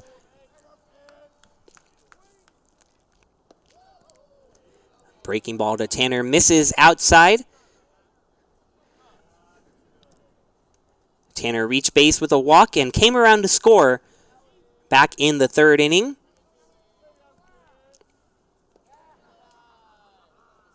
And he's ahead 3-0 here, similar to his last plate appearance. But Martinez has done an excellent job really grinding through this start. Has had runners on in just about every inning, but the Pirates have stranded 7. They had the bases loaded a couple of times, were only able to come through with 2, thanks to the 2-out, 2-run single from the catcher, Wyatt Kulo. And Martinez gets back in this count, driving it full. Very fitting that there's been so many bases loaded opportunities throughout this game as the 3-2 from Martinez misses high, so Tanner gets his 2nd walk of the afternoon. J.C. Bunch telling me that his favorite memory of all time when he was a player here at Trinity came with the bases loaded. Trinity was hosting the SCAC tournament here in San Antonio, and they were facing Southwestern. When J.C. Bunch came to the plate with the bases loaded in the 9th inning, he got ahead 3-0, and Coach Tim Scannell was at 3rd at the time, 3rd base coach, and he gave Bunch the take sign. So don't swing with the bases loaded up 3-0. And as memory recollects, he swung at a pitch over his head for the first strike, and Tim Scannell freaked out, very verbally let Bunch know that he absolutely should not have swung at that. But JC came over, didn't even let Scannell finish, and he said, "Relax, coach. I'm going to go win the game for you." Scannell immediately went quiet. He said, "What else could I have said? That's exactly what you want from your players. You want them to believe in themselves." So JC walks back to the plate. He takes ball 4 with the bases loaded and wins the game on a walk-off walk. So that is J.C. Bunch's favorite memory as a player here at Trinity. And it's very fitting that we've had all the bases loaded opportunities today. And certainly very interesting, I think, agreeable that you want your players to demonstrate that type of confidence in themselves, but a bit surprising, frankly, that that was more calming to Coach Scannell than anything else. Well, getting to talk to both of them this week, it's remarkable how similar the two are, and I'd have to say the biggest thing I've noticed is they really, at the end of the day, more than anything, trust their players. And Coach Bunch saying that's what he learned from Tim Scannell, who's really been an incredible mentor to him and a guide not only when he was a player, but now as a coach. But saying, if you're a coach, you have to believe that your guys can get the job done. The trust has to be there, or else you're never going to be successful. And so I think you're right that it's interesting that calmed them down, but it's just their personalities. They love seeing their guys thrive and do what they want to do out there. I think if you're a player, that's exactly what you want as well. You want that mutual respect, and I think that's something that is present. We've seen in large quantities out of this coaching staff and with this roster.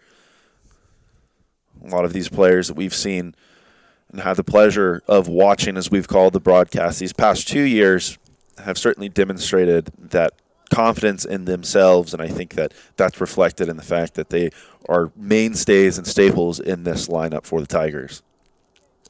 And a staple on the mound these past couple of years that we've been here on Tiger Network, Harrison DeRoe, who comes in for Martinez, who exits after that leadoff walk. First pitch from DeRoe in the dirt for a ball, but Martinez leaves after 4 innings thrown, has the responsibility of the runner at first, so we'll see what Harrison can come up with to keep this lead intact. He's facing Henry Fisher.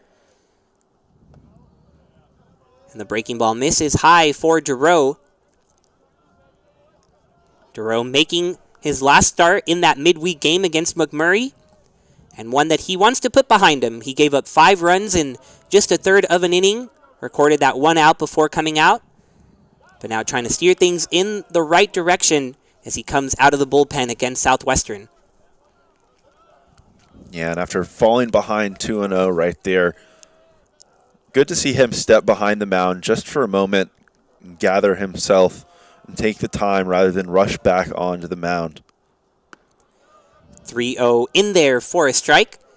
So we'll see if that first one in the strike column gets Harrison to throw it more consistently. Fisher 1 for 2 came around to score, so him and Tanner responsible for the 2 runs. But Fisher swinging over that one takes the count full 3-2.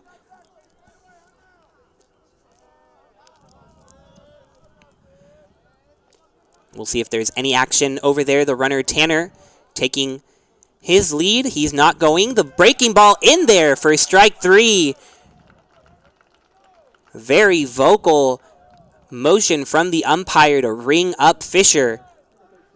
And just a great pitch right there from DeRoe. They're falling behind big time early on in that at-bat.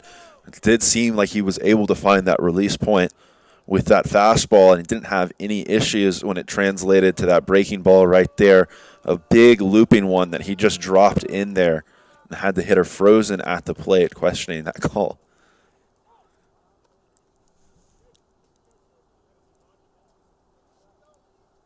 Definitely helps when you have the catcher catch it in the right way, as easy as that sounds.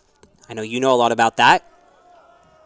But McNaney doing a great job receiving it and putting it in the great view for the umpire.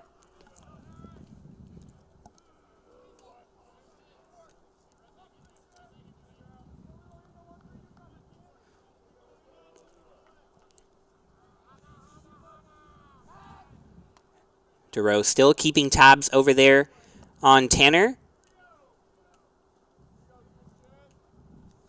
Have to say, the Tigers have really improved on keeping the runners from stealing bases.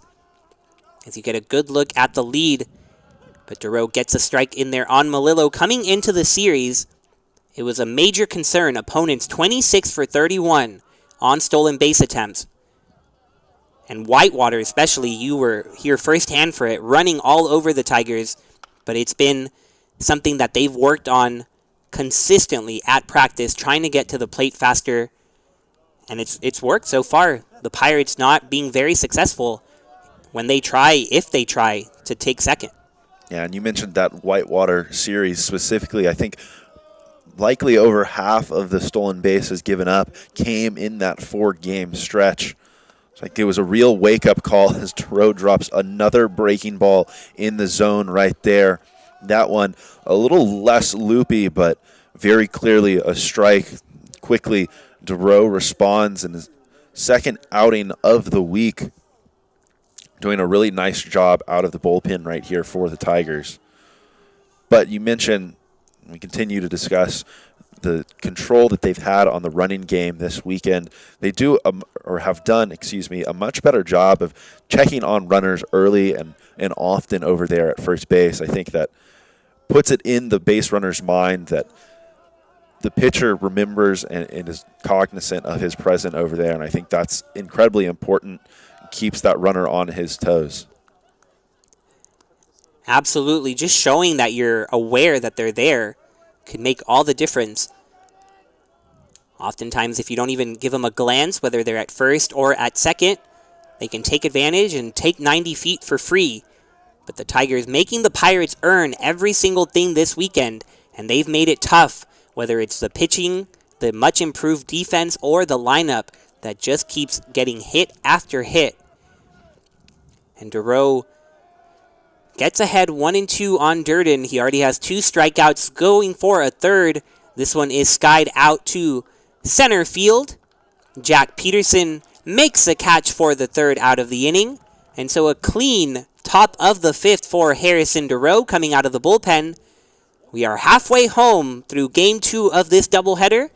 We'll take a quick break on Tiger Network and bring you the second half of what should be a great finish.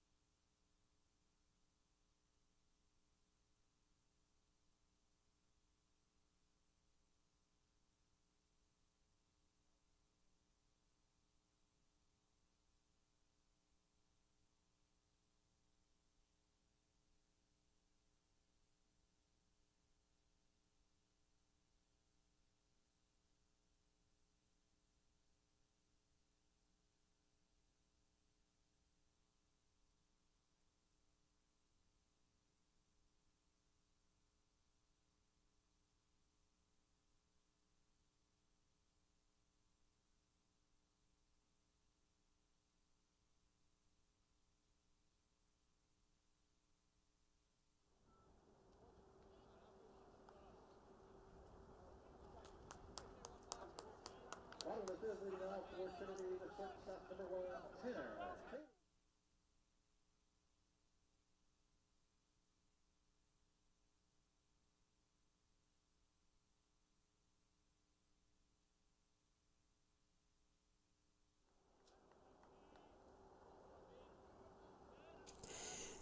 Ben Ludwig remains on the mound, and he's able to get a breaking ball for a strike against Tanner Haney.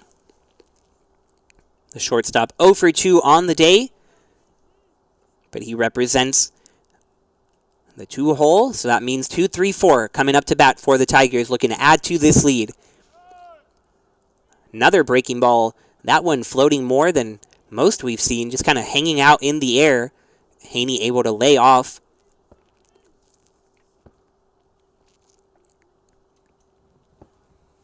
Yeah, certainly appeared to be a bit of a different offering right there. Wonder if that's more of a slider, as umpire will say Haney does go around on that one. He leaned back and aimed to protect himself a little bit. Helps Ludwig out certainly as he moves ahead 1-2 in this count. But now Ludwig facing this Tiger batting order for the 3rd time all the way through. A great time to pull out another pitch and see if he can continue in this one here today and keep this deficit at 2 runs. And perhaps something he's going to try through this third time in the order is, we've seen the breaking ball start so high and then go low. We've wondered if he's going to go through that high fastball. He tried it on the last pitch. He now goes back to the ball in the dirt, and it fools Haney, works to perfection. So Ludwig doing a nice job with that sequence.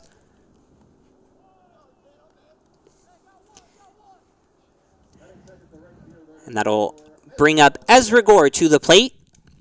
Gore already 2 for 2 and looking to keep things going.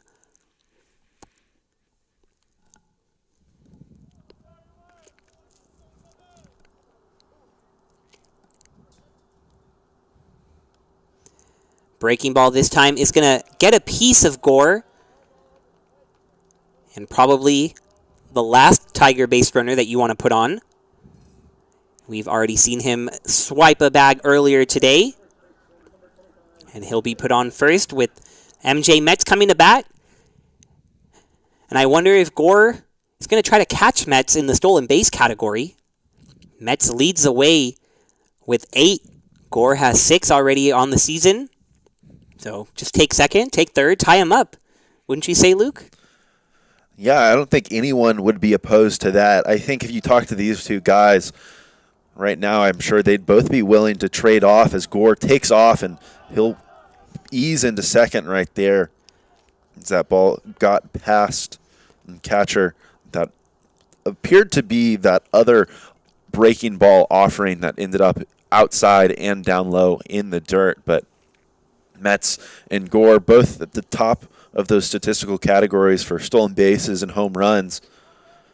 I think Metz could certainly appreciate pulling ahead, and the latter of those two, and Gore having taken second right there, certainly narrowing the gap in the stolen base competition as well. And I just have to say thank you to the players who do exactly what we talk about right after we talk about it. It makes us just look fantastic. Absolutely. So if that trend continues here, then MJ Metz should be hitting a home run. I mean, MJ, are you listening? He might be. Well, we're still waiting. 2-1 count from Ludwig to Metz.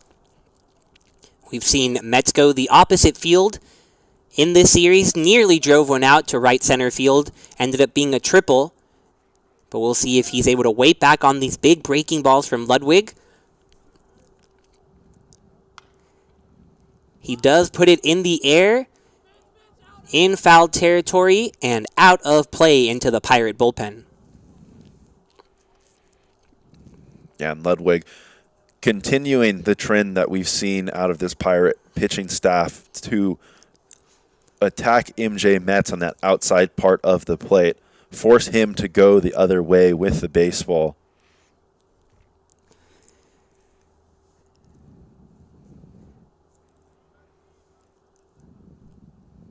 Ludwig trying to put the cleanup hitter away. Kulo setting up high. And Ludwig gets it there. Metz unable to contact that one. So unfortunately, our magic not working on that one. But we'll try again next time.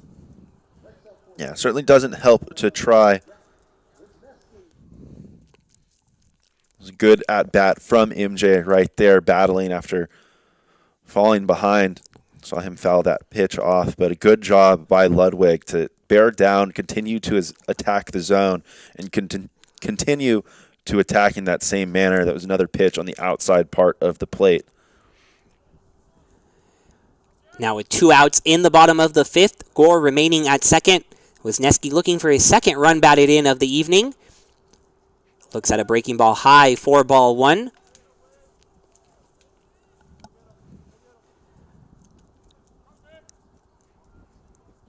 Glad to see Wisniewski in there after he got hit. Last night in the forearm was called a foul ball, but it did catch Wisniewski in the arm, but he's in there and back in the lineup. One name not in the lineup that also took a hard hit in the arm, Jack Vonderhaar. Definitely hope that he recovers soon and is able to get back in the lineup. Eerily similar hit by pitches that those two took yesterday.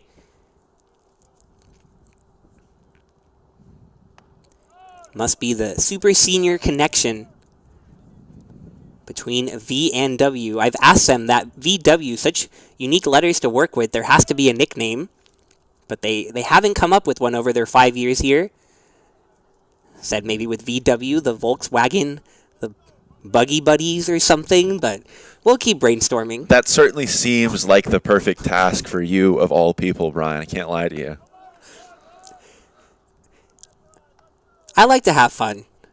I like to think I'm creative when I try. Certainly. I think you've done a ton of things to make this broadcast interesting. I know one of those that I enjoy and we didn't have the opportunity to talk about in the opener was genesis of these opponent nicknames. I know we had a little bit of a conversation about it earlier, and I think it's pretty interesting one this weekend, even though we might not have any confirmation on it. I'd love for you to share that one.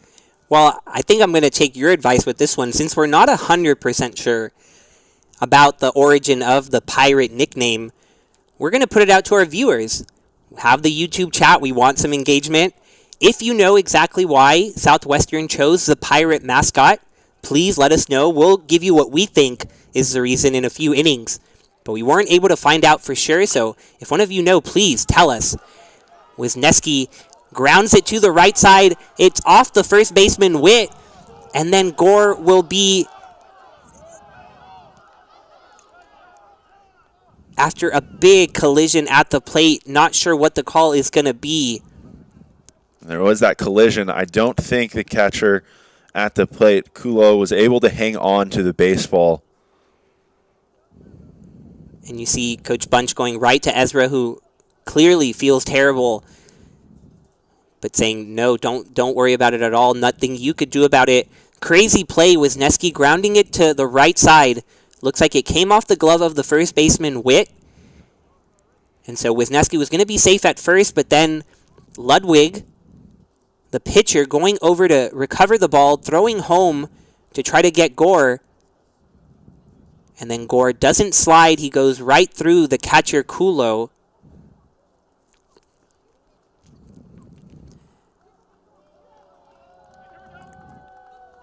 The ball came free, and currently we're showing the replay, but what you're not seeing is head coach Tim Scannell absolutely furious about the call.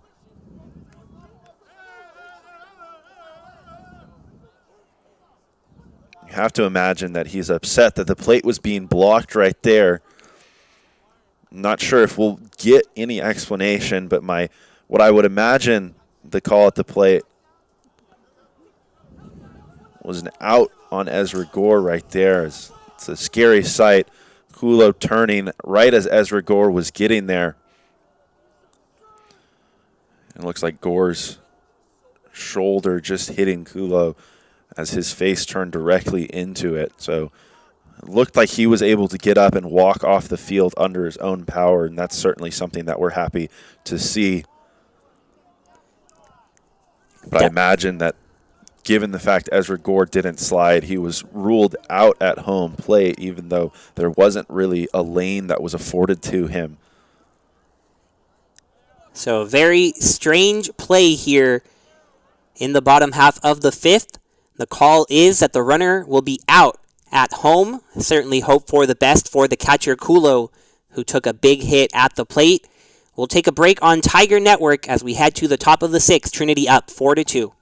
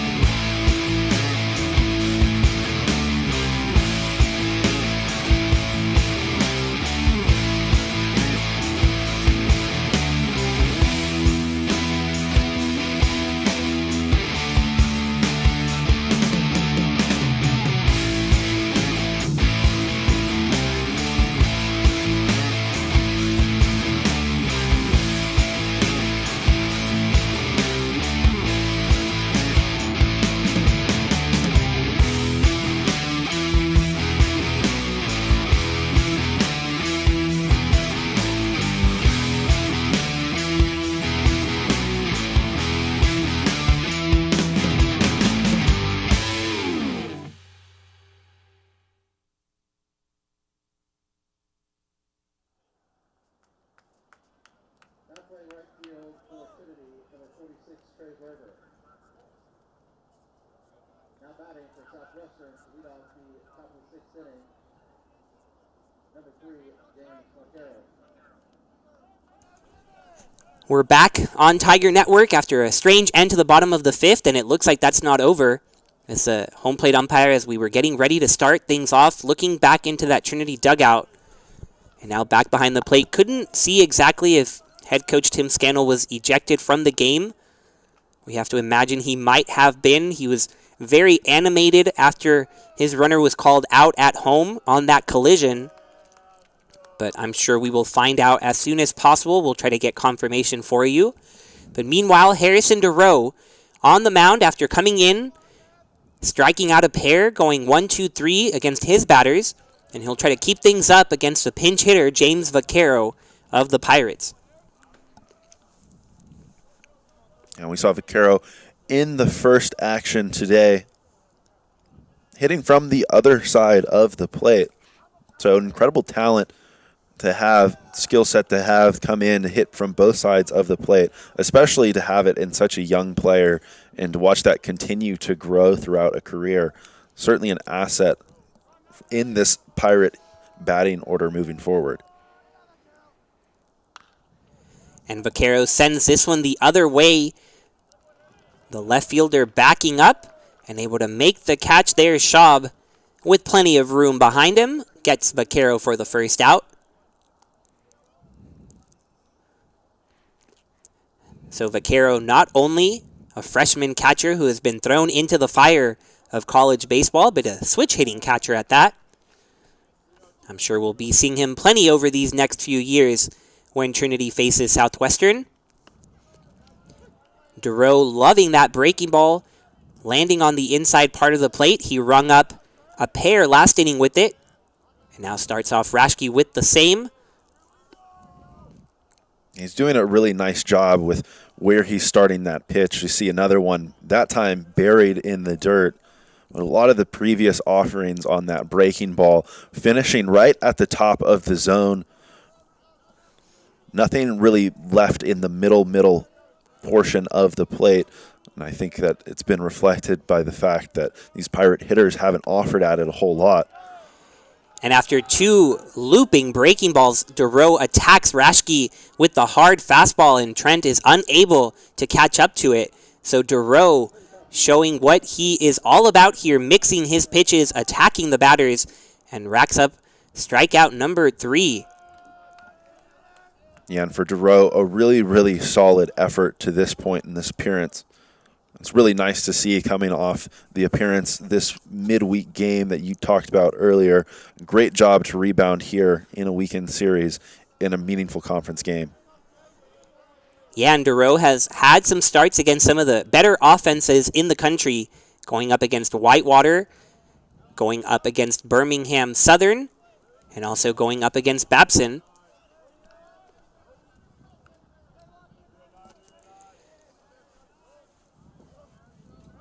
So DeRoe now coming out of the bullpen in this one. Called a strike. A little bit of a 2-1 count now, and we just got some confirmation that head coach Tim Scannell did not get ejected, but Ezra Gore did after that collision at the plate. So Ezra out of the game, but Coach Scannell still in there.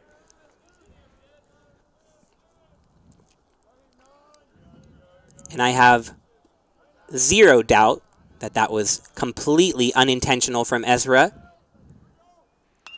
Just a bad situation at the plate that he got himself into.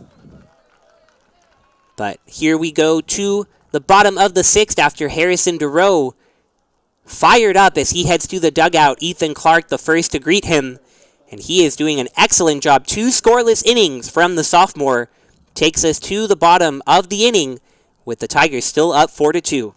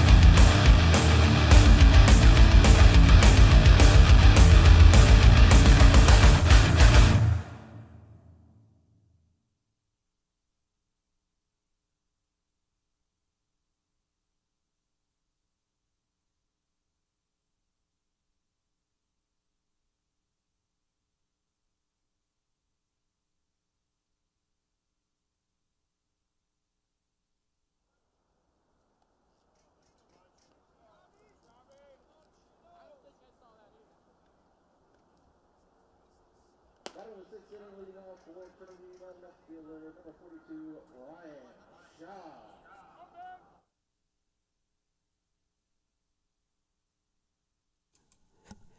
Duro dominating on the mound for Trinity and bringing his offense right back to the plate. They're trying to add to this 2-run lead.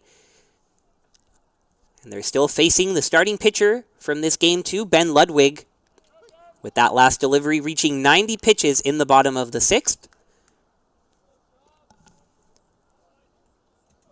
And in his last at-bat, Shaw got a plethora of big breaking balls. See a couple more to start this one off. Been really successful approach for Ludwig right here. And Shaw talked about in the first game, earlier on in this game, about the fact that he's a hitter that loves to hunt the fastball and has a great knowledge of the strike zone right here. Going to need to do some work to battle off those pitches that are close. He falls behind 0-2 again, able to lay off of that last one for a ball. Shaw with those 2 strikeouts.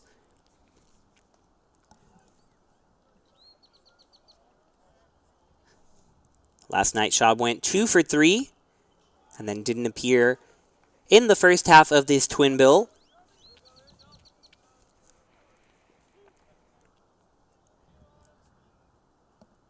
Been a much quieter game in terms of run and hit production, but it's hard to match what these two teams put up in game 1 and 2.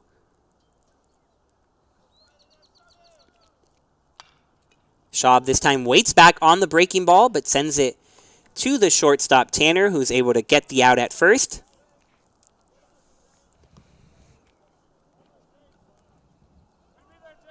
And just a great job by Ludwig in that at-bat. A great job overall today from the Pirates starter. He's done a spectacular job outside of that 1 inning, bottom of the 4th, that he got hurt and allowed those 4 runs. He's responded really well in both at-bats against one of the most dangerous hitters in this Tiger lineup. Did a really good job of getting ahead with that breaking ball. Threw it again, even though Shaw was able to put it in play. It's not that offering that he looks for frequently.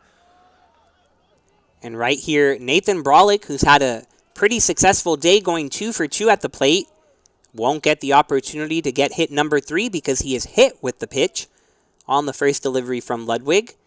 Looks like it got his foot or part of his leg, so he'll head on over to first.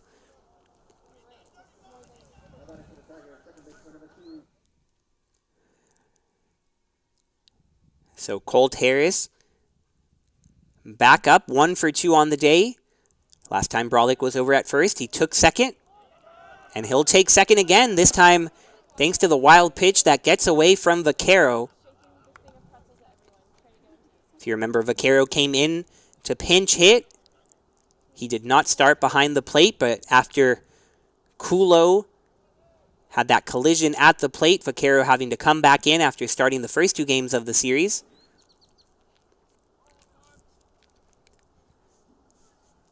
But on that last one, unable to keep it in front of him, Brolick able to take the 90 feet, and Colt Harris gets the opportunity to drive in another run, already an RBI today.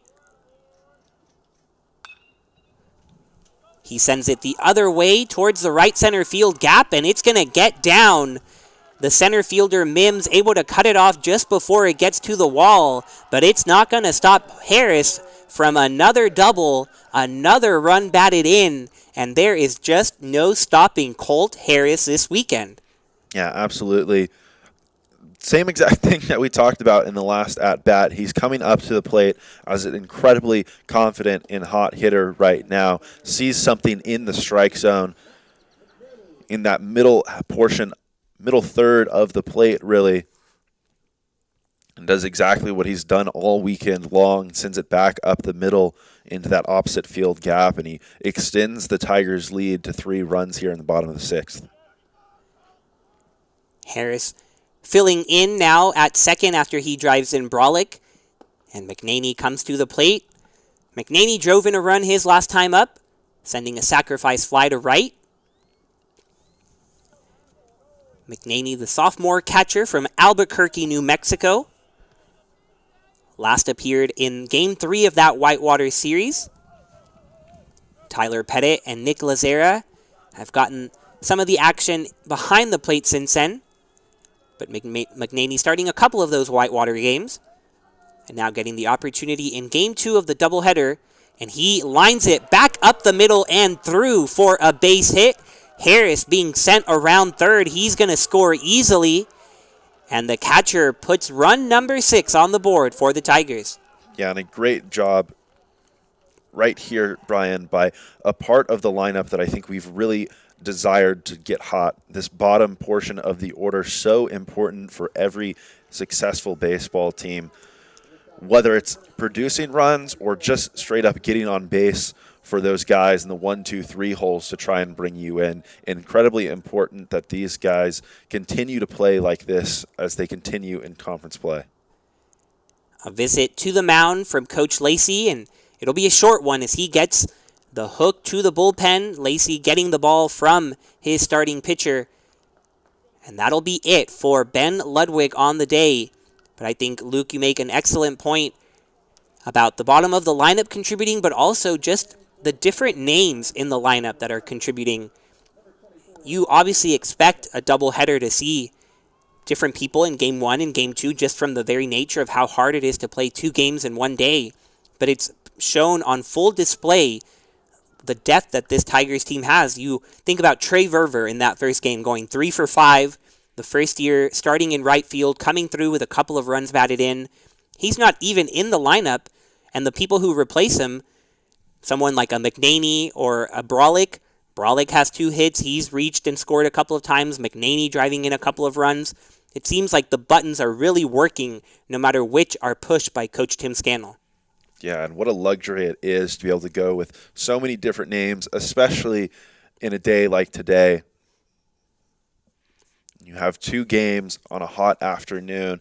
It's tough to go out there and play and stay locked in for 9 innings in back-to-back games. But to get different people involved makes things a little bit easier, and it's a whole lot of fun to watch when those guys that are coming in to play in the second game are just as successful as those in the first.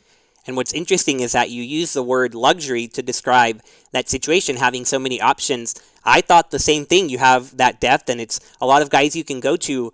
But the first time I actually approached Coach Scannell about the pieces, the amount of pieces he has to go to, he actually says it's a difficult problem to have, because in the game of baseball, you want guys to have consistent opportunities out there, go a couple of games in a row, get those at-bats or opportunities on the mound if you're a pitcher. And with the rotation that Trinity's gone with, it's hard to get people in back-to-back games, but it certainly has been working out this weekend for the Tigers, and Coach Scannell going to keep trying new guys, going to keep a rotating lineup, won't really have 1 through 9 set on any given day. But if it keeps going like this, I don't think it hurts to have a lot of options that can come through for you. Yeah, I think that's certainly an important note. It's looking a lot different when you sub guys in and they struggle because of a lack of consistency. It's really easy to say it's a luxury when they come in and they have the success that you mentioned today. Brolick DHing in the bottom half of the order, has a couple of hits. Harris doing the same at the bottom. McNaney, obviously someone who just drove in a couple runs and takes second base right there. And right here, up 4, but not taking any lead for granted. Peterson scoring around a bunt, wanting to move McNaney over, but he won't even need to get the bunt down, as the ball getting past Vaquero, and the free 90 feet available for the Trinity catcher.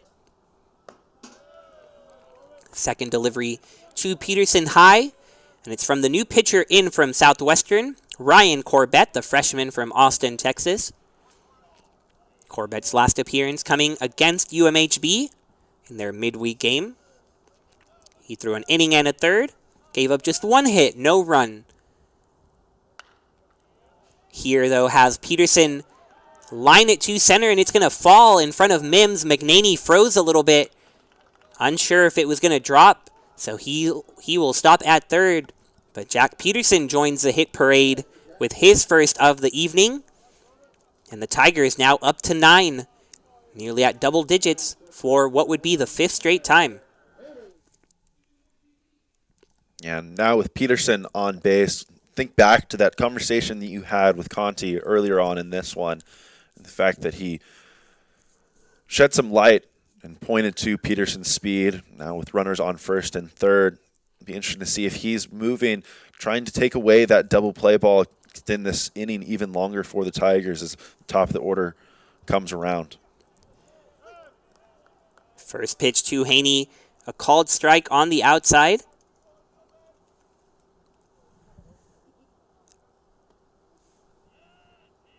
Haney 0 for 3 so far today, but an opportunity to bring home a run with a ball in play as long as it's not on the ground.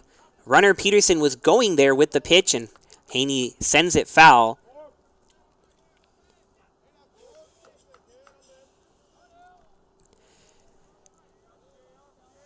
I think it's interesting to start to compare some teams, and one team that, for better or worse, will always be the benchmark. The 2016 title team, of course, will always be who the future teams at Trinity try to look to and emulate. And when we talk about the depth of this team, that was a team that really had a set lineup as Haney swings over strike three. Peterson safe at second, and with the high throw from Vaquero, the run comes in behind him. Odd to see Vaquero throw down to second knowing that the runner was at third. Seems like that's exactly what Trinity wanted. And despite the swing and miss from Haney, Trinity adds a run. Yeah, I would love to see on the replay whether or not that Tiger at third base took off before or after that throw was over the head of Haney, or Tanner out there at shortstop, excuse me.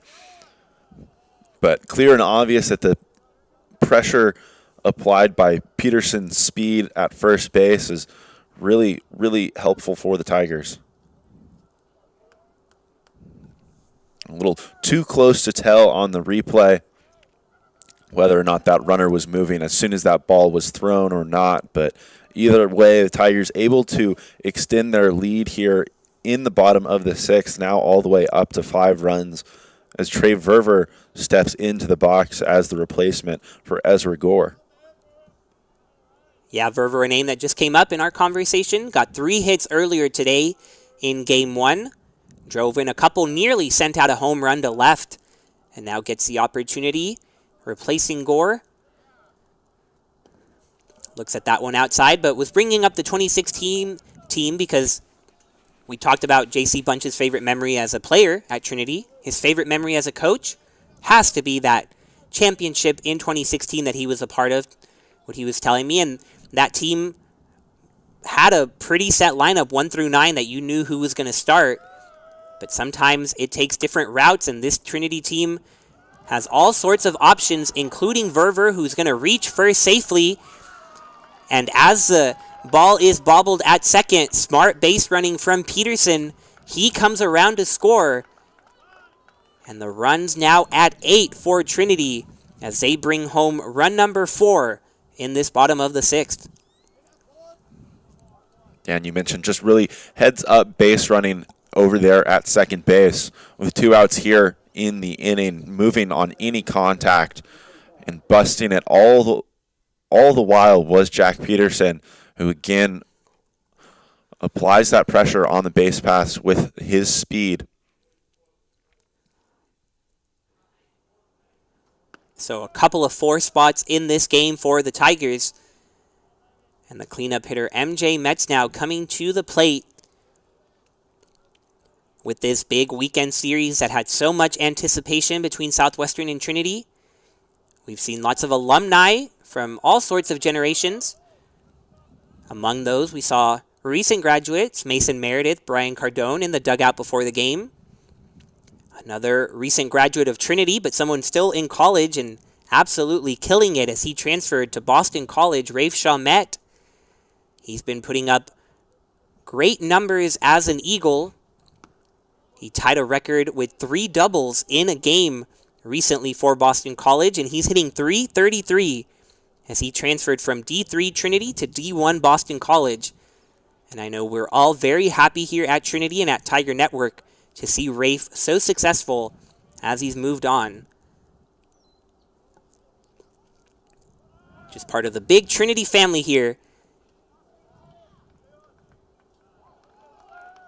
Stolen base attempt successful from Trey Verver. Vaquero's throw right there, but it looks like it was dropped over there at the bag, allowing Verver to slide or dive in safely.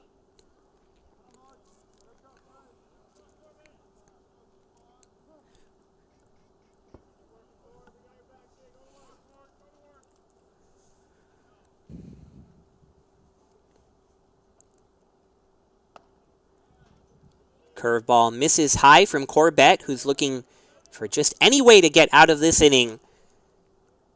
Really getting out of control for the Pirates, who had kept it close up until now.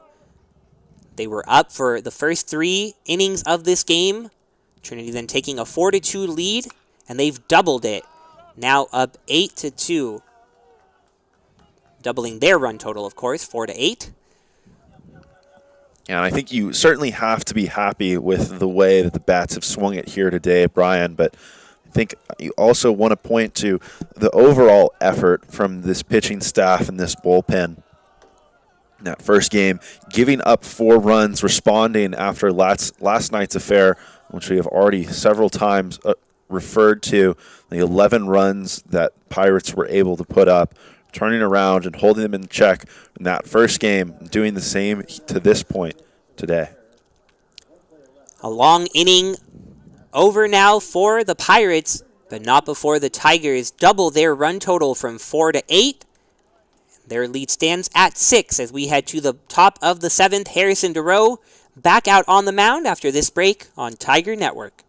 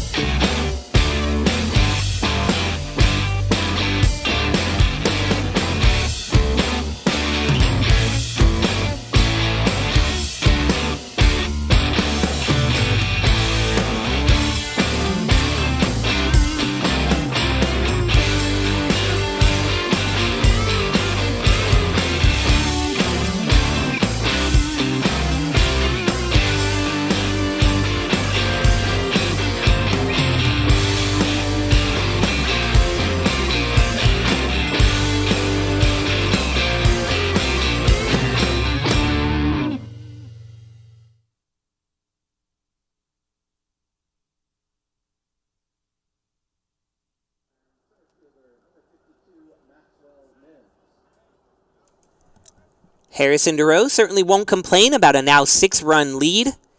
Came in with just a 2-run lead and kept it right there and allowed his offense to expand things where they stand now.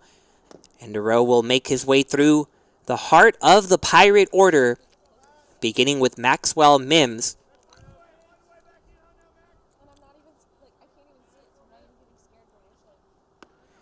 Breaking ball to Mims in there for a strike. And a perfect example. Hasn't been the easiest weekend for Mims, and Coach Bunch saying getting a lot more breaking balls, getting pitched around a lot more than before, and all thanks to the year he had last year. Here swinging through the 3rd strike, but it gets past the catcher McNaney.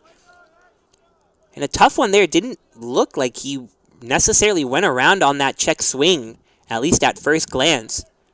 Yeah, and I'd like to see the replay on that one to see how quickly he got out of the box on that. You'd have to imagine that with that check swing right there, you'd have a little bit more hesitancy as the hitter in the box. We'll see it right here.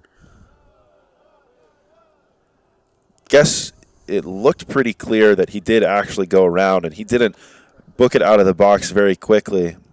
So just a tough break for the Tigers right there, but DeRoe continues to impress in this appearance out of the bullpen. Mentioned and talked about Shavana in the first action of today's doubleheader, and the fact that he's made that transition to the bullpen after operating in some different roles last year. But nice to have a guy coming out and capable of performing in high-pressure scenarios that also is more than qualified and has the stuff to be a starter in a weekend rotation. Definitely right alongside Shavana. Last year, Duro putting up a lot of innings, a lot of them coming in starts. But right now doing a great job out of the bullpen. 4 strikeouts. One of them happens to be over there at first after it got past McNaney. And he falls behind Preston Witt 3-1, but that last one a strike. And the breaking ball, not likely what Witt expected on the 3-1. So he couldn't get his bat through the zone. And the count full at 3-2. We'll see what Duro goes with. McNaney setting up outside. The breaking ball will miss. The runner was off with the pitch, but he'll be in there safely. So a couple of reach here in the top of the 7th. First on the strikeout that got away, and now the walk that brings up Jacob Tanner to the plate. And I like the idea from Duro right there, going with that breaking ball away. Witt obviously not swinging at that pitch. Not a whole lot that you can do with that one. Not only a lot of movement on it, but on the outside part of the plate, going to force you to try to go the other way with it. A lot of moving pieces and certainly a difficult thing to do, but you have to also note the fact that the Tigers lead by 6 runs right here, and trying to pitch so delicately and right around the zone perhaps isn't the biggest priority right now. Continuing to go out hitters and attack them, certainly important. It's exactly what Duro turns around and does right there to record the first out of the inning. Yeah, some good contact off the bat of Tanner, but you saw Trey Verver track it down near the warning track. The runner moves over to third, but now retired. Josh, were you talking to me a second ago?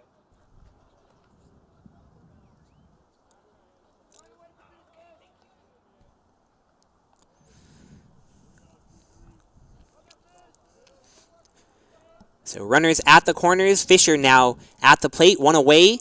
Duro goes back to the breaking ball, called a strike. Don't think Fisher loved that call. We'll take a little walk around the plate. And I don't think Coach Bunch loved that call either.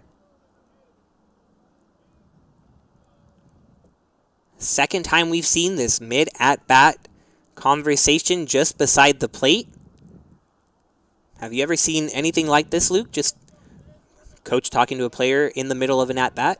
No, I haven't, and it's interesting to see it, especially to see it a second time in a day.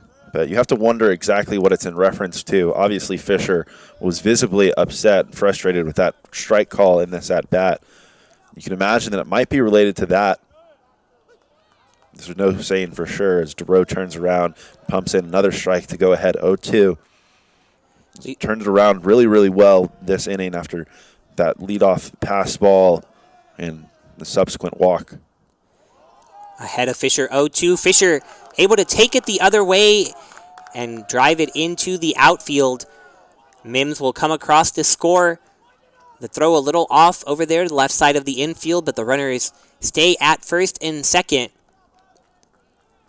But that visit to the batter, we're used to maybe seeing the third base coach or the first base coach if signs are being given. In fact, that whole story we told about Coach Bunch here at Trinity talking to Scannell, the third base coach at the time, that's more common, but just that the fact of seeing the head coach come out of the dugout, call the batter over, and take a break in the middle of an at-bat, something I've personally never seen either. But whatever he told Fisher, it resulted in a single the other way that drove in a run, and now Christian Melillo will try to help Southwestern get back into this one. The deficit down to 8-3, and 2 runners still on base. Witt over there at second, Fisher at first.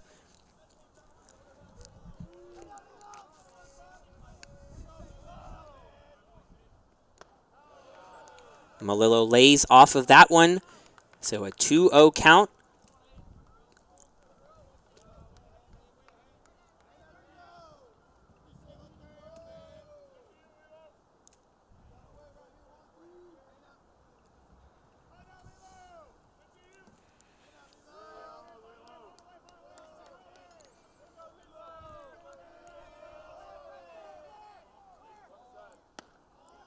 Fastball blown by the bat of Melillo. So a good pitch, 2-0.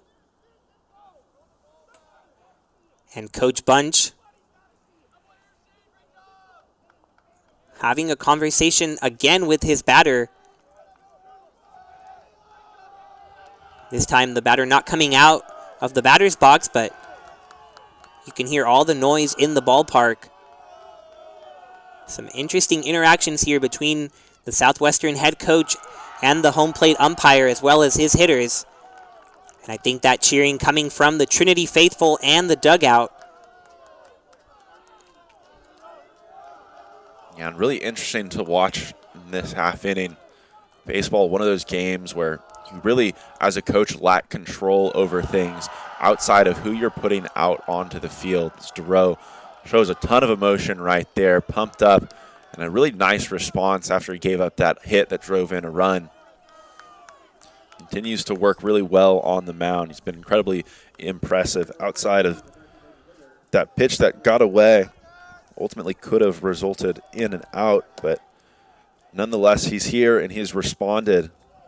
But back to the point in this discussion that we've been having, as a coach, you put these guys out on the field and really are forced to let them play. But interesting to see a lot more active coaching coming for Southwestern in this half inning.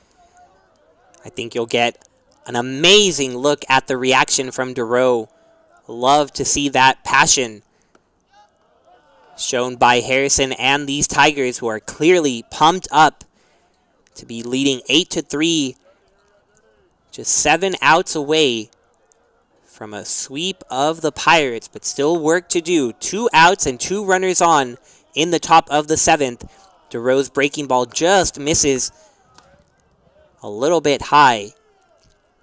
So Durden gets ahead 2-1.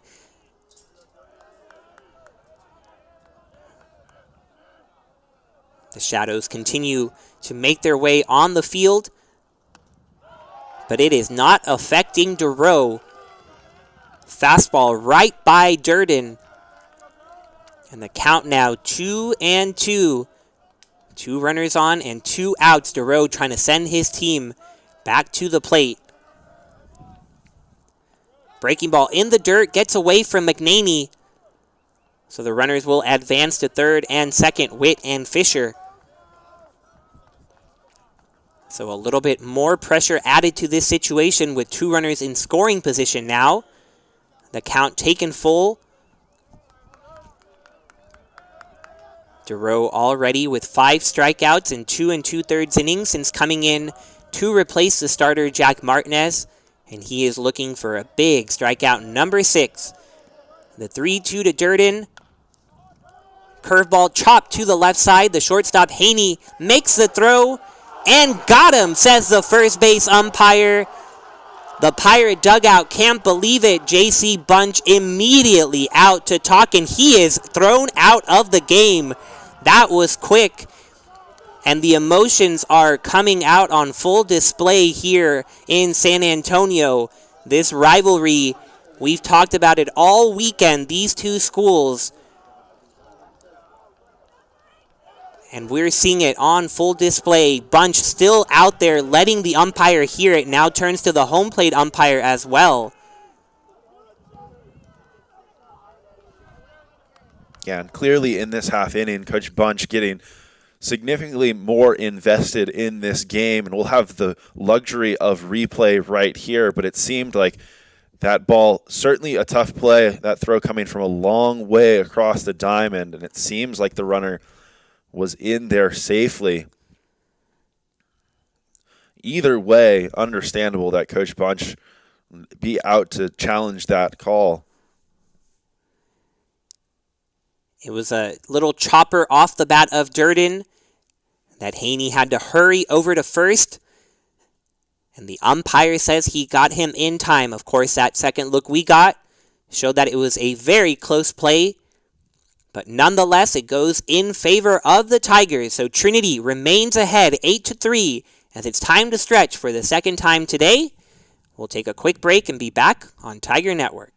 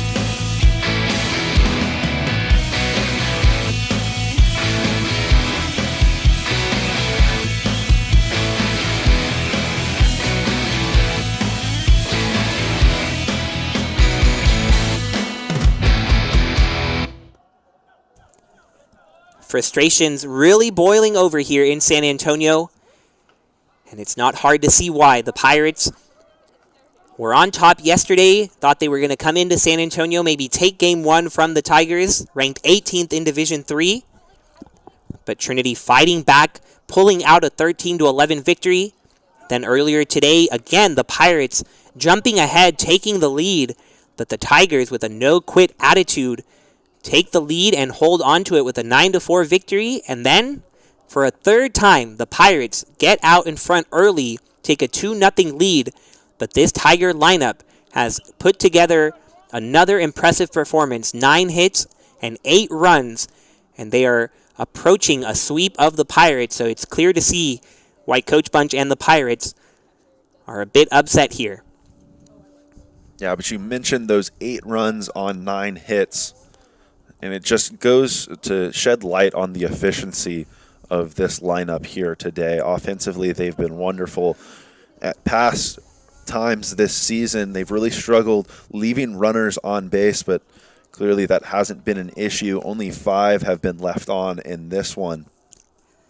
Tigers doing a really great job of getting runners on, moving them over, and bringing them in ultimately. I think one thing that we've seen this weekend that we didn't see a ton earlier in the year was the runners taking bags. I think we've seen some attempts that had been unsuccessful in previous series, but the Tigers not been caught stealing on the bags here today, if I believe I'm correct in that category. And that's done a huge job putting runners in scoring position, taking away the possibility of double plays in the infield. It's kind of wild when you look at it, Luke. The Tigers are 6 for 6 on stolen base attempts today, kind of turning the tables on what opponents have done to them early in this season. But it's good to see that aggressive play, something that this team has been wanting. And on the flip side, Southwestern, they have stranded 10 runners on base, and 2 of them coming in that last half inning that we saw ended with a very close call at first. To the naked eye, it appeared like Durden might have beat the throw, but we'll never really know, and the Tigers get the benefit of the doubt. Wisniewski called out on 3 strikes looking at that one. But just to complete the thought on the last half inning, we've now seen Ezra Gore ejected on Trinity's side and head coach J.C. Bunch ejected on Southwestern side. So I think that saying that Dave Smith and J.C. Bunch talked about, the Pirates and Tigers don't get along, we've seen it here in San Antonio this weekend. Yeah, it's certainly taken form here, but frankly, both of these teams, both of these sides, pretty tame in regards to each other. I think that we've seen some more chirping between dugouts in previous series. Both teams this weekend have really been focused in on themselves, but no matter what, temper is going to flare, and that's exactly what's happened here today. And right now at the plate, Brian Schaub against Corbett, the freshman who came in last inning, and you have to wonder if these breaking balls will continue to get by Schaub. Corbett tries another one that misses in. You get the feeling that he'll only allow so many to get by him before he really cranks on one and pulls it down the left field line. Certainly seems like a dangerous game to keep playing against someone who hit 14 home runs a year ago. This time going with the straight fastball, but it still misses, so 3-1 the count.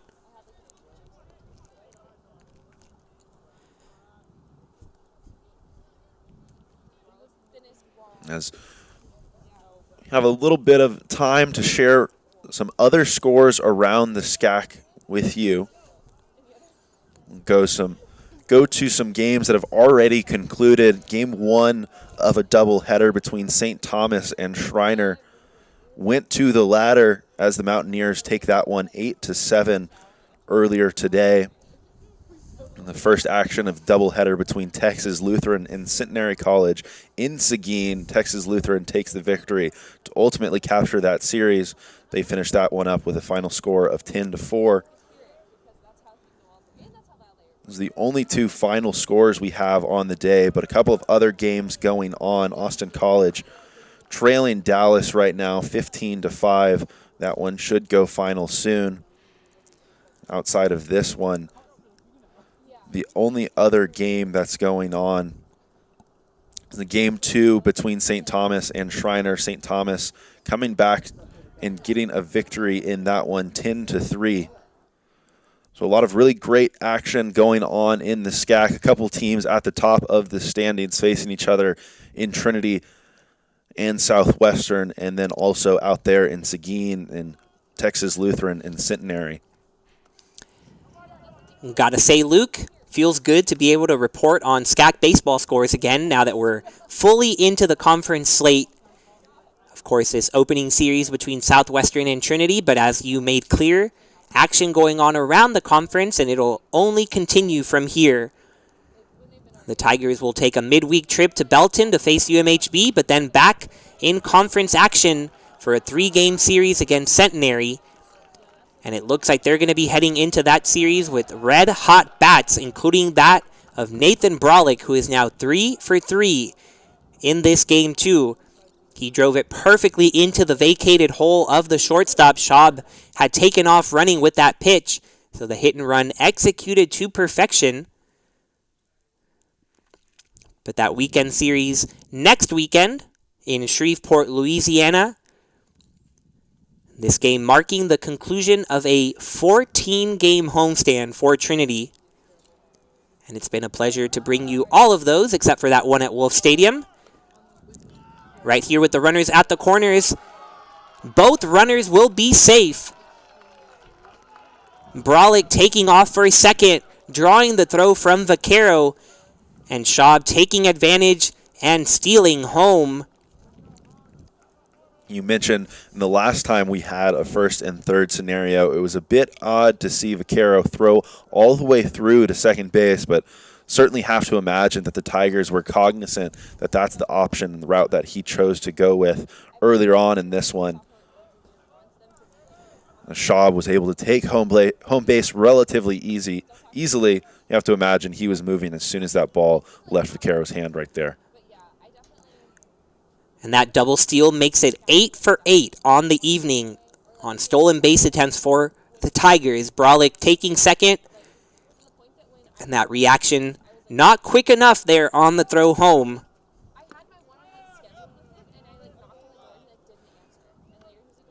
Very curious decisions to throw down to second with the runner on third. It's worked twice in the favor of the Tigers. And after Southwestern got a run back in the top half of the 7th, the Tigers get it right back.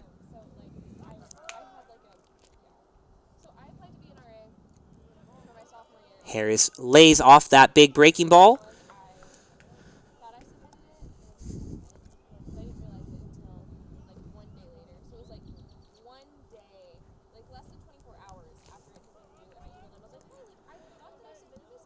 Harris 2 for 3 after going 3 for 5 in game 1. Corbett really concerned with the runner Brolick at second. And it makes sense after 8 for 8 stolen bases. Got to start paying attention to those runners. Better late than never.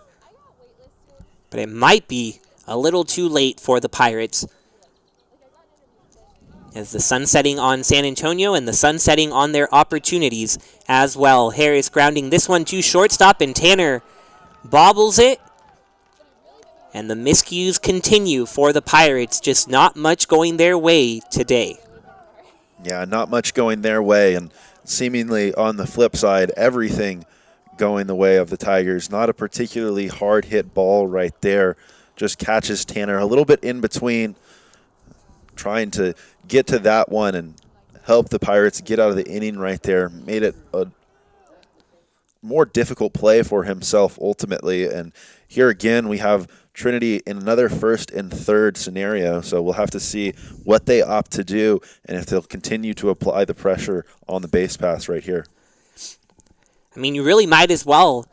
We've seen no lead quite safe. 6 runs seems like a lot, but you always can take more. Harris, someone who can definitely take a bag at second, and if we've seen Vaquero throw down and allow runners to score for free from third, you might as well try and force the issue. Worst that could happen is he stops throwing down there and you have runners at second and third. And Harris is in fact off with the pitch. Vaquero throws it, but this time the runner at third has to stay, but there you go. 9 for 9 on stolen base attempts are the Tigers, and 2 more runners in scoring position for McNaney.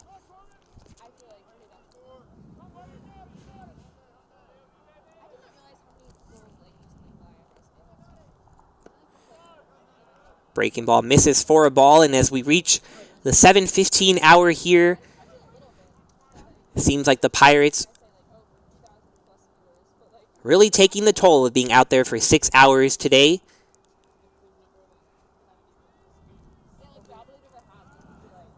Stepping off there at Corbett. The Pirates from here will head to Brownwood, Texas for a midweek game against Howard Payne. And they will then return home to Georgetown to host the Texas Lutheran Bulldogs. Quite the gauntlet to throw the Pirates into to face the Tigers and the Bulldogs to kick off SCAC play. Yeah, certainly a tall task. If all results hold as they currently stand today, and we'll have the two teams that were expected to finish tied atop the standings this year in Texas Lutheran and Trinity both finish weekend one at 3-0. And both of those 3-0 starts, especially impressive. Not that any 3 wins aren't impressive, but considering that Trinity and TLU both facing teams that are considered that next man up in the conference in Centenary and Southwestern. Josh and I talked a lot about it yesterday, how Southwestern and Centenary really trying to close the gap between the Bulldogs and the Tigers, but at least if this opening weekend any indication, it seems like that gap's still there. But I know I'm looking forward to it. It's still about a month away, but that series at the end of April between TLU and Trinity right here in San Antonio will be a doozy. And we'll have everything for you on Tiger Network as always. It's hard to imagine what each of these lineups and stat lines will look like by the time that series rolls around. But as things currently stand, players on both of those squads, for Trinity and for Texas Lutheran, that are swinging the bat about as well as anyone in the country as things stand. Last year, unfortunately, we weren't able to get to see the full slate of games between TLU and Trinity. Just a couple of individual games, one in Seguin, one in San Antonio. But of course, last season one, unlike any other, with no fans in the stands and games getting canceled left and right. So we're hoping to have 3 great games between those two teams at the end of April. Of course, a lot in between now and then. We'll have home series here against the University of Dallas and the University of St. Thomas. Tigers will head on the road, as mentioned, to Centenary, as well as Schreiner and Austin College at the end of the season as well. A few non-conference games sprinkled in the middle of that. Most of those coming against the American Southwest Conference. We've already seen teams like McMurray, and we'll see teams like Concordia, UMHB. So staying within the state after some visitors from Wisconsin and Massachusetts came to town, Pennsylvania. It's officially time for the Lone Star State to shine. Yeah, and just what an incredible opportunity to see the plethora of talent that exists all across the country at this level of baseball, but equally as exciting to watch what the state of Texas brings, and especially what we have here in the SCAC conference. Should be a good year ahead of us. Peterson strikes out there with runners on second and third. So the Pirates get out of the inning, but the Tigers do add 1 to extend their lead back to 6. Tigers 9, Pirates 3 as we head to the top of the 8th.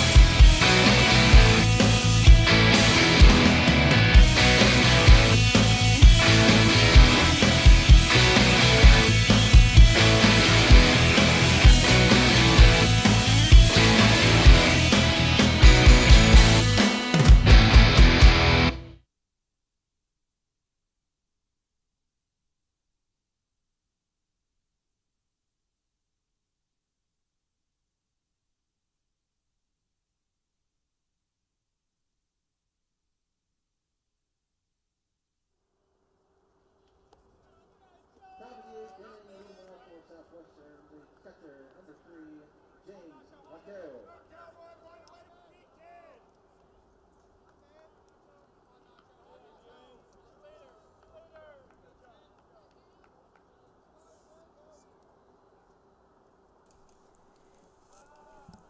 Harrison DeRoe continues his appearance on the mound, coming out of the bullpen and delivering a first pitch strike to Vaquero.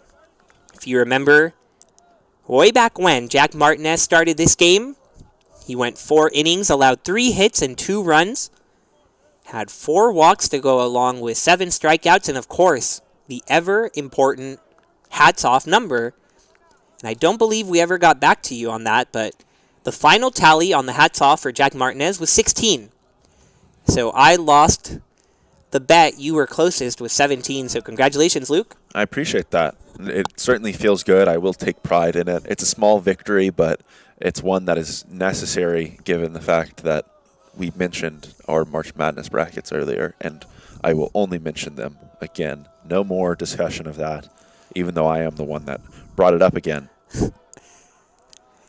At this point, everyone's bracket is ruined, so I don't think you need to feel bad. Certainly been a rough weekend for Kentucky fans. Not only their men's team, but their women's team being upset in the tournament. This time the women from Princeton defeating the Wildcats. But speaking of women's basketball, remembering what was a great gesture yesterday, I was so happy when I found out that it was happening and loved to get to see it. The women's basketball team throwing out the first pitch here at Trinity. Head coach Cameron Hill with many of his players behind him. And he got to throw out the first pitch, a perfect strike. Of course, you expect nothing less from Coach Hill. But just can't help but think about that team that won a history-making 27 games in a row, made it to the Elite Eight of the Division III tournament. And I know we had a lot of fun calling their games this year as well, Luke. Oh, absolutely. And we've had discussions at length about their success this year, and we've talked a little bit about that Elite Eight game. Just feel like they ran into the perfect storm more than anything else. Such an incredible year for that program, and incredibly excited to see what they do next year as well, given the fact that they returned so many key pieces on that roster. It should be just as fun next year. Absolutely. And then on the other side, the men's basketball team also making the NCAA tournament for the first time since 2014. An incredible campaign for Coach Jimmy Smith and his team. They won a playoff game in the first round and then were bounced out in the round of 32 by UMHB. But they're another team who will return their entire starting lineup, along with A.J. Clark and Ben Hanley, the seniors who announced that they will be coming back for a 5th year. And those two teams just a part of what we've gotten to bring you at Tiger Network. Of course, volleyball and football season before that. The cross-country teams making the postseason, swimming and diving. Right now having great performances at the national championships. The swimming relay team getting 8th place in Indiana, I believe the championships were. So the streak of postseason appearances for the teams here at Trinity continue. And now that it's officially spring, we're not alone here at the Baseball Diamond. Women's tennis having a doubleheader today as well here on campus. They pulled out a victory over Whitman earlier today, and they're currently playing against Schreiner. And then a softball team is playing against Southwestern as well. They dropped game 1 of that doubleheader, but they are currently playing over at their field against these same Pirates. But so much good action that we're incredibly lucky to have back after what was a crazy year in 2020 and 2021. Yeah, so good to be back on campus, and so good on top of that to have fans back in the stands. Nice to have the crowd microphones so we can hear all the action and the intensity and the energy in the environment here at the Trinity Baseball Stadium. It just brings an entirely new dimension. Fans making a huge impact, whether it's supporting your own team or making an impact on the opposing team that has to deal with the fans yelling at them and making some noise in big moments. So I agree with you that it's been great to have them back Right here, another pitching change on the way for Trinity. Dave Smith making a trip to the mound. Harrison DeRoe coming out after a couple of walks here in the 8th. But he had a great performance that will wrap up after we take a quick break on Tiger Network.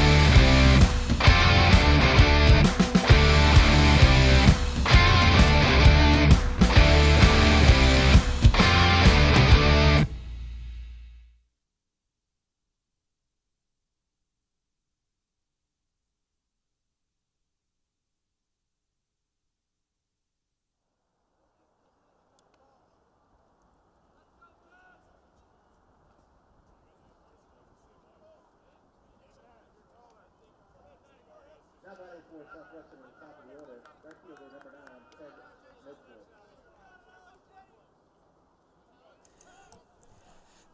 Alex Bin, the new pitcher on the mound for the Tigers, and he comes in with runners on first and second, nobody out, and Ted Lobkowicz squaring the bunt, looks at a first pitch strike from the left-handed pitcher. So the Pirates down 6, trying to move those runners over, get something going to climb back into this one. But no longer on, but the ball in the dirt. The throw from McNaney to third won't be in time. Great reaction from McNaney, but the throw a little bit late. And so the runner Vaquero moves over 90 feet. The runner at first, Escamilla, who came in to pinch hit the last at bat, also moves over to second. So Lobkowicz a couple of runners in scoring position. And he has a strike delivered. 1-2 the count to the leadoff hitter.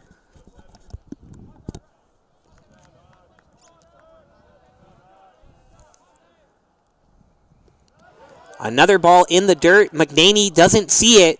So Vaquero will come in to score easily. Escamilla even thinking about it for a second as he rounded third. But he'll stay there. You see on this replay right here, McNaney going down on that one knee to receive these pitches from Bin. One of the biggest issues with that, one of the biggest issues with that is the fact that it really takes away the mobility behind the plate. Saw it on a couple of pitches already. And after a couple of those breaking balls in the dirt, Bin going with the fastball that he nearly had on the corner for strike 3. But the count now full, and Lobko is chasing at a ball that nearly hits him. Would have been ball 4. But the right fielder swinging out of his shoes and going back to the dugout, putting one away now in the 8th.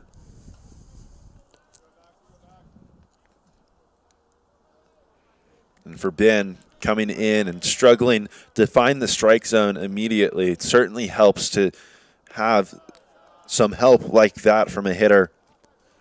Pitch not even close to the zone certainly can help you settle in a little bit, even if it was more of a free pass that was handed to this Tiger pitcher.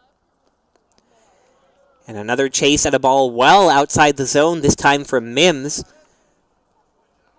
Mims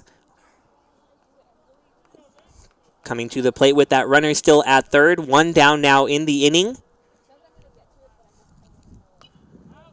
And he fouls this one back towards the screen.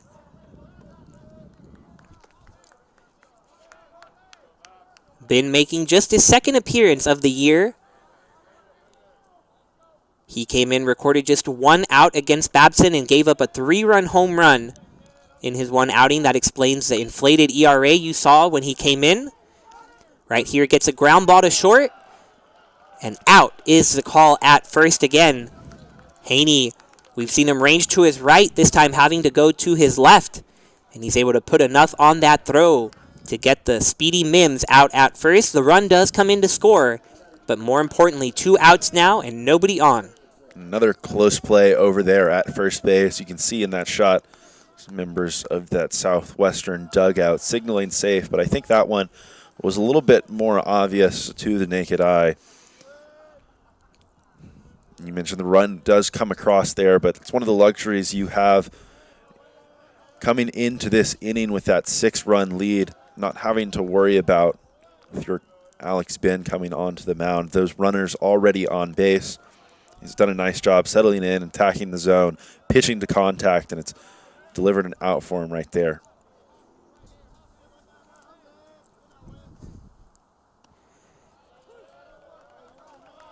Breaking ball falls out of the sky and into the strike zone to get ahead of Witt 1-2. And now trying to change the look a little bit, going with the fastball in. But Witt not chasing.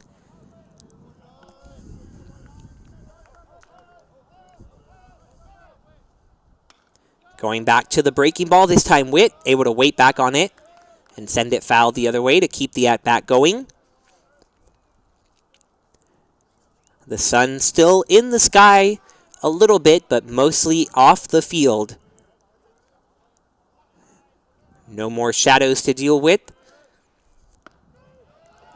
But still tough pitching to deal with for the Pirates as Ben strikes out the lefty Witt and does his job to maintain the lead for the Tigers. The Pirates do get a couple of back here to cut the deficit to 9-5, but the Tigers remain firmly ahead as we head to the bottom of the 8th.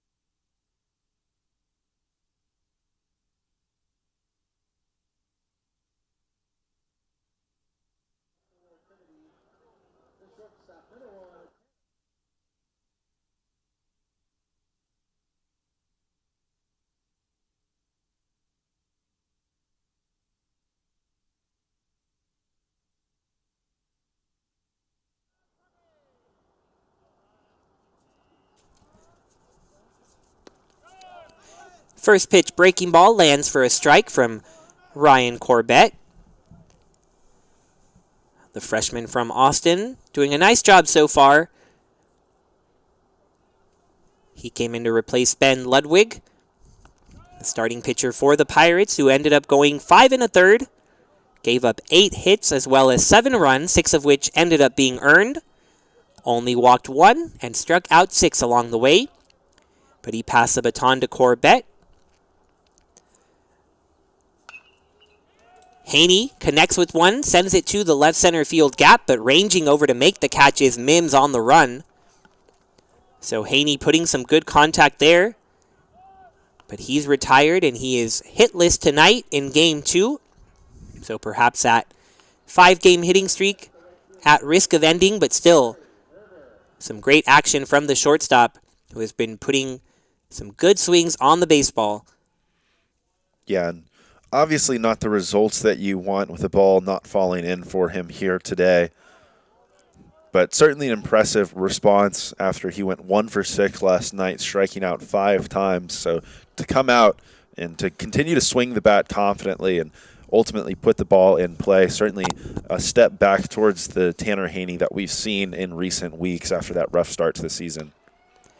Now waiting back on a breaking ball and sending it the other way is Trey Verver, but Ted Loco is underneath it for the second out, so Corbett with a couple of quick outs in the bottom of the 8th.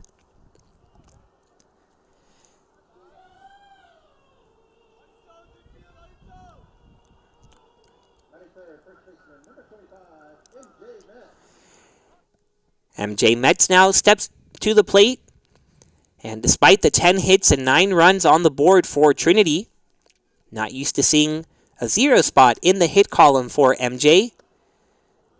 He looks at ball 1 high. We'll see if in this final at-bat, perhaps the final at-bat, never know of course, but if he can get on the board and extend that hit streak he has.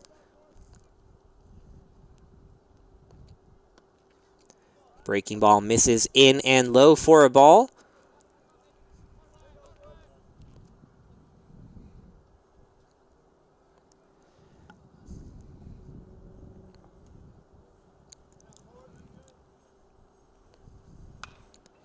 MJ chops it up the middle, but it is grabbed by Corbett.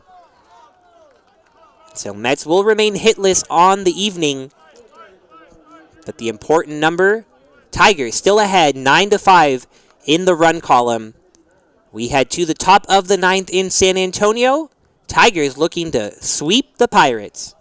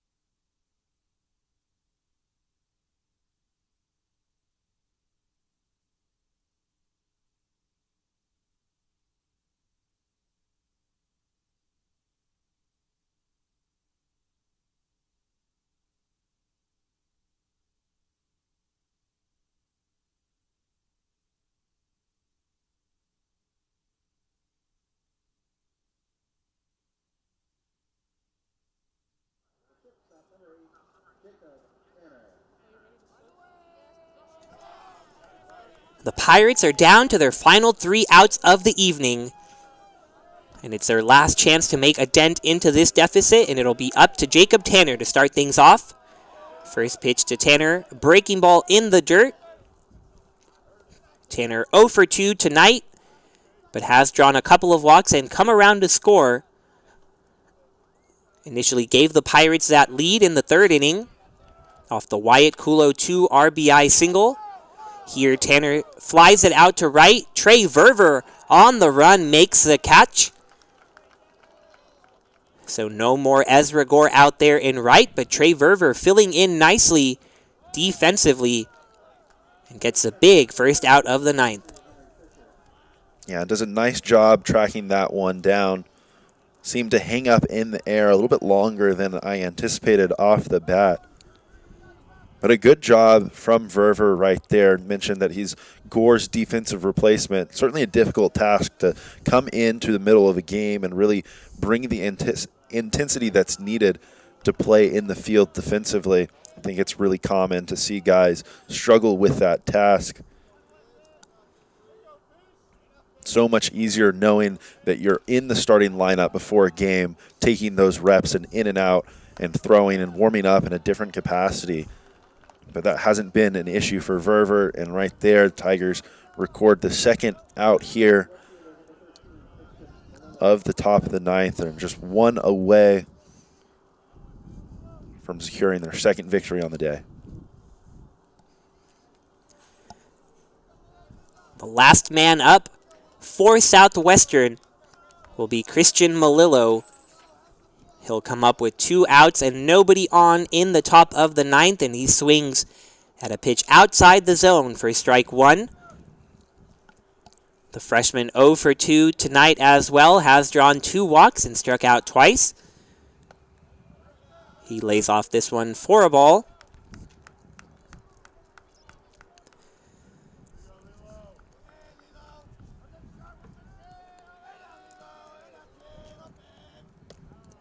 Another one outside for a ball, takes the count to 2-1. Been a great weekend, starting last night and going through today. And it's certainly been a good one for the Tigers. Malillo fouling that one back, taking the count to 2-2.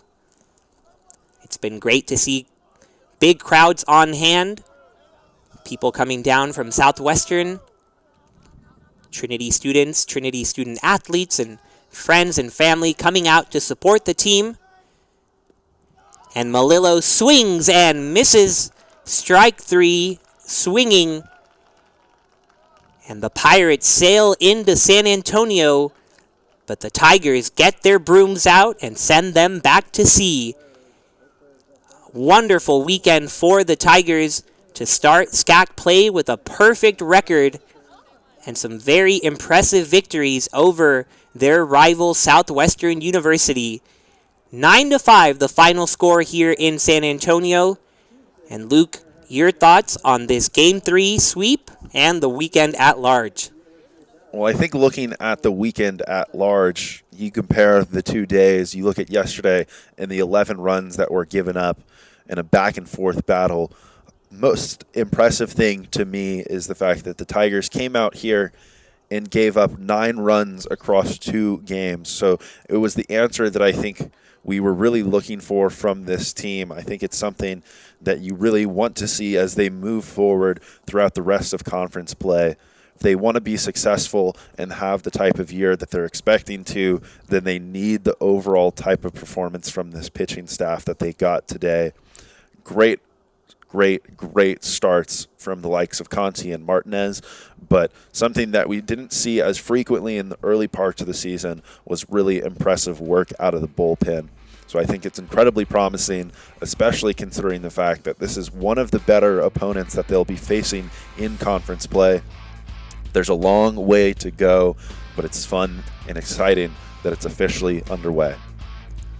Certainly thrilled to have SCAC baseball back on Tiger Network, and it's been a pleasure to bring it to you all weekend. I think you're perfectly on point with that analysis of the pitching really being the standout of today's Game 2 especially. Jack Martinez going 4 innings, getting out of several jams, and keeping the Pirates to just those 2 runs while he racked up 7 strikeouts. Harrison DeRoe with very impressive outing out of the bullpen, coming in for 3 innings, striking out 5. And then Alex Bin closing things out with 2 scoreless innings, striking out 3 along the way. For Southwestern, a tough drive home to Georgetown after 3 bitter losses to the Trinity Tigers, but the Tigers ranked 18th for a reason and picked to finish first along with TLU in this conference for a reason as well, and we saw it on full display this weekend. For Luke Terry and all the control room who brought you this incredible broadcast, all the cameras, the angles, the information, and the great looks, I'm Brian Yanselson, and we hope you have a fantastic Saturday night.